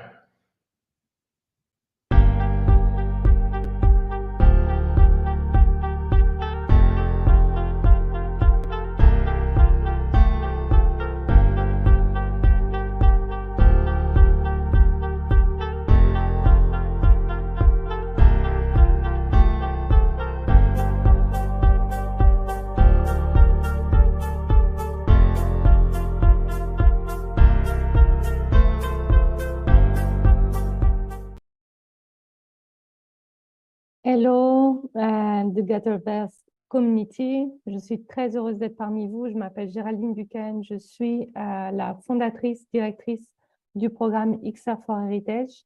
Alors, notre programme, en fait, il a comme mission de mettre les nouvelles technologies au service du patrimoine avec un focus particulier sur une dimension inclusion, éducation et puis la préservation, en fait, du patrimoine mondial de l'humanité. Alors, XR, c'est un mot générique qu'on utilise comme un mot valise pour définir en fait les technologies émergentes. Le but n'est pas d'en privilégier une plus qu'une autre, mais plutôt pour chaque projet, chaque enjeu de médiation culturelle, se poser la question finalement, quelle technologie pourrait venir répondre aux besoins en attractivité, en monétisation, en engagement. Alors, nous, notre mission principale, c'est d'imaginer, développer et booster une offre Heritage League, ça veut dire Large Scale Immersive Experience. Donc, commencer à se poser la question comment on peut arriver dans une économie d'échelle suffisante pour pouvoir donner les moyens, en fait, au patrimoine de se déployer avec une créativité artistique sur les nouveaux réseaux, nouvelles plateformes, et donc d'aller à la rencontre des jeunes publics. Et donc, il y a un point important, c'est que nous, on veut valoriser le phygital, c'est-à-dire la rencontre entre des destinations et des outils digitaux. Pour déployer cette vision, finalement, on a défini 4 gros piliers et ces piliers sont complémentaires. L'idée, c'est de les réunir autour de projets communs. Le premier, c'est les destinations culturelles, donc pouvoir repenser ce qu'est une sortie culturelle et puis la compléter avec une offre événementielle Metaverse, se rendre compte que finalement le Web3 peut être un complément et amener des pratiques nouvelles. Et par ailleurs, il y a tout ce qui est réseaux sociaux qui amène une dimension participative où finalement, ce qui était avant des visiteurs peuvent devenir des acteurs, ambassadeurs ou créateurs d'expériences. Et le dernier volet, c'est le volet storytelling, c'est aller chez les acteurs qui savent finalement raconter des histoires, les pure players, les plateformes, qui savent massivement les diffuser et les impliquer finalement sur des projets, que ce soit par la fiction, le jeu, des realities ou autres, pouvoir finalement amener de l'impact au patrimoine et au monde qu'on veut déployer sur ces 4 piliers. Donc, toujours la dimension inclusion et edutainment est centrale. Également, la dimension de viabilité et de durabilité est au centre de notre démarche. Et la dimension un peu nudge, en fait, de se dire finalement, le patrimoine n'est pas qu'un vestige ancien qu'il faudrait dépoussiérer. L'idée, c'est aussi de se dire que c'est un outil pour questionner le présent et imaginer des futurs souhaitables. Alors, pour arriver à ça, nous, on a développé nos activités autour de 3 grands axes. Le premier, qui s'appelle le Lab, est un incubateur à destination des territoires et des opérateurs culturels, mais également donc des chaînes de services publics. Le deuxième volet, c'est la Factory, c'est se dire que tout ce monde, une fois qu'on les a éduqués, sensibilisés aux enjeux et aux opportunités des nouvelles technologies, le but, c'est de mettre les mains dans le cambouis et de faire des choses avec eux pour pouvoir finalement associer, allier les stratégies culturelles à un vécu et voir ce qui fonctionne pas, ce qui pose des questions éthiques et ainsi de suite. Donc, à la Factory, le but, c'est de concrétiser, proposer, de mettre en place des projets bêta multi-opérateurs. Et puis, le dernier point, c'est le desk, se rendre compte que finalement, ce secteur ne peut pas grandir si on ne le renforce pas à 360. Donc, c'est aller voir, détecter les studios, se dire qu'on ne réinvente pas l'eau chaude dans notre coin. Il ne faut pas réinventer from scratch à chaque fois, mais essayer de pouvoir identifier des intérêts communs pour pouvoir connecter les compétences entre elles et mieux les structurer. Alors, concrètement, par rapport au desk, on a commencé par une cartographie, en fait, de l'offre culturelle immersive. C'est une étude qu'on a initiée qui est maintenant menée grâce à notre partenaire universitaire, l'ULB, département tourisme. Et donc, on essaye d'identifier c'est quoi l'offre culturelle immersive existante au niveau de notre territoire. Et donc, bien sûr, on est en demande s'il y a des partenaires dans d'autres territoires pour pouvoir partager notre grille d'analyse et nos indicateurs d'impact à ce niveau. Le deuxième volet du desk, c'est le concours Heritage Leaks qu'on a lancé pour la première édition cette année avec XR for Europe. Donc, c'est un partenaire réseau européen, mais également Stereopsia. C'est l'événement qui va nous permettre d'accueillir les différents studios internationaux qui ont participé. Donc, notre jury de détection, on a eu la grande chance d'être soutenu par le Centre des Monuments Nationaux en France, par le 104, le Tourisme Innovation Lab à Angers également, mais également en Suisse par Artec, la fondation, et par Hub Montréal au Canada. Donc, ces différents acteurs, en fait, nous permettent d'aller identifier les studios qui voudraient, en fait, eux, se déployer au niveau du continent européen, qui cherchent à se connecter et également à confirmer finalement que leur solution, leur déploiement peut répondre aux besoins des sites historiques et des musées.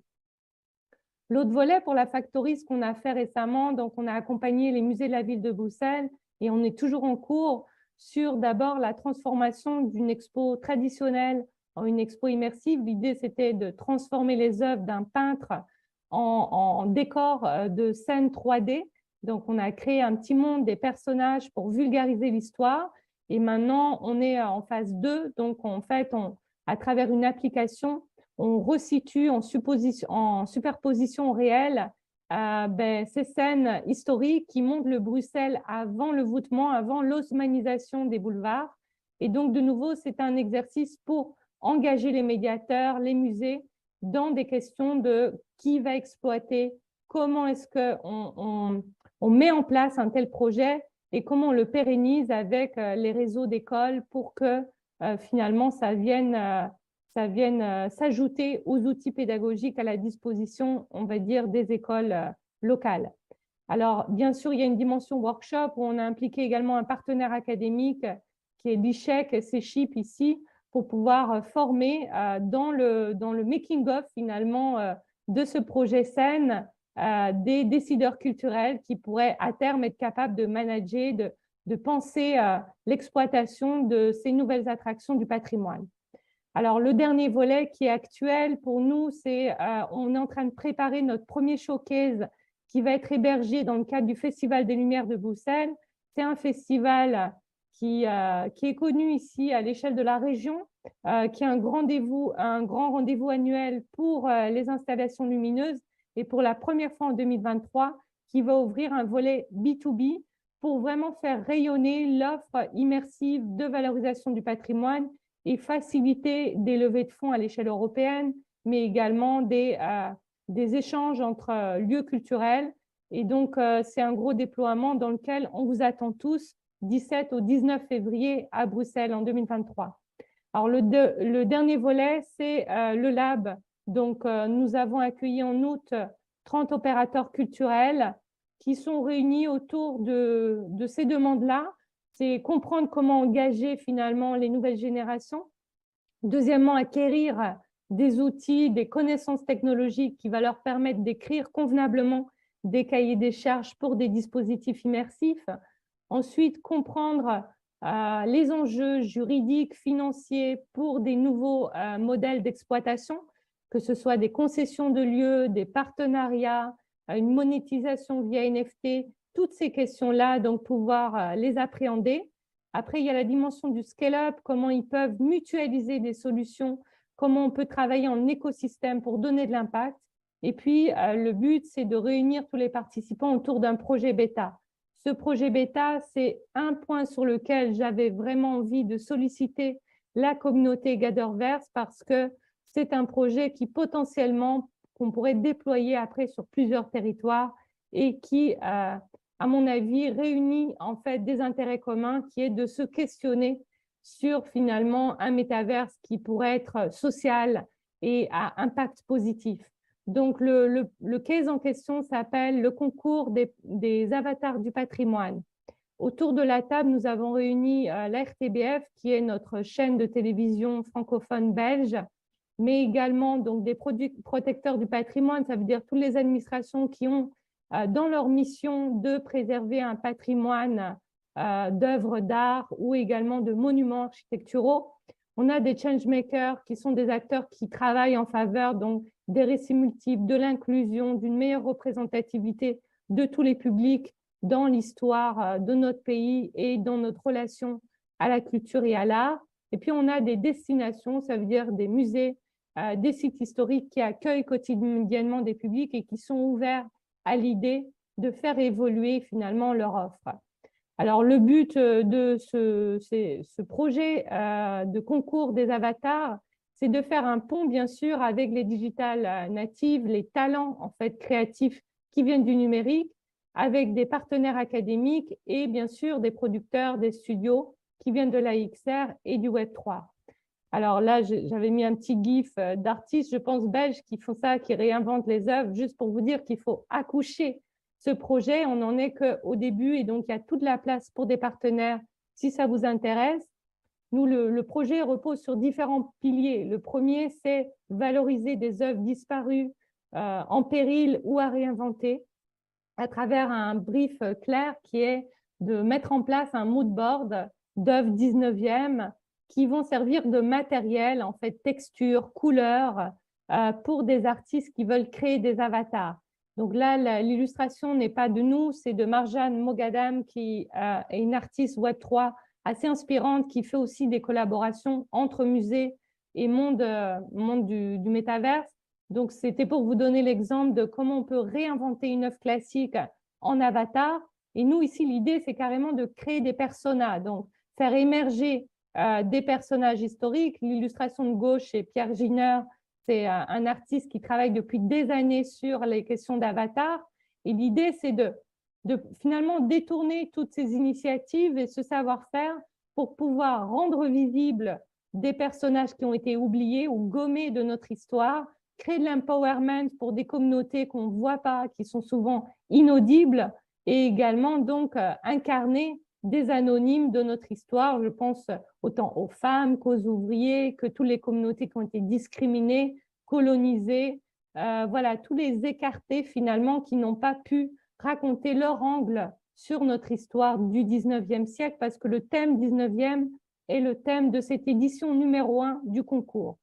Ensuite, il y a un enjeu également d'épingler les avatars dans le territoire et donc pouvoir connecter un personnage à un lieu dit et donc par ça pouvoir finalement remonter à la surface peut-être des monuments disparus ou qui n'évoquent plus rien et donc aller associer des moves, des gimmicks, des personnages, des citations pour pouvoir redonner vie à ces bâtiments.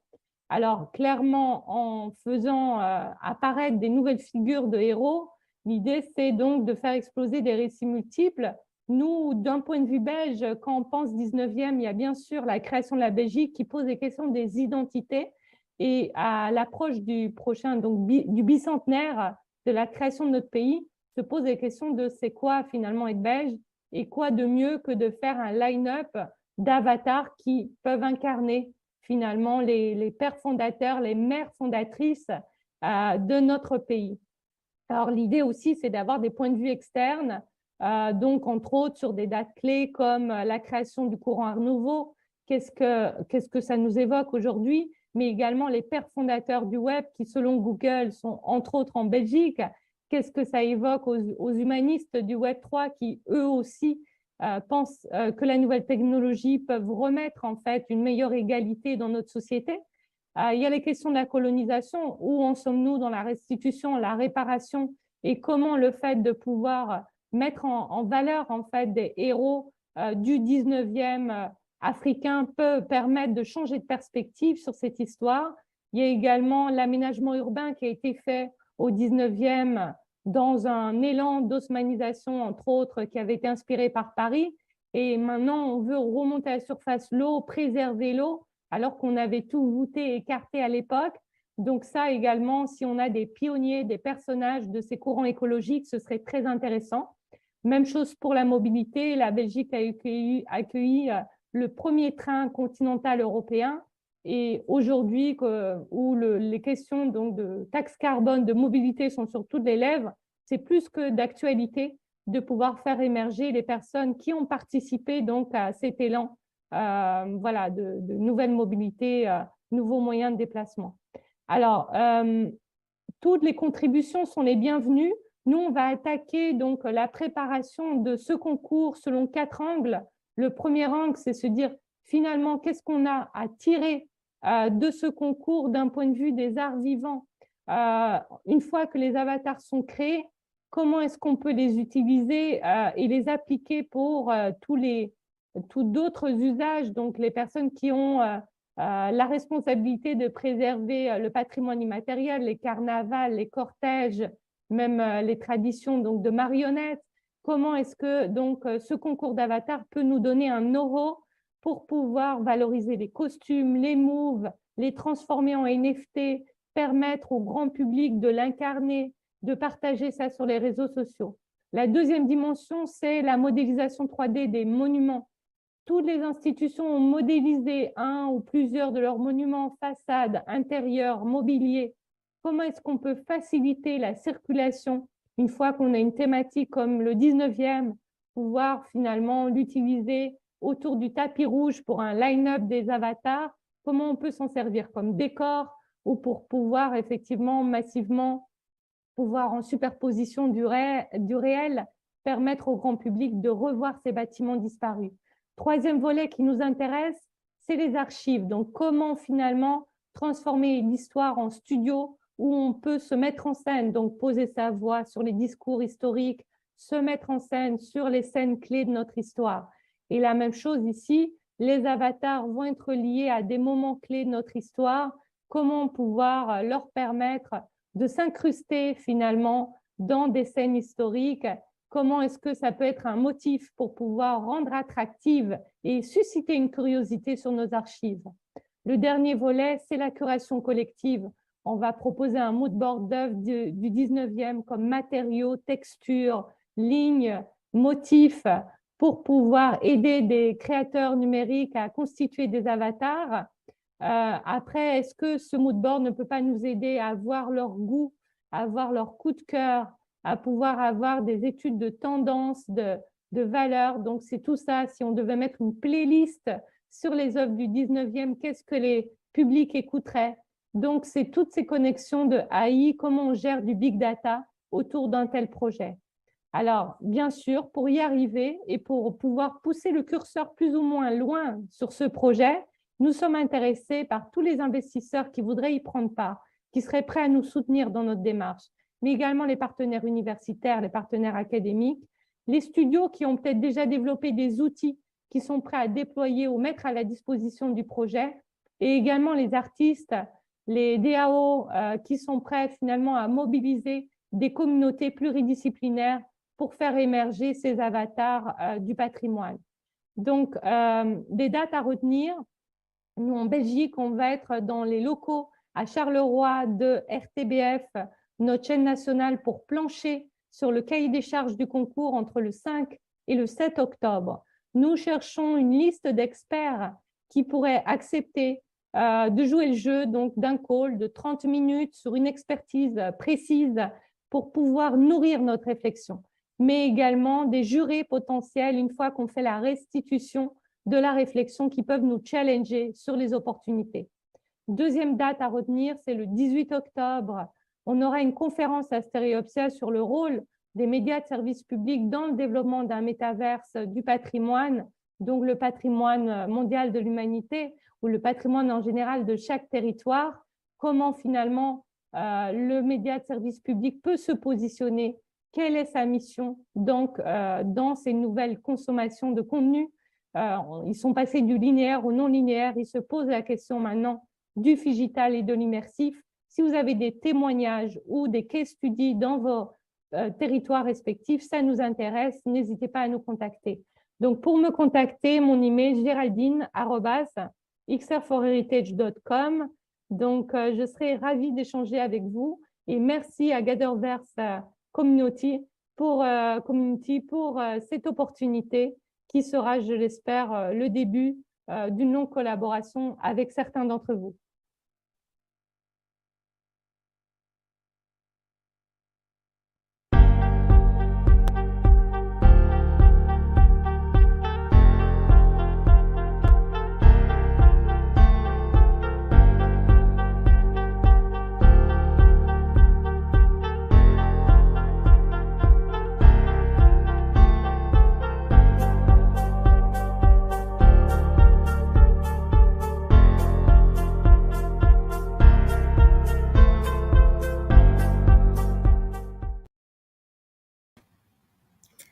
Good afternoon.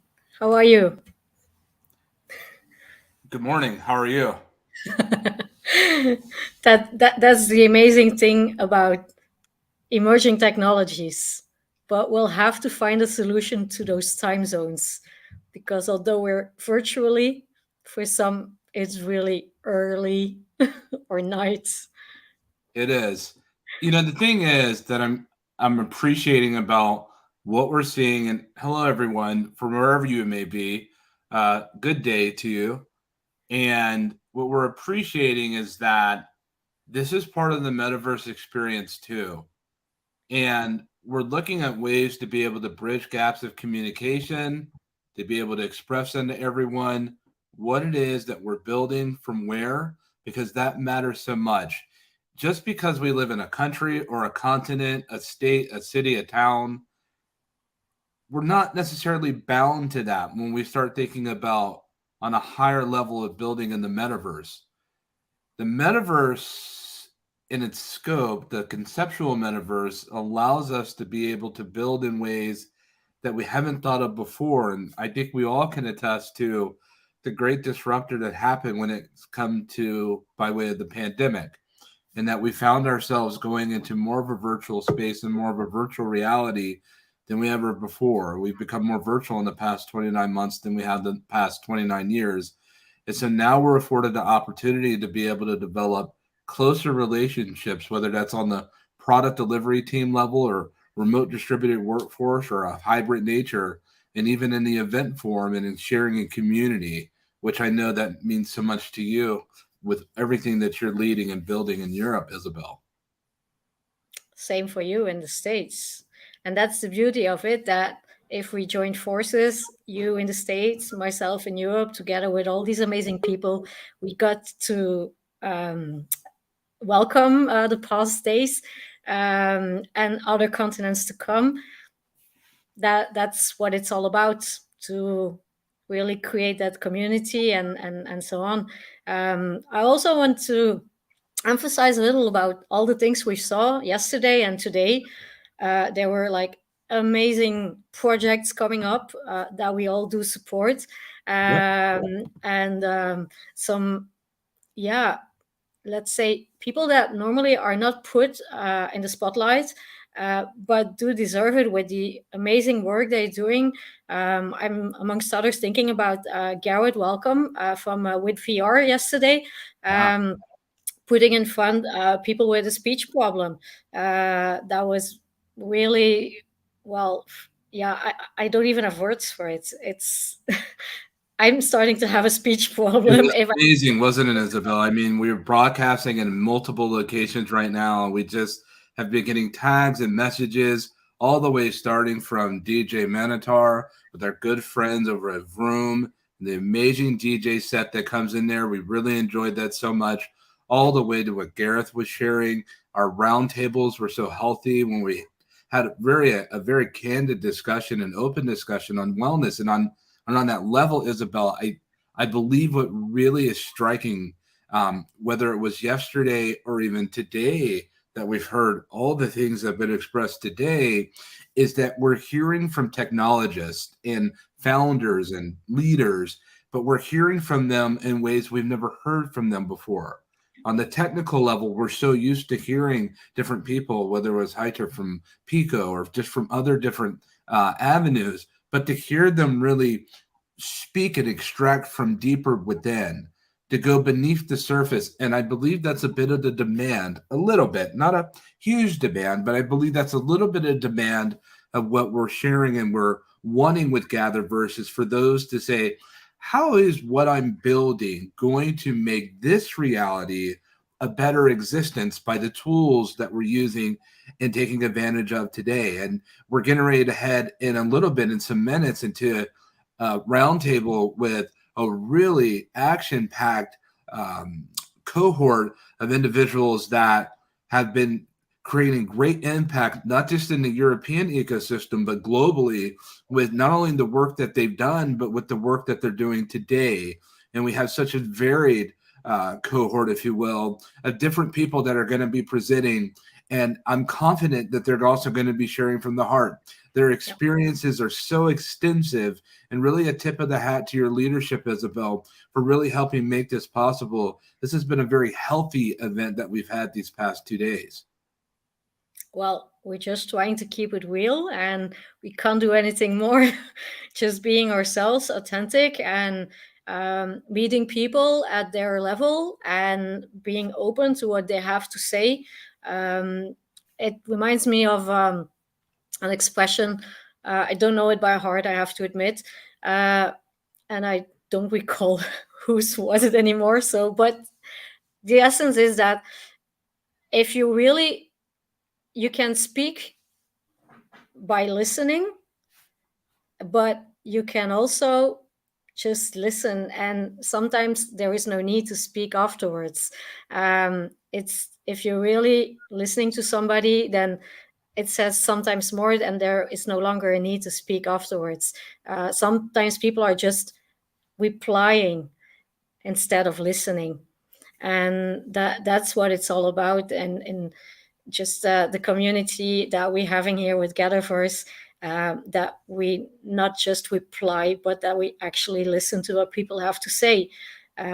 We can only grow from that, and by growing, we can thrive. So that's part of the uphill climb. I'm right there with you. It's introducing something into a very expansive and expanding ecosystem and it's beyond the conceptual level, and it goes much further than for good initiatives, but more towards what we spoke about earlier, which is human sustainability. How will these discussions alleviate so many displaced citizens from the country of Ukraine, if you will, with all that's happening in regards to the war? How is what we're doing affecting whole entire communities of 30 to 50 million displaced members in the Pakistan country, if you will, that's underwater? When we start thinking about the things that are happening in respects to climate, things that are happening, whether it's our shores here in the West Coast to drought, and all the ramifications, and drinking water, and old pipes, and all the different things that are happening in this world with firestorms and so many things that will continue to happen further, it really begs for us to stop and to consider and ask ourselves, is what we're building and what we're about to hand over to generations better than what we were given? Because we had this discussion earlier about generational distribution and the passing of the baton. And the reality is that many of us, when we came into the workforce and the work scene, it was far different from what we thought and imagined it would be from what we heard from school all our lives. A lot of us, and Isabel, I know that our generation came into the workforce when it was the recessions that were happening around the world. And so it's very difficult. And I think from that, you saw such an explosive uprising of the startup community really go into full effect and force to this day, and great innovation has been fostered. So even through hard and difficult times, the phoenix rises from the ashes.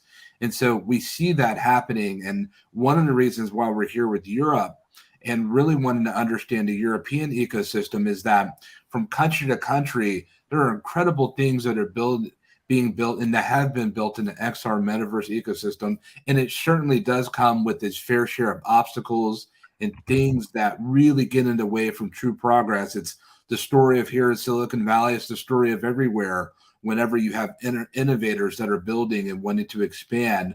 And it's some of the obstacles that we face ourselves with GatherVerse is really wanting to identify and understand those who are committed towards a healthier and sustainable earth plane in an existence so that we can give something better to the ones that will come after us. Totally.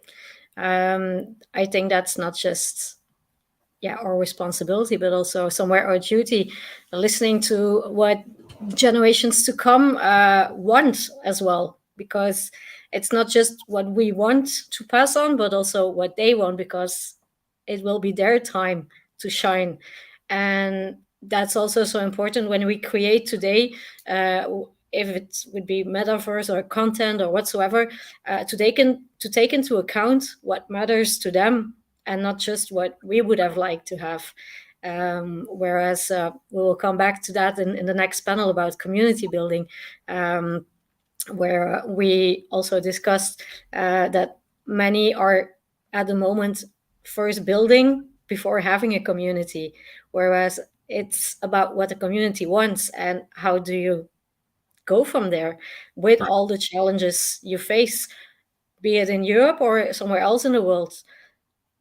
So, but that's for later on, that they can discuss that, of course. But no, it's really exciting these 2 days.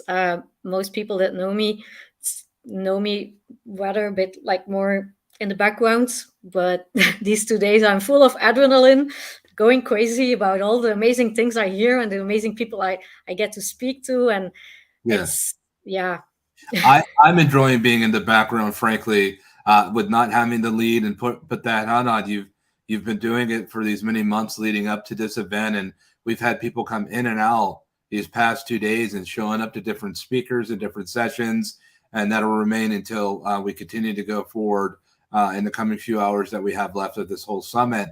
And I believe consistency, what we're seeing is that in the chat boxes and in the threads and the different areas and where we're broadcasting, is that people feel a sense of community. I say it again, for me, when I think of the metaverse, you can think of it as a hyper-realistic, immersive simulated system. That's one fraction of it, or we can think of it as a virtual ecosystem of communication and interaction. But for me, the metaverse is not a system of hardware and software. The metaverse is an ecosystem of people. And at the center of the metaverse is community. And I know that's something that you've been such an advocate for a long time now, is greater community and human centricity and development within emerging technologies, and how we leverage that for social sustainability and greater impact. And I love what you said earlier today about it not being competitive. There's so much space. There's so much bandwidth for everyone to build in. And I know here in Silicon Valley, it's been thick with competition over startups, over ideas and patents, and everyone has their cards close to each other. And I'm really wanting to break that mold. I'm not interested in competition. I'm really interested in collaboration across these physical boundaries that we live in virtually, and to be able to reach over and say, hey, I'm your brother and you're my sister. Let's work and figure out how we can make these things better and really have impact and really mean it. The competition, it doesn't matter. And the money, that doesn't matter either. The community enhancing people's life for greater sustainability, that's almost everything to me. And I know that means so much to you as well, Isabel. Yeah, totally. For me, it's especially like giving all those people, especially in underrepresented regions, the chance to speak up, to show what they got, because there is so much still to discover. But especially also helping each other out from a human point of view. We're here to help out each other, and it's like they say, alone you go fast, but together you go further. So. That's right. And that's the thing. So here we are at the very end of our wonderful discussion, and always a pleasure to share a little bit of screen stage with you. And for the audiences tuning in at home or from work or from wherever you may be, we're getting ready to have an incredible roundtable discussion with some members of our community who we hold deeply in our hearts.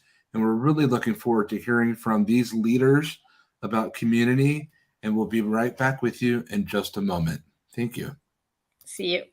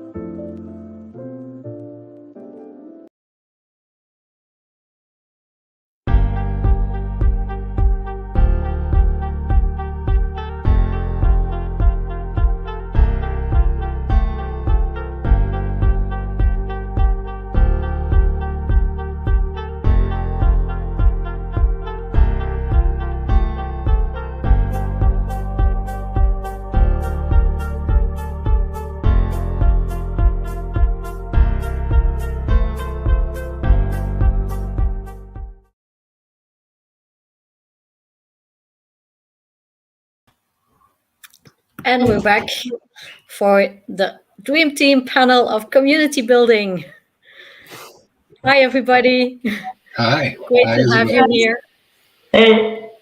Thank Hello. you. I propose, like in the other panels, that each and every one of you introduces themselves, because I can't do enough honor to each and every one of you. So let's start. Tracy, you can. You're the first Hi. on my screen, so. Oh, well, that was good positioning. Yeah. Hi, I'm Tracy Cosgrove, and I'm the founder of Virtual Reality Hospitality Training, and we give hospitality training to mainly in the APAC region. Thank you. Brilliant. Daniel. Hello, I'm Daniel DeBosky-Bryant. I'm co-founder of Educators in VR and executive director of the Virtual World Society.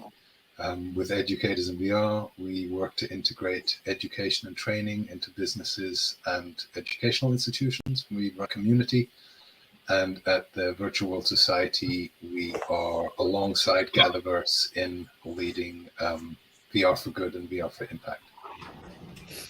Brilliant. Daria, welcome. Thank you. Hi, everyone. My name is Daria. I'm founder and CEO of WeAR Studio. We build AR, VR solutions for business objectives, for trainings as well, and for marketing, for sales. It always depends on the business. Happy to be here. Thank you. Happy to have you.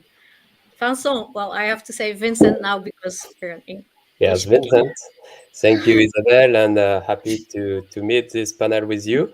I am a founder of CineVR, which is a virtual movie theater to watch videos, 2D, 3D, 60 videos, alone or with friends and family. And I'm also XR and Metaverse consultant to help companies to embrace this new technology and imagine business cases into the metaverse. Brilliant. Thank you. Maud. Hello everyone, so my name is Maud. I'm the director of Rooms, the chief operating officer and shareholder. So we bring the fun in multiple platforms. On one side, we create events such as concert festivals on plenty of virtual platforms like VR Chat at Space, and on the other hand, we are building our own platform that we will launch in January 2022. Thank you. Brilliant. Thank you. And then, of course, we have Saidou. Hello Special everyone. guest. Yeah, I hope you hear me properly. So I'm Saidou Yes. Bernabe. I'm the co-founder of Parallel 14, which is a school based in Martinique, a 3D school. So we teach real-time technologies to our students.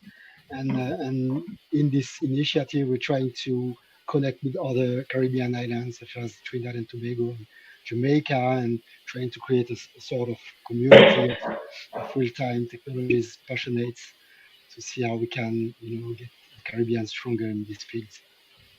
Brilliant. Well, thank you all for being here. It's really a pleasure to welcome you. Most of you I already know, and for the others, we'll definitely get to know each other better in the coming hours. So let's get to it. Community building. It's one of the 7 standards of GatherVerse, but especially with you guys, you have a great experience in community building as such. What is community building for you, and where do you see the potential challenges for the future with this new technology?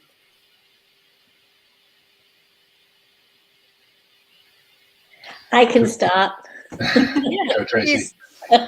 I would like to say I wouldn't be where I am today if it wasn't for the fantastic community, and especially people like XR Women who have been absolutely amazing. And I think if you don't have these communities, it's you're missing in your life, and there's always somebody at the end who, if you don't know something, you can ask, and I can guarantee you within 5 minutes you have the answer, and you have somebody on the other end who will help you with something. So community is what has driven me to get where I am. And how do you see the technology? What are the opportunities or the challenges for bringing, let's say, the real community towards the virtual world? I actually don't believe that there's ever any challenges, because I think that we can overcome anything that we can. So for me personally, I don't think that there's a challenge, because I think any obstacles, we just maneuver them to a different place and we find a way around it. But that's my opinion. And It's a good one. funny, if I can add something, please. Isabel, is community is sharing a common interest, and this is part of our social life. And when it comes to develop communities in virtual world, I think this is quite natural, because when you think about us as human, we are 3D people. And for the last 30 years, we were meeting each other with a 2D interface with a digital. So it's quite natural to go into the 3D world and to live like we are in the real life. So building communities in a 3D world is, for me, something quite natural.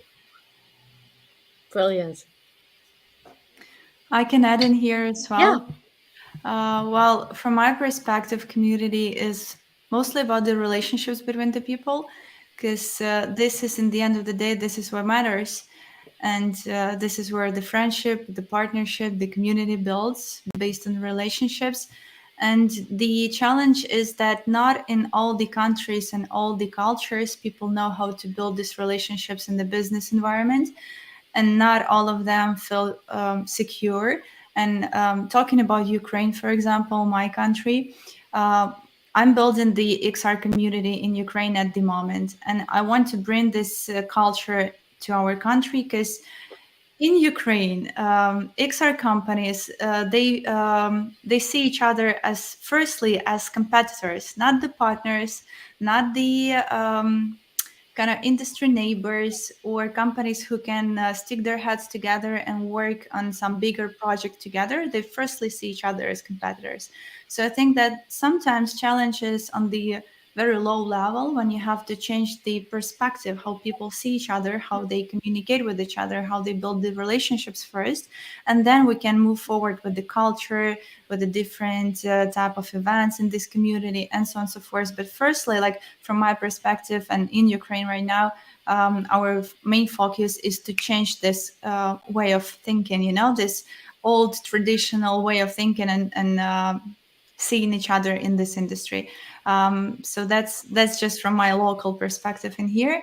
But yeah, as Tracy said, I cannot imagine where I've been if not the community and the wonderful people around, sharing the same passion, sharing the same visions, and sometimes complementing each other. So that is a great power in our industry at the moment, I think, especially when it's an early staged industry and technology.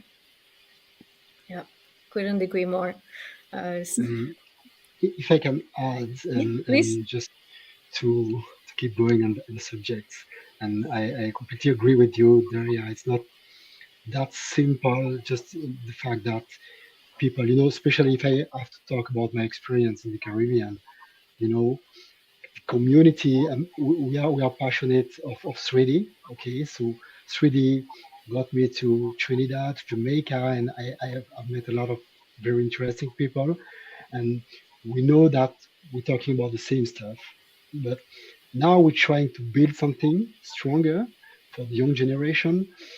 We see that's not that easy because you have different levels, like the administrative levels. So what we're currently working on is trying to create a sort of 3D animation and real-time technology program between the different islands. And now just trying to collaborate with the different universities in Trinidad and Tobago or University of West Indies in Jamaica.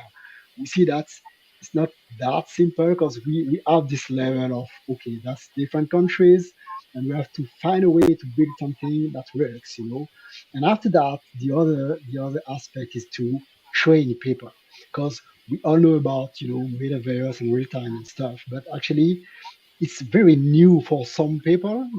Even though we used to use technology, you know, but so and this is all the project is bringing some real-time training to all these different countries, and then find a way to, through this training, work together on different projects. It's really a matter of, you know, knowing each other and doing it, you know, through some real-time projects, and to get familiar to this, you know, virtual world, and at the same time to have real connections and real relations between each other.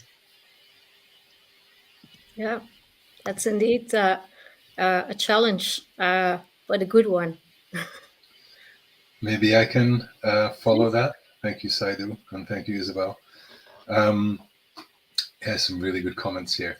I've actually chosen, my background is Stonehenge, and the point I'm trying to make is that community is ancient. Community is built into us. It's part of our DNA. It's a part of our journey. So on the one hand,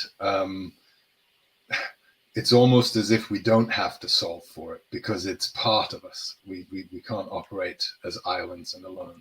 At the same time, and on that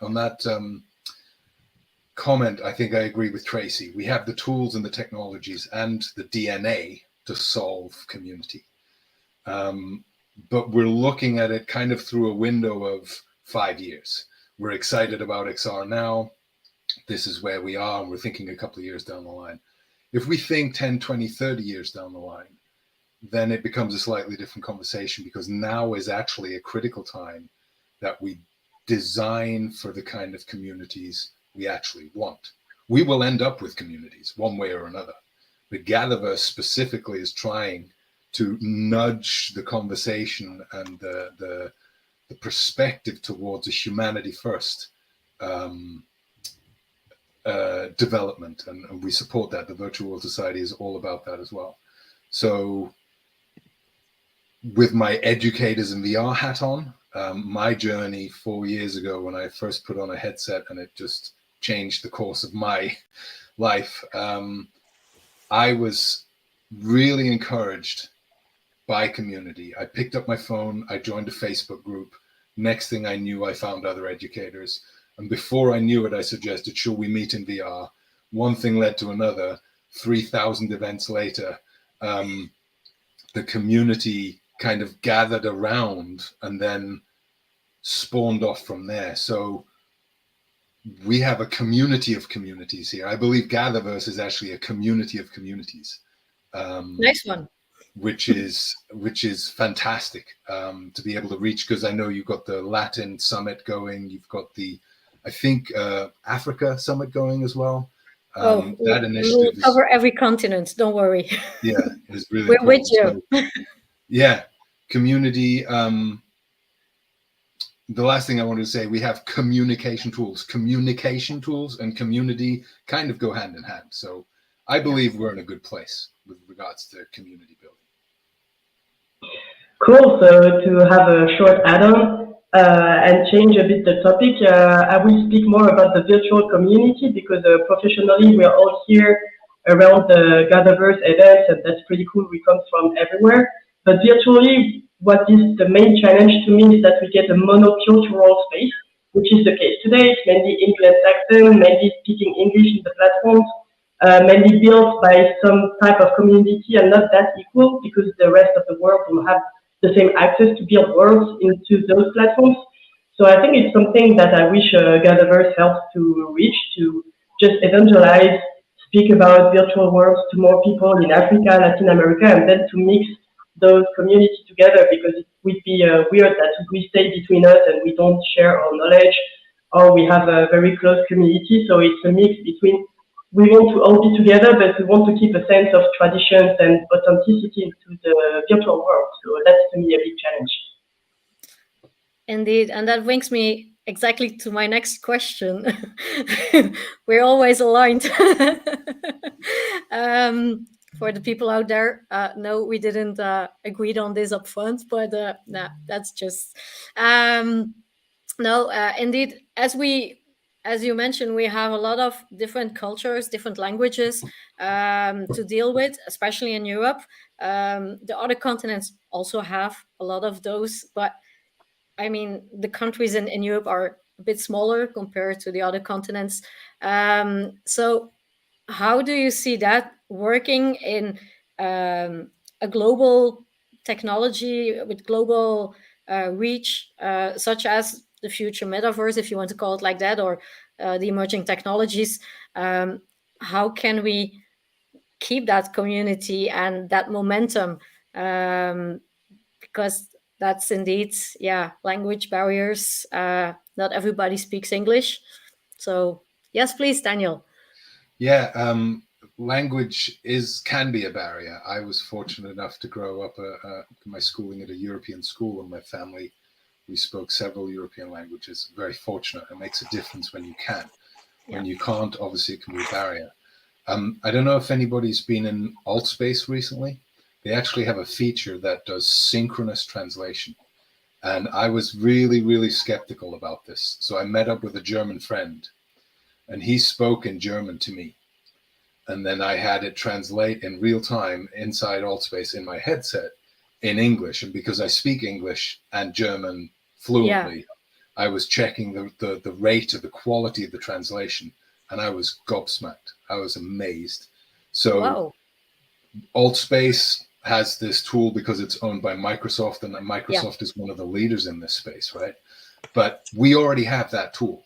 And I'm not saying it's not a challenge mode. I agree with you. Culturally as well, not just linguistically, but culturally, right? But the fact that we have real-time immersive translation tools with AI, and we're in 2020. Think about 2025, 2030, when AI, machine learning and language, natural language processing, that along Tracy's argument is we've solved for that already. It's not being implemented yet, but the tools are there to solve that. But culturally, it's a different conversation, because the monoculture you're talking about, Maud, I couldn't agree with you more. We started a project called Indigenous Peoples in XR, where we were calling on representatives from different indigenous peoples to come and meet and share and hand over the project to them. We're just starting another project, Indian Ocean Network, where we're working with universities and colleges in the Indian Ocean.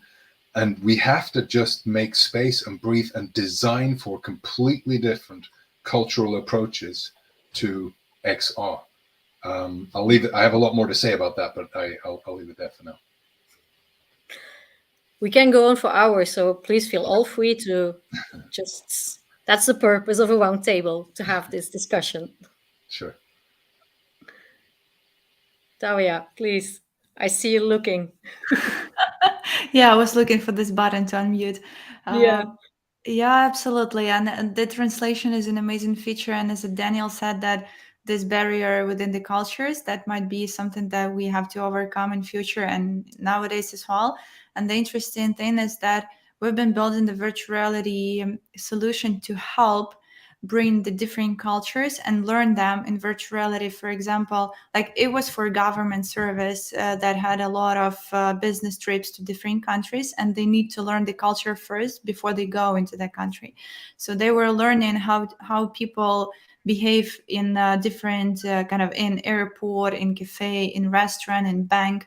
What are the gestures? What is the mimics? What are the usual behavior patterns in this country, in this culture? And this is something great, like where we can also use the virtual reality in different types of simulations to help people learn each other cultures and the way they do the like the everyday routine things, you know, like going to cafe in France and in Ukraine is totally different. And it's great that we can kind of simulate that experience, and we can learn that through some simulations. So I think, yeah, it's a barrier, but still we can kind of approach it from a different side and use the technologies we have at the moment to help learn faster and more effectively. And it's true that there is this app you probably know, Immerse, where the idea is to gather people who want to learn the same language, and to gather them together in a place looking similar to the language, where you can chat with the different people, people you don't know, but then everybody try to speak properly the language, and you will do, of course, mistakes, but we don't care, because we're all together to learn the language together. And it proves that it was much more efficient than normal courses or courses with video conference.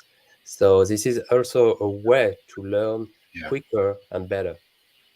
Right. That's so And interesting. yeah, and just going off that, I mean, I've been working in Asia for 30 years, and what we've been able to do is we've had hospitality workers from different countries who work for the same hotel chain, who would come into the restaurant or into reception, and they're doing role plays from their nationality. And all of a sudden you hear, now I know why when this type of guest checks in, you do that. And until we had this, and it was this worked both ways, because both countries had no idea that they were thought of in that way. And it was a real, okay, now we know. And I think this is a fantastic way to get real life simulations with when they're an avatar and they're checking into the hotel, using these nuances that before you would think, oh, they're a bit abrupt, or this type of thing. Absolutely. I had a number of awkward situations in South Korea when I was kind of building business in there, and I had no clue about some nuances and details, how they do the business meetings, what is the order of people who's entering the room first. And it was like, if I could experience that before, if I could go through this type of simulation, it's just the experience you get living in this environment, in this country, in this culture, right? No one will tell you beforehand, like it should be very detailed research if you want to, but still you have to live that through, and then you will have this moment, and you will get it, right?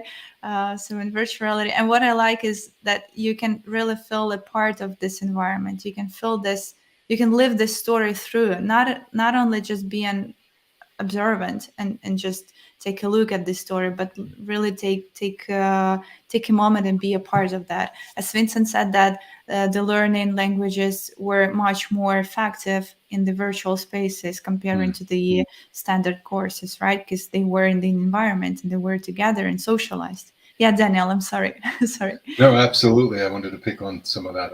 2 points I wanted to make is with regards to Europe. I believe Europe is actually very successful and experienced at making communities. We have a 3,000-year history of having to negotiate our borders and boundaries and fighting and reclaiming and everything. But I think that gives us a certain amount of wisdom. And it's the strength of Europe is that we have been able to maintain individual identities as nations and peoples, whilst getting on with each other, or not occasionally. Sometimes that, unfortunately we still deal with the reality of war. But we have built a lot of experience and expertise in getting on with each other for the most part. And the European project in itself has mostly been very, very successful. The other thing I wanted to pick on what Maud said about actually the immersive aspect of it when you put a headset on. So our communication tools since the beginning, well, let's say the radio, then the telephone, then the internet and post, and now mobile phones, computers, and Zoom calls, incredibly powerful tools for building community and having a shared experience. But for me, what's fundamentally different is when I put a headset on, I almost forget about the technology. When it's a good experience, I forget I'm wearing a headset and I'm there with another avatar person, however realistic they are. That's new. That's different. My brain is not in my living room like it is right now. I can see you, but I can see my office. When I'm in a headset, that's a different space and that's a different level of experience, and therefore it's a different level of community that we need to build for. And it's so new, although, I mean, essentially virtual reality is about 60 years old, if not older, but the fact that on a social level and now almost on a societal level, we're having to deal with this. We're right at the verge, at the precipice, at the threshold. And so it's very exciting. And at the same time, we really have to almost take a step back and think, but humans don't have a great track record of stepping back and thinking. Like when they designed the atom bomb, they could have stepped back from that as well, but they didn't.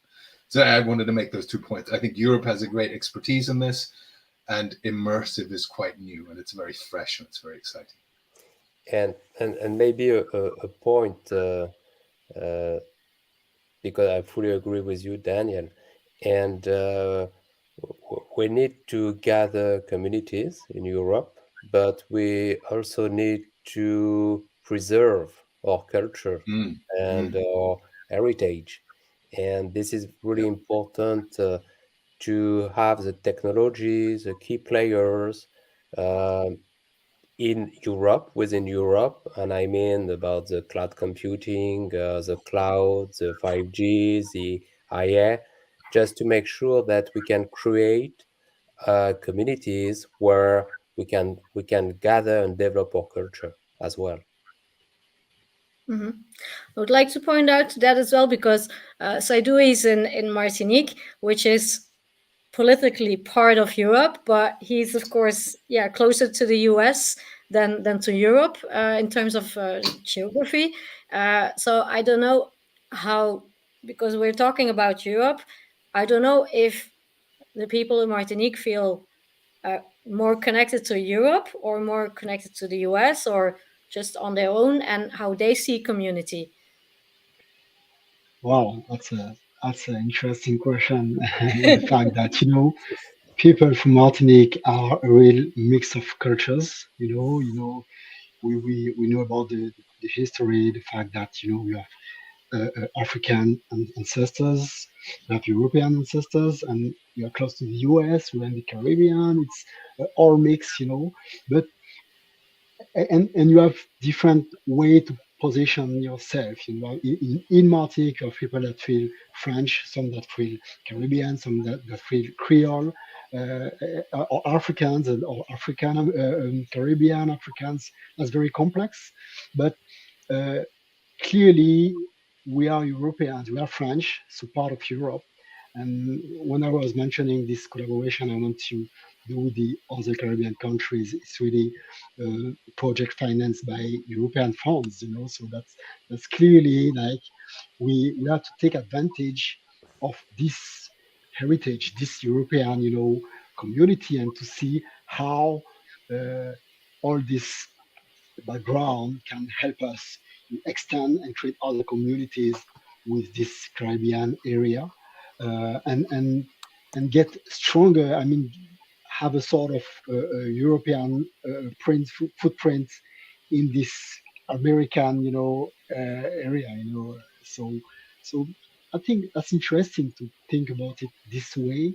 And clearly, I feel very connected to people from the UK, from France, from Germany, and because obviously what we usually do when we're in Martinique and we go for study, we go in France, and once you're in France, you have the ability to easily visit Europe and Spain and wherever, and that's really great. You get stronger from that, to see all those different cultures in the same zone, and yeah, so this is it. So at the end we feel a bit of European and Caribbean at the same time, and so we're global people. That's amazing. Another point that comes along within everything that we're building in the virtual world, of course, we need community to experience what we're creating. Otherwise, it's pointless to have nobody in there. but at the same time in Europe we also have the GDPR.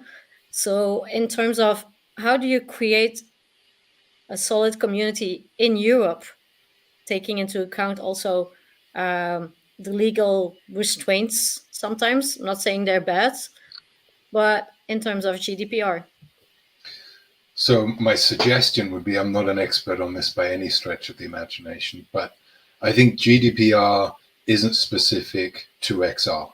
So we would look at how communities are being built already and compliant to GDPR, and then see how that translates to VR and try and understand if there are any aspects of building community immersively that aren't covered or for which we don't have best practices and good examples, working examples on other platforms and mediums. That would be my suggestion. I mean, GDPR is mostly, about privacy and safety, right? Yeah, totally. But it's also, for instance, data protection in the sense of I have to be able to opt out, but at the same time in Europe with the headsets, for instance, they can easily scan where you are and determine where you are, but they're not according to GDPR. That's, for instance, why in Germany you had I'm not sure if it already changed, but the Quest 2 was not for sale in Germany. Yeah, agreed. Interestingly, though, Pico is available. So I wonder what Pico is doing that Oculus is not, and the other way around. Yeah. But just to finish off, I know Daria want to say something. I think that is one of the really valuable opportunities and almost responsibilities of the European Union. They're doing quite a good job at regulating in a way that America does not have a history of regulating. And also maybe China, we would say maybe over-regulates in their way. I think Europe can be a really good shining example of trying to get it right. Daria. Yeah, absolutely. I totally agree. And also the interesting fact that we don't have that regulations in place at the moment because the industry itself is only building at the moment, and the hardware and the software.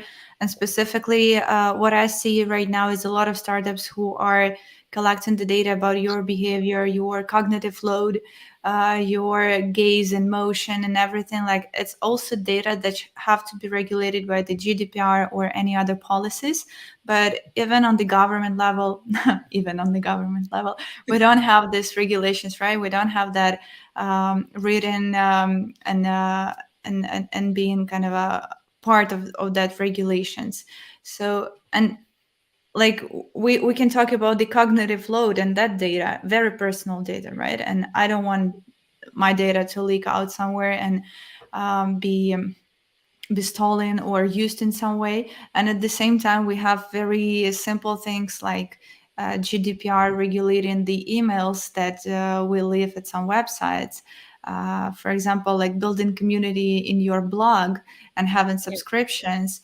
This is very simple thing, but still it's not covered on all the websites and all the companies. And from our perspective, we've been building our GDPR policies for a year, and that was crazy. And we still update it all the time when we use any other new tool or new software piece or something. All the time we have to update the GDPR. And even on this level, it's already complicated, and we can only imagine how it should be regulated on the level of such a enormous amount of personal data that people live in virtual reality, in augmented reality, in the metaverses. And before this panel discussion, I had a call with the startup who built the DNA metaverse, like having a DNA test and visualizing it in their own metaverse and building the digital twin of your personality. Like, it's just crazy how much data they will have about yourself, right? Like, and we have to regulate it as well. And it is one of the components of the metaverse concept in overall, like having a very safe, decentralized system that will, sorry, I forgot the word in English. That's the barrier of languages, that will kind of manage this data, right? So that's an interesting topic, and I'm really interested to see how it's gonna evolve in future 5-10 years. Sorry. At the same time, I think GDPR needs to evolve, because when you think about the digital today, it's mainly about data privacy and data protection about the email. But tomorrow in the Metaverse, I'm not sure we'll have email. The next email is an avatar, and your identity is an avatar. So I think the GDPR needs to change the rules to take this into account. And this is probably a big challenge as well. Exactly, and it's mainly a challenge to me that goes from the hardware to the software and so on. Because now the two big headsets, like we said, are Oculus and Pico, and we don't have a European headset, so we don't have a proper store accepting more or being more friendly to European content. Same for the platforms of social VR, Metaverse / other stuff. There are not a lot of European ones. So all the rules, they go from the headset rules, from the platform rules, from the store, from the VR chat and other kind of platform rules. So it's a all domino thing.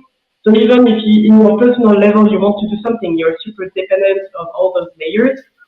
So it goes back a bit with your previous questions, but to me, one of the main challenges is to have access to the technology and to make anyone capable to build their space, representing their culture, because we can have the linguistic help and many things, but to have underrepresented countries with artists that are building their own space, to me, is still something that is not happening enough.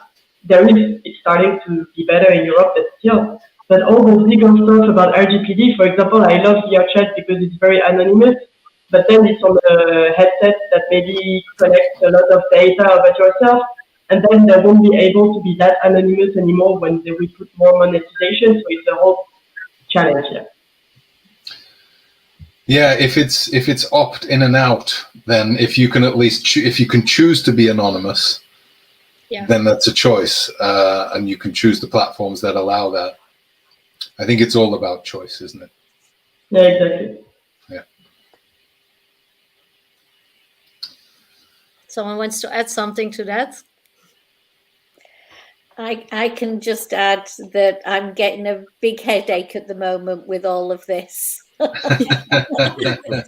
we can solve for it. We can solve for it. I was listening very, very carefully to all of these answers to think, is that my answer? Is that my answer? Is that my answer? Because I have a client at me at the moment, well, last week, and I'm not saying I pushed it under the carpet, but I pushed it under the carpet until I could concentrate and figure out how I was going to answer. I still don't have an answer, so you can carry on with this, please. There are some good articles. If you do research for EU GDPR XR or virtual reality, quite quickly you'll find one or two articles of where things are at from a legislation perspective. The problem is, I think, as somebody mentioned, when you're working between different countries, and one country, and especially when it's a global company, you think you've ticked the box, and then the next minute, their other subsidiary on the other side of the world then says, "Oh, but we're not allowed to have that." So this is a agreed, and that brings up the two other points of standards and standardizations. So there's a lot of work being done on that at the moment, and the other thing is interoperability. When we want to make this accessible to as many people as possible and really feel the true impact of what we're talking about being called the metaverse, because let's be honest, at the moment we have more of a multiverse. They're not really connected. When those multiverses are all traversable and we can get from one to the other like we do with the internet, then maybe we have a metaverse. And some friends at Meta Traversal, Ben Irwin and his group, I think he was on the panel earlier, they're doing amazing work, which has actually led to the Metaverse Standards Forum. So there is good work happening there, but it's never fast enough for your client, Tracy, right? Yeah, that's it. I need to get it from under the carpet at least next week. So if anybody wants to give me an answer, please get in touch. Totally. No, but that's the thing, especially within Europe, that we have all those national legislations counting. Then, of course, for half of Europe, continental Europe, the European Union legislation as far as it goes. But we shouldn't forget Europe is 51 countries and European Union is only 27 out of it. So we're still lacking almost half of them. So that is something that is really a challenge. Yeah, sorry, there I have to say it. It's a challenge, a hurdle, let's say, for many of us, because we're in a new technology and it's not as easy to move further and continue inventing, creating, pioneering with all these limits in such way. Not saying they're not for the better, but it's more complicated than, let's say, if you would be in the US or in Asia. There's overregulation, but there it's more like you know what to expect. Restricted. Yeah. Can I just throw something maybe a bit Please. controversial or aspirational at least? We love that. I love this conversation about Europe. It's really important. I love the fact that Martinique is part of Europe. I looked at the continental map of Europe, and actually Western Russia is part of Europe. Of course, Ukraine and those countries. Europe is bigger than the 27 countries of the European Union. But can we all agree that the ultimate goal of this technology and the metaverse and everything is actually for it to be humanity first, and that at some point we are learning from each other to such a degree, and we somehow manage to integrate our diversity and excellence in a way that it's a human conversation and not, I mean, it's better to have continental conversations than national conversations, but we need to have the one conversation and the one community, right? I think that's the end game in my opinion. Totally. Yeah. I do. And if I can add something about that, and that's I totally agree with you, Danielle, about that, because definitely we are in GatherVerse Europe, and there are different type of GatherVerse, but actually it's when we talk about metaverse, and as you said, it's currently multiverse. I'm really feeling that the companies that create the metaverse need to have a conversation about this RGPD. GDPR. GDPR. They need to have this conversation because actually it's not a matter of countries. You know, it's some, and this may be controversial as well, but companies are created. You know, this metaverse, not governments, and they are gathering people in this different metaverse and this multiverse. I'm following your path, you know. And actually, if we want to think about all this legal aspect. We have to think about it in the metaverse. I mean, people need to have their voice about that, and companies have to find a way to make it, you know, decentralized, to make it, you know, clear in terms of all those legal aspects. And this is another way to think about it, but it's a tough one as well, you know, because it's another perspective about that. That's my point. Yeah. Can I add another point? We got a bit of time. So I think when we're talking about building communities and building, like Saidu said, the companies, it's the companies and the organizations that are actually building that, like at scale, right? I mean, an individual might build a platform that we can visit, and that's great. But things that are scalable have different organizations behind them. But I think if we can sidestep both regulation and companies just for a moment, I would love to see something like a multidisciplinary think tank where you have poets and you have philosophers and you have engineers and you have politicians and you have kids and you have our elders. And I think that's kind of a little bit what GatherVerse is about, right? Getting us all there. But have quite a defined multidisciplinary exploration of what we want of this or where it's going. And poets and artists together at the table, I think we come out with a different result, because if we, right now, the metaverses and the multiverses that are emerging probably are coded by engineers, and I love engineers, don't get me wrong, but they're being built in that way with engineer thinking, right? We have to deliver this. If we have a multidisciplinary team informing the early stages of building that, and I wonder if, for example, Meta with their Meta Horizons worlds have that kind of multidisciplinary team. I don't think they do, or not the kind of multidisciplinary team that I would like to see. But yeah, I think we need that kind of level of input, because this is a societal thing that's happening, or it will be. This is not for a small subsection of people, just like the internet is not for a small subsection of people. We want it to be a utility for every human on Earth, and that's going to play out with the metaverse. And then we need to design it in a really thoughtful, truthful, impactful, humanity first way. So, yeah. It's a virtual society that we're building. And indeed. And it's very, very interesting, and I fully agree with that. And I think we need to keep in mind that we can do things in virtual world that we cannot do in the real life.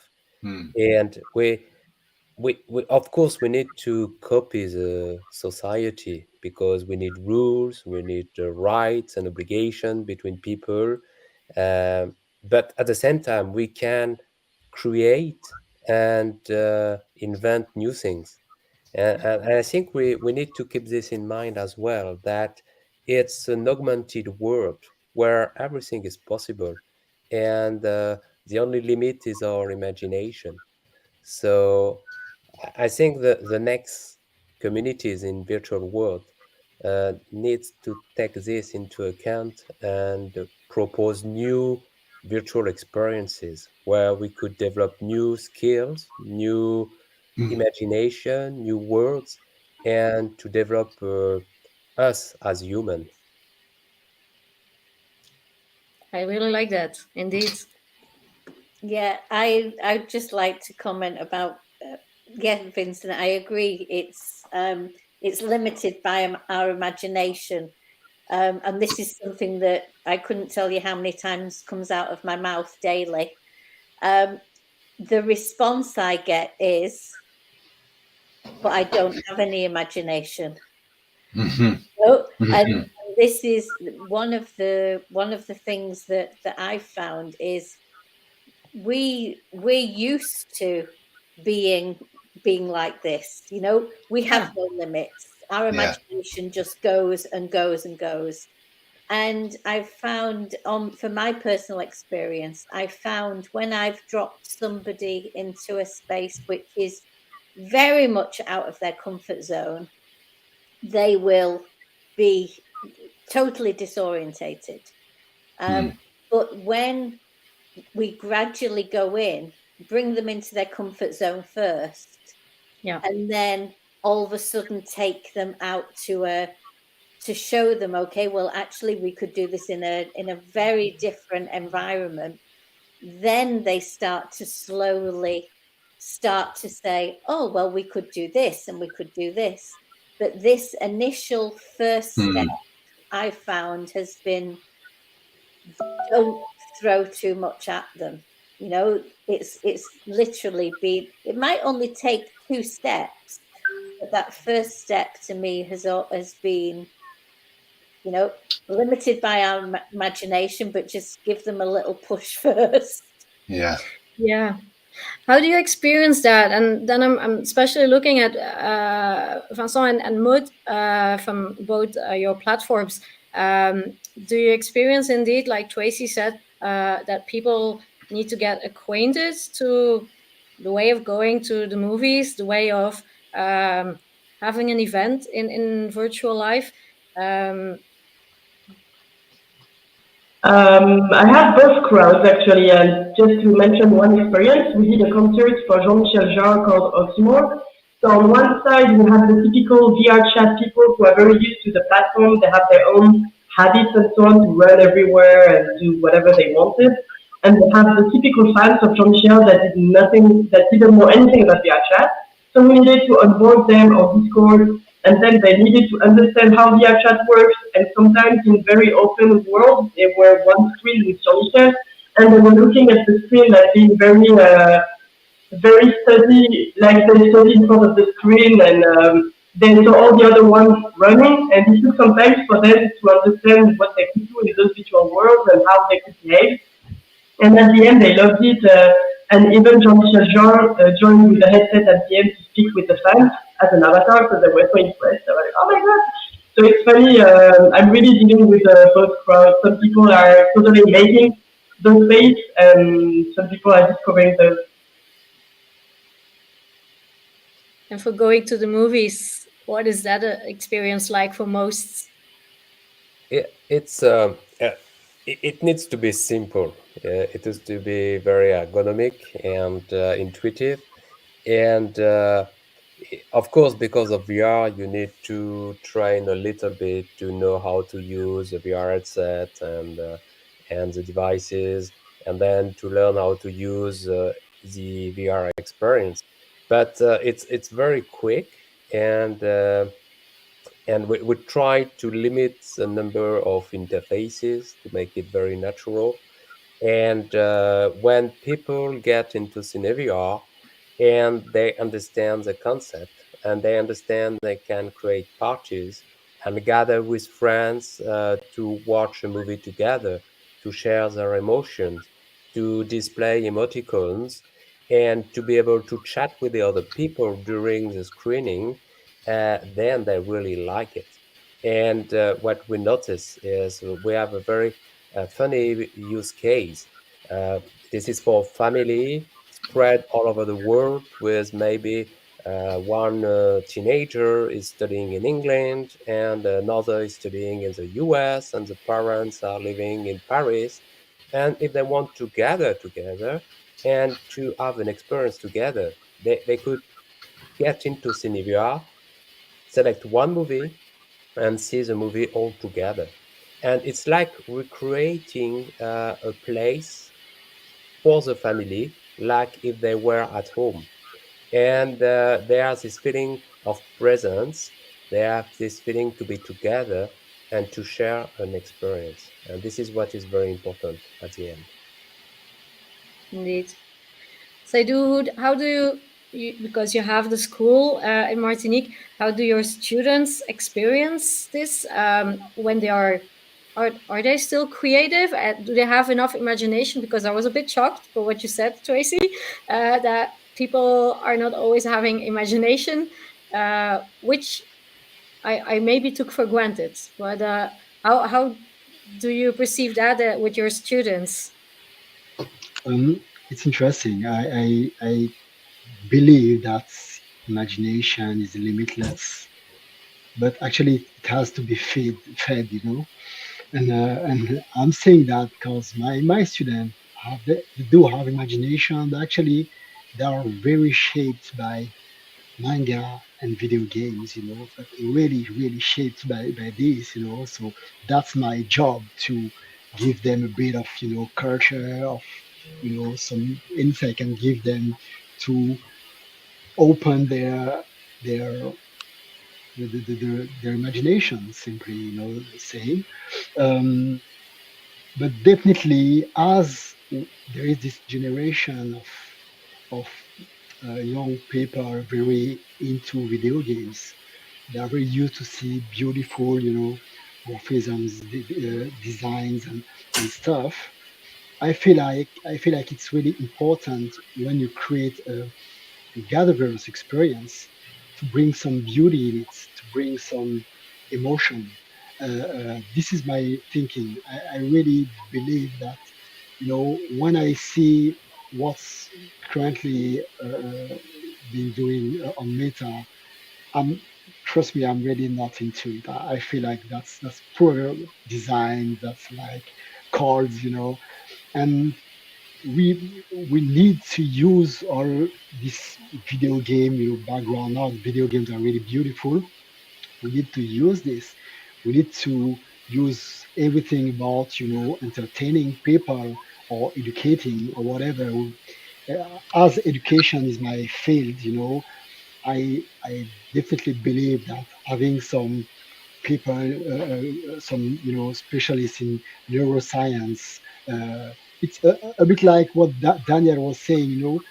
Getting really different type of people together to create a real experience that is, that we can build through imagination, but that will open the wide range of possibilities. So yeah, this is the way I feel it, and my students, I'm working on them. They have, I know I they have have no imagination, doubt. but yeah, we need to train them to accompany them. It's also a good occasion that to connect, make the connection between continental Europe and the Caribbean, especially in Martinique, that he has a school with a lot of amazing people, a great workforce coming up. So we should, and the same goes for Daria in Ukraine. We often forget that we have like an amazing creative workforce in Europe, and that we still don't use enough or take advantage of as we should to put them forward. So don't know how you see that, Daria. Yeah, that's I guess that's true in some way. And actually, this is what I build in XR community in Ukraine right now, is to show the world the face of Ukraine, and especially given the last 6 months of history, it's been a lot of war stuff and different terrible things. But it's also part of our life right now, right? But I want to show the face of Ukraine as a very talented, innovative country, full of architects, engineers, artists, people who really bring the value to the market, to the industry, to the software development, and so on and so forth. We really have a lot of cool startups. And like Grammarly is Ukrainian startup, PetCube is Ukrainian startup, Snap is partly Ukrainian startup, was some years ago. Like a lot of talents. And if you take a look at every country, you will find something really valuable in there.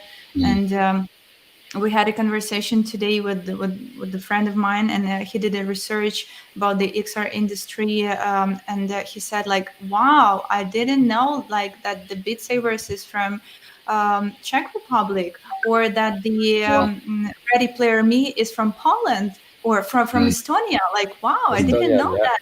He thought like all the cool startups are from United States, for example, or something like that, but he was really impressed, like, wow, Estonia brought such a great startup on the market, and they're one of the leaders at the moment.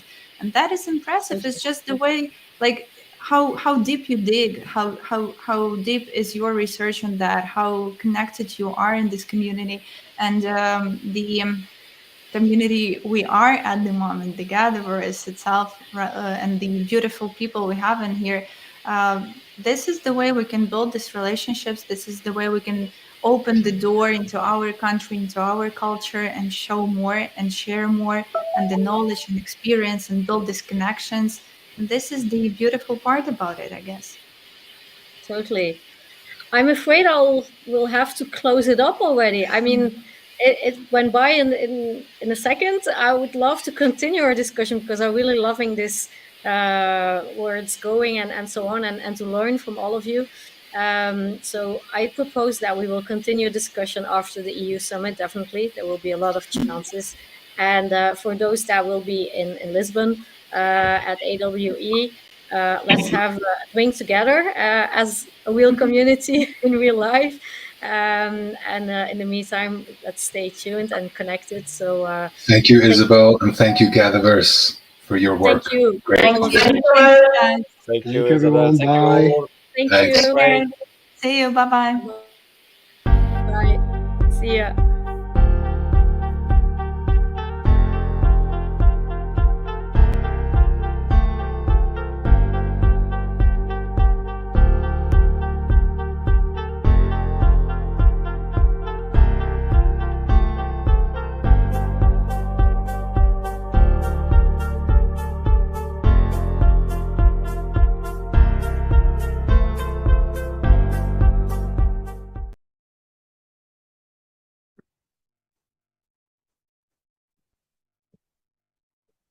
Yeah, hello everybody. I'm Thomas Potter from the Swiss company Compris. My topic is metaverses as an opportunity to test ideas to improve socioeconomic models and solve our societal problems. So we as Compris have proposed a new model, an upgraded form of capitalism that probably for the first time can finance the many levels of crisis that we have. So we have the Corona crisis, the economic crisis, the war between Russia and Ukraine and the consequences, then the resource crisis, climate crisis, biodiversity crisis, and possibly human extinction crisis at the end. And we are not able to finance the United Nations Sustainable Development Goals. So we need to upgrade our system. So we are supposed to improve by roughly 6.2% a year regarding global warming, but we are only improving by 0.9%. So there also we need better financing and better capitalism. The number of days between billion-dollar disasters is continuously decreasing. It was at around 100 days between $2 billion disasters, and now in the 2020s will come down to around 1 day just or 2 days between them. So, and this causes gigantic financial problems, and we lose many human lives also. So we really must fix this. We also have a dramatic loss of biodiversity. You see the red curves here. So I'm just giving a very quick overview. For nearly every slide, we have more information.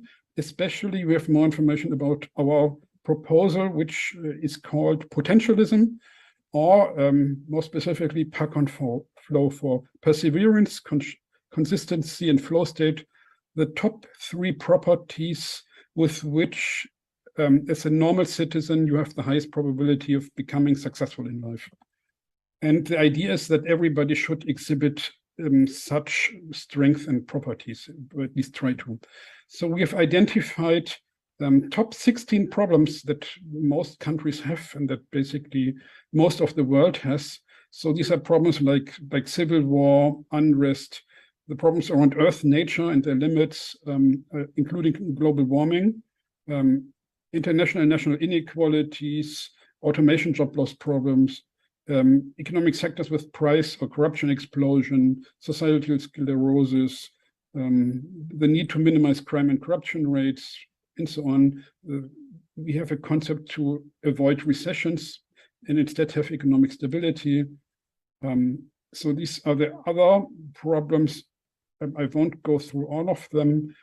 Some countries have an overaging problem, and some countries don't have that. So this is the last one that not everybody has, but the first 15 problems, they are more or less present in each country of the world, I think.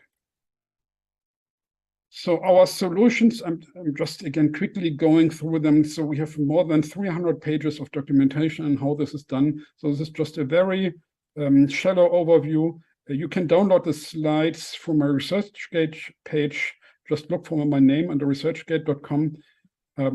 And it's basically the key elements of the solution, but the total solution is more than 300 pages long in total.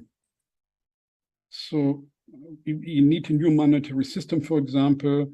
We need a shifted societal focus to eliminate misdirected incentives. Clear laws for media and communication. So no propaganda, but science-based information. That's correct.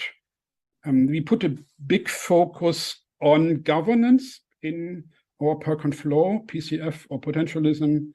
We would no longer have politicians, but rotating councils of decision makers consisting of real experts chosen based on objective decisions and not on personal contacts or bribery, who decide and who create strategies and amalgamize these strategies.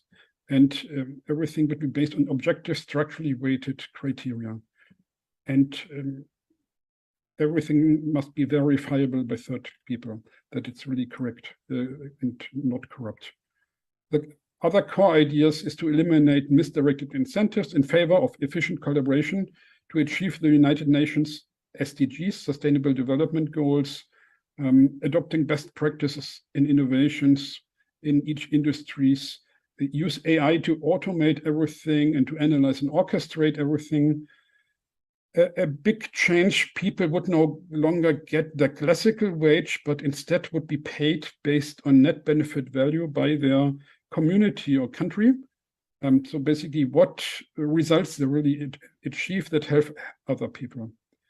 And that would be the basis for a shift away from less beneficial work or professions like speculation, marketing, sales, and some legal work towards efficient practical science and innovation, medical, social, and care innovation, and improving our environment, especially nature. We would be having one cryptocurrency, the so-called CBDC, central bank digital currency, that's completely monitored to minimize corruption and crime. And everything would be maximally ethical towards a high-tech future. We would be avoiding recessions. That is actually possible. We have a detailed concept for this. And we would be exploiting our creativity instead of nature and optimizing the entire society, especially through optimized science in research and development. And each citizen would get a low UBI, universal basic income. Education would be free, just like healthcare. And everybody would be asked to improve their persistency, conscientiousness, and flow state. That's where the name Percon comes from. We are striving to be innovative in at least these 11 criteria that you see here. You can later download it. So a classical capitalist economy has these properties. In the upgraded Percon economy would be having these properties on the right side. Here's a second page with that. This presents many big opportunities, for example, faster innovation, protecting the earth efficiently, and so on, faster automation. We would be having upgraded AI systems that take away most menial work, and we could focus on the creative work instead. A key AI system would be used to calculate the net benefit value. Its architecture is shown here. We've implemented, as company Compris, several systems similar to this. A modified architecture is our architecture for a SOC, a Security Operations Center, to detect and neutralize security attacks in real time. So this is the first combination with the Metaverse, because that can be used to make the Metaverse secure. We would also be having a political system that's upgraded based on these expert teams, and this practical R&D that we would be looking for long-term, mid-term, and short-term trends, opportunities, and risks, and with an eye on commercial applicability as soon as possible, and really create strategies and combine them based on these opportunities that are given. An interesting combination is with distributed or non-autonomous organizations, DAOs, for example, HIFA. They also talk of DHOs, distributed human organizations, because it's also about cooperating efficiently. There we also have developed several concepts. And our idea is to use metaverses as test beds and intermediate solutions to test these ideas, how to improve our societies. So we can integrate DAOs and DHOs, make knowledge and process documentation open. Companies and organizations would be doing online and virtual research and development and testing this, and everybody of you could be helping and earn money that way. We would be asking people like you their opinion and collect ideas and feedback to continuously improve, and also apply virtual learning and mental training. And other things would be to test the model online, be physically distanced in times of COVID or other viruses, but socially close. We could have virtual reality flow rooms to practice flow state. That means to be more creative and more productive at work within flow state, and to also be able to learn more efficiently. We could be globally one in the metaverse and cooperate more efficiently and be more creative, and also have XR for telemedicine and mental health. So we have a concept for gradually introducing this, also using the metaverses, like basically developing at the beginning digital goods like software, possibly NFTs, and standards processes around this, also with cryptocurrencies, DAOs, online, and make this open and find the best way how to cooperate. We could try even taxes, tariffs, duties for imports, wage bonuses calculated on the net benefit value, things like this. We are offering $1,000 for finding and reporting flaws in per flow that show that the point can't work. And if it might not work and you can explain it, you get a little less, from $100 to simple things, $5 if you find typos or simple problems. So these are best practice architectures that we use as a basis to plug in our solutions into the metaverse. So these are the best practices we found, like plugging into these virtual models, having online decisions to reach them with people all over the world, categorized data, immersive experience, and so on. This is a layered model. This is how different industries can cooperate in the metaverse. This is another way to have bots, gaming, for example, but also law enforcement, government services online. And we're starting with a strategy and vision. Also, this political model focuses on strategy and vision. Possibly, we could also test this in a SimCity-like game or a metaverse game. But actually, most games are already very similar to our concept, because a game wouldn't be fun if one of the players would start with half of the resources, like the son of a billionaire does nowadays in the real world. So it could be demonstrated and tested also in a game. For example, in the metaverse, we would put a big focus on empowered individuals and teams to test out different ways to work together online, have new adjusted types of leadership based on employee empowerment. And we found an interesting article in the Nature magazine, which found 6 modes of co-production and their unique potential.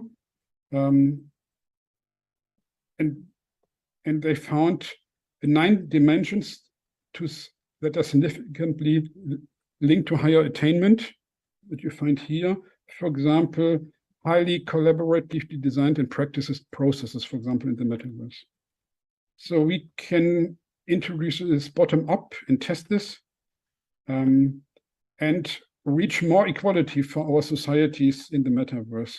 So instead of having capitalism with one billionaire here, we would strive for more equality, and by taxing the rich people a bit more, reach all these qualities like inclusion, liberation, justice, and so on. This could be financed by eliminating inefficiencies, crimes, and warmongering, shifting up to 50% of the GDP from low net benefit value and zero-sum professions to really what is useful for society.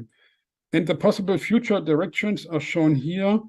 We could assess this model in the metaverse for unintended consequences, possible gaps, problems, inequalities, unbalanced results, and so on. Introduce it bottom up, focus on methods and R&D, online virtually together. Even though we are a small company, we've had a big impact so far, and we have nearly 100 blue chip customers.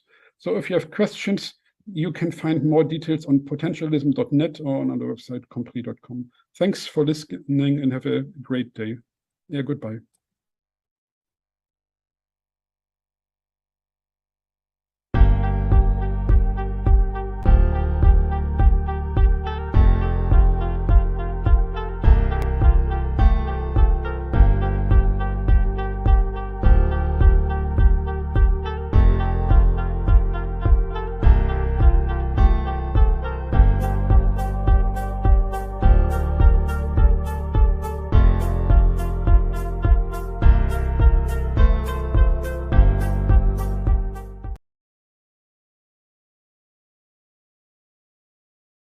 Welcome. This is Dr. Ingrid Vassiliou-Feltes. I'm currently serving as the CEO of Softred, and it is a great pleasure today to deliver a keynote that will focus on the impact of blockchain in cybersecurity for smart cities, specifically a focus on zero trust solutions.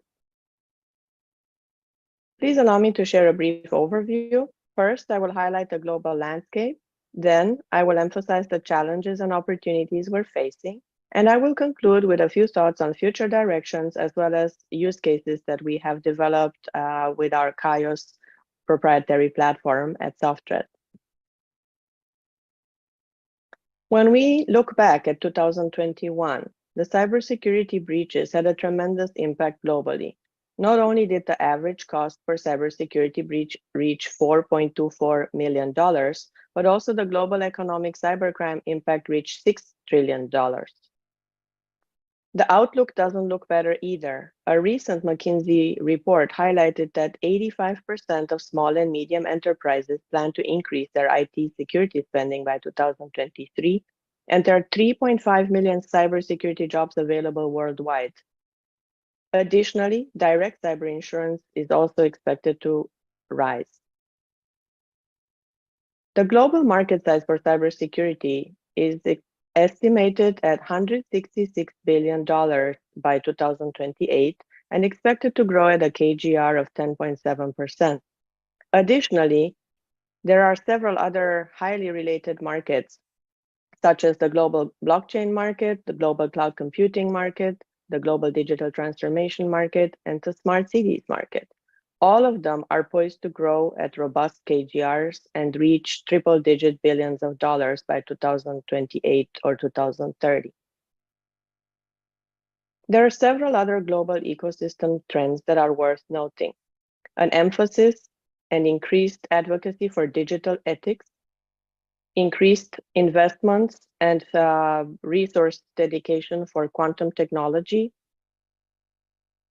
a high dedication towards homomorphic encryption, given the concerns about data privacy, utilization of X and next generation computing to augment other technologies, products and services that are more often using converging technologies, and Web 3.0 enablement.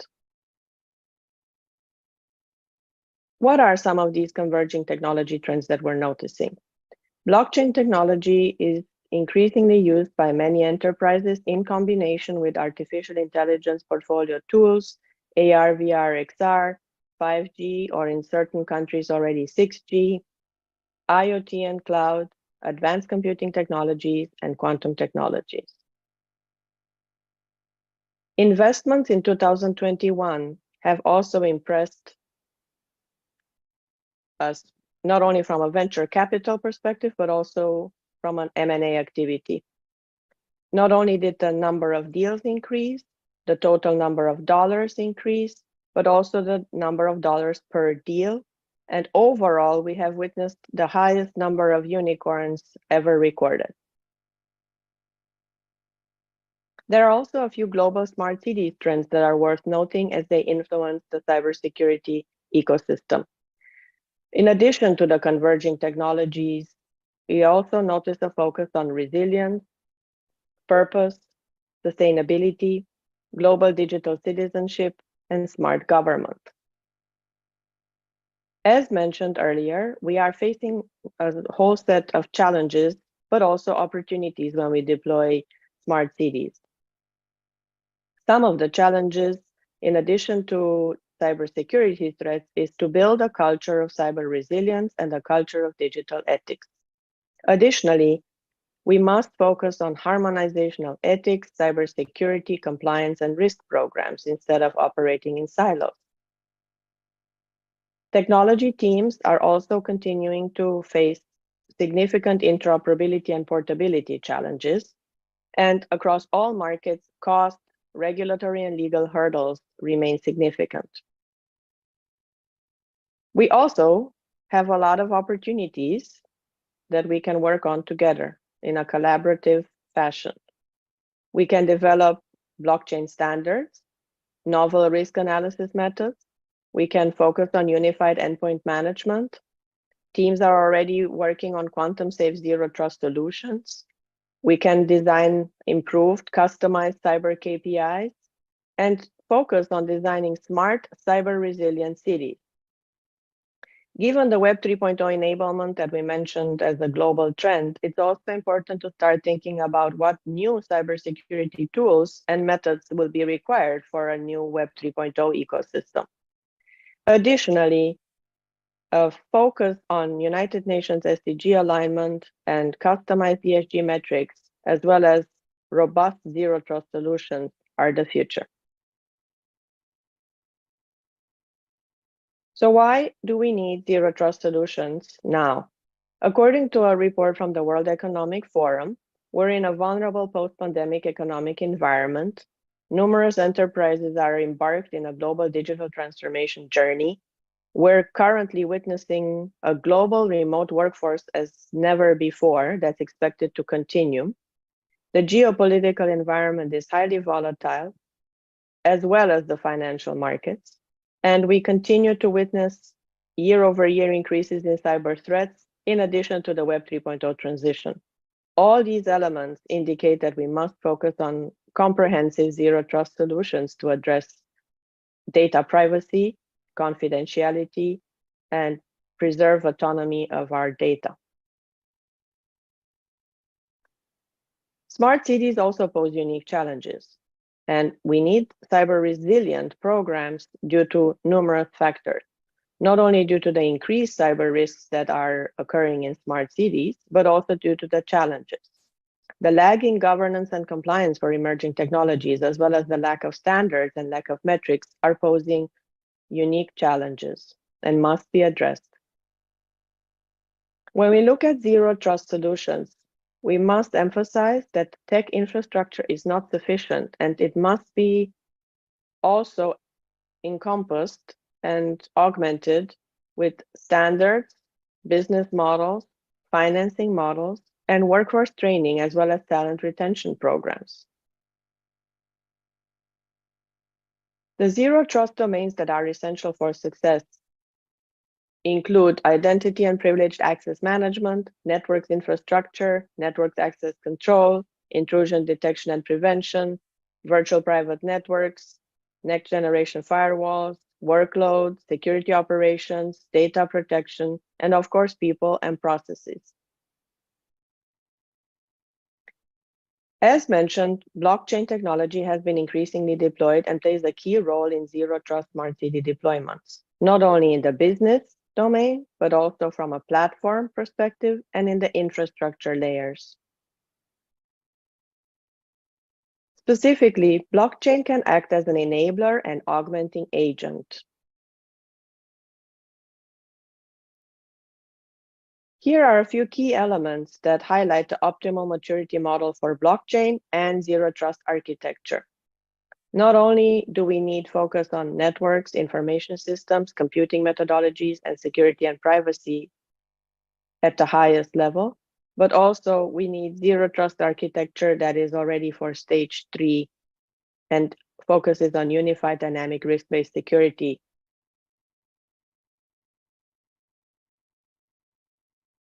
So what are some future directions? Deployment of digital cyber twins, cyber resilience for Web 3.0, bridging the cyber literacy divide, enhancing cyber fluency, stimulate investments, designing novel cyber metrics, and developing novel integrated approaches for smart city deployments are key. What are the benefits of cyber digital twin technology for smart cities? Digital twins sit at the intersection of numerous domains and can assist with early node failure detection, interoperability, authentication, decentralized decision-making, scalability, and robustness. For cybersecurity specifically, digital twins can enhance efforts for vulnerability testing, can improve QA/QI processes, can enhance the predictive capabilities, can assist with monitoring existing cyber metrics, and also significantly amplify our training and development efforts. When we look at cybersecurity for Web 3.0, we must also notice that the current methods are not sufficient. We must focus towards cyber resilience, develop cyber leaders for the future, create a cyber culture, harmonize cybersecurity and cyber ethics, prioritize security over business needs, and build zero trust ecosystems. Thank you for the opportunity to share also a few use cases that we developed at SoftThread. At SoftThread, we have a proprietary platform called Kaios that leverages blockchain, AI, edge, and cloud computing. Our competitive advantage includes interoperability, scalability, flexibility due to our modular architecture, and operational efficiency that allows us to increase the ROI. Here are a few elements that determine the Kaios difference. When we develop zero trust solutions for smart cities, our platform has unique applicability for energy, precision health, and Web 3.0 enablement.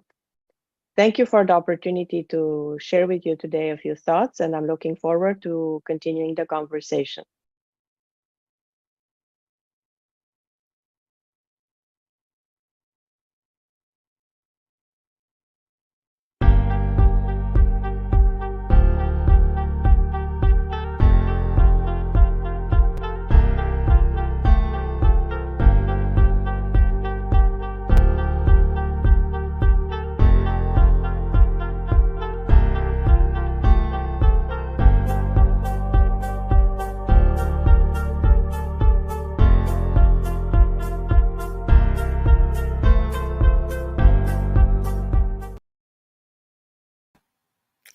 Hi, everybody.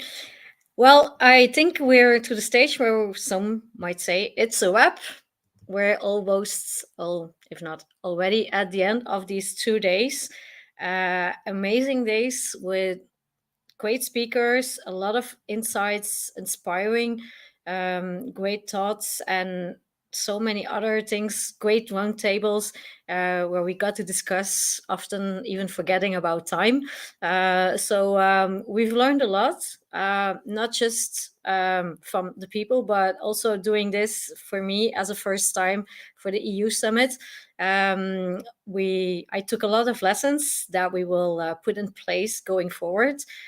Because of course this is not the end, it's only the beginning. We're just getting started for Europe, and with GatherVerse and Euroimmersive, the alliance, we will bring you so much more. And don't forget, it's not something that we do, it's for you, by you. And it's about community, as we learned. We have a really strong community. The XR community is really like, it's all about people, all about you. And that's maybe the beauty of it, that we're just getting started also as an ecosystem where we can really help each other out to grow and thrive. The last 2 days were especially about from a European perspective, but so many other continents are following. Next week, we will have Latin America coming up. So definitely have to look for that one too. And especially, that's one of my favorites coming up, the She Superhero Engine in January 2023, where you can already guess it, it's all about women. So I'm not really a feminist, but still I am with all the women out there. Good that they get the spotlight they deserve as well in this, rather still masculine world, but we're adding some flavor to it. Not to forget that very soon, in like less than 1 month, we also have AWE in Europe, Lisbon, as from this year, which will be great to meet each other there again in real life, not just for work, but also to have a drink and to have fun conversations, to mingle, as they say. And because of that, we also managed to get you a reduction, a promo code to obtain 20% of reduction on your tickets. If you would like to have a booth over there, don't hesitate to contact us at Immersive or at GatherVerse. We can also get you some discounts for a booth, and we will be more than happy to gather with all of you in Lisbon, but also besides that at the LATAM Summit and so many other events coming up. So I hope you enjoyed it as much as I did. I want to say thank you from the bottom of my heart to all of you, not just for joining, but also for participating, contributing, and really getting to know each other even better. So looking forward to see all of you, and see you very soon. From the heart of Europe, and especially from mine, see you next time.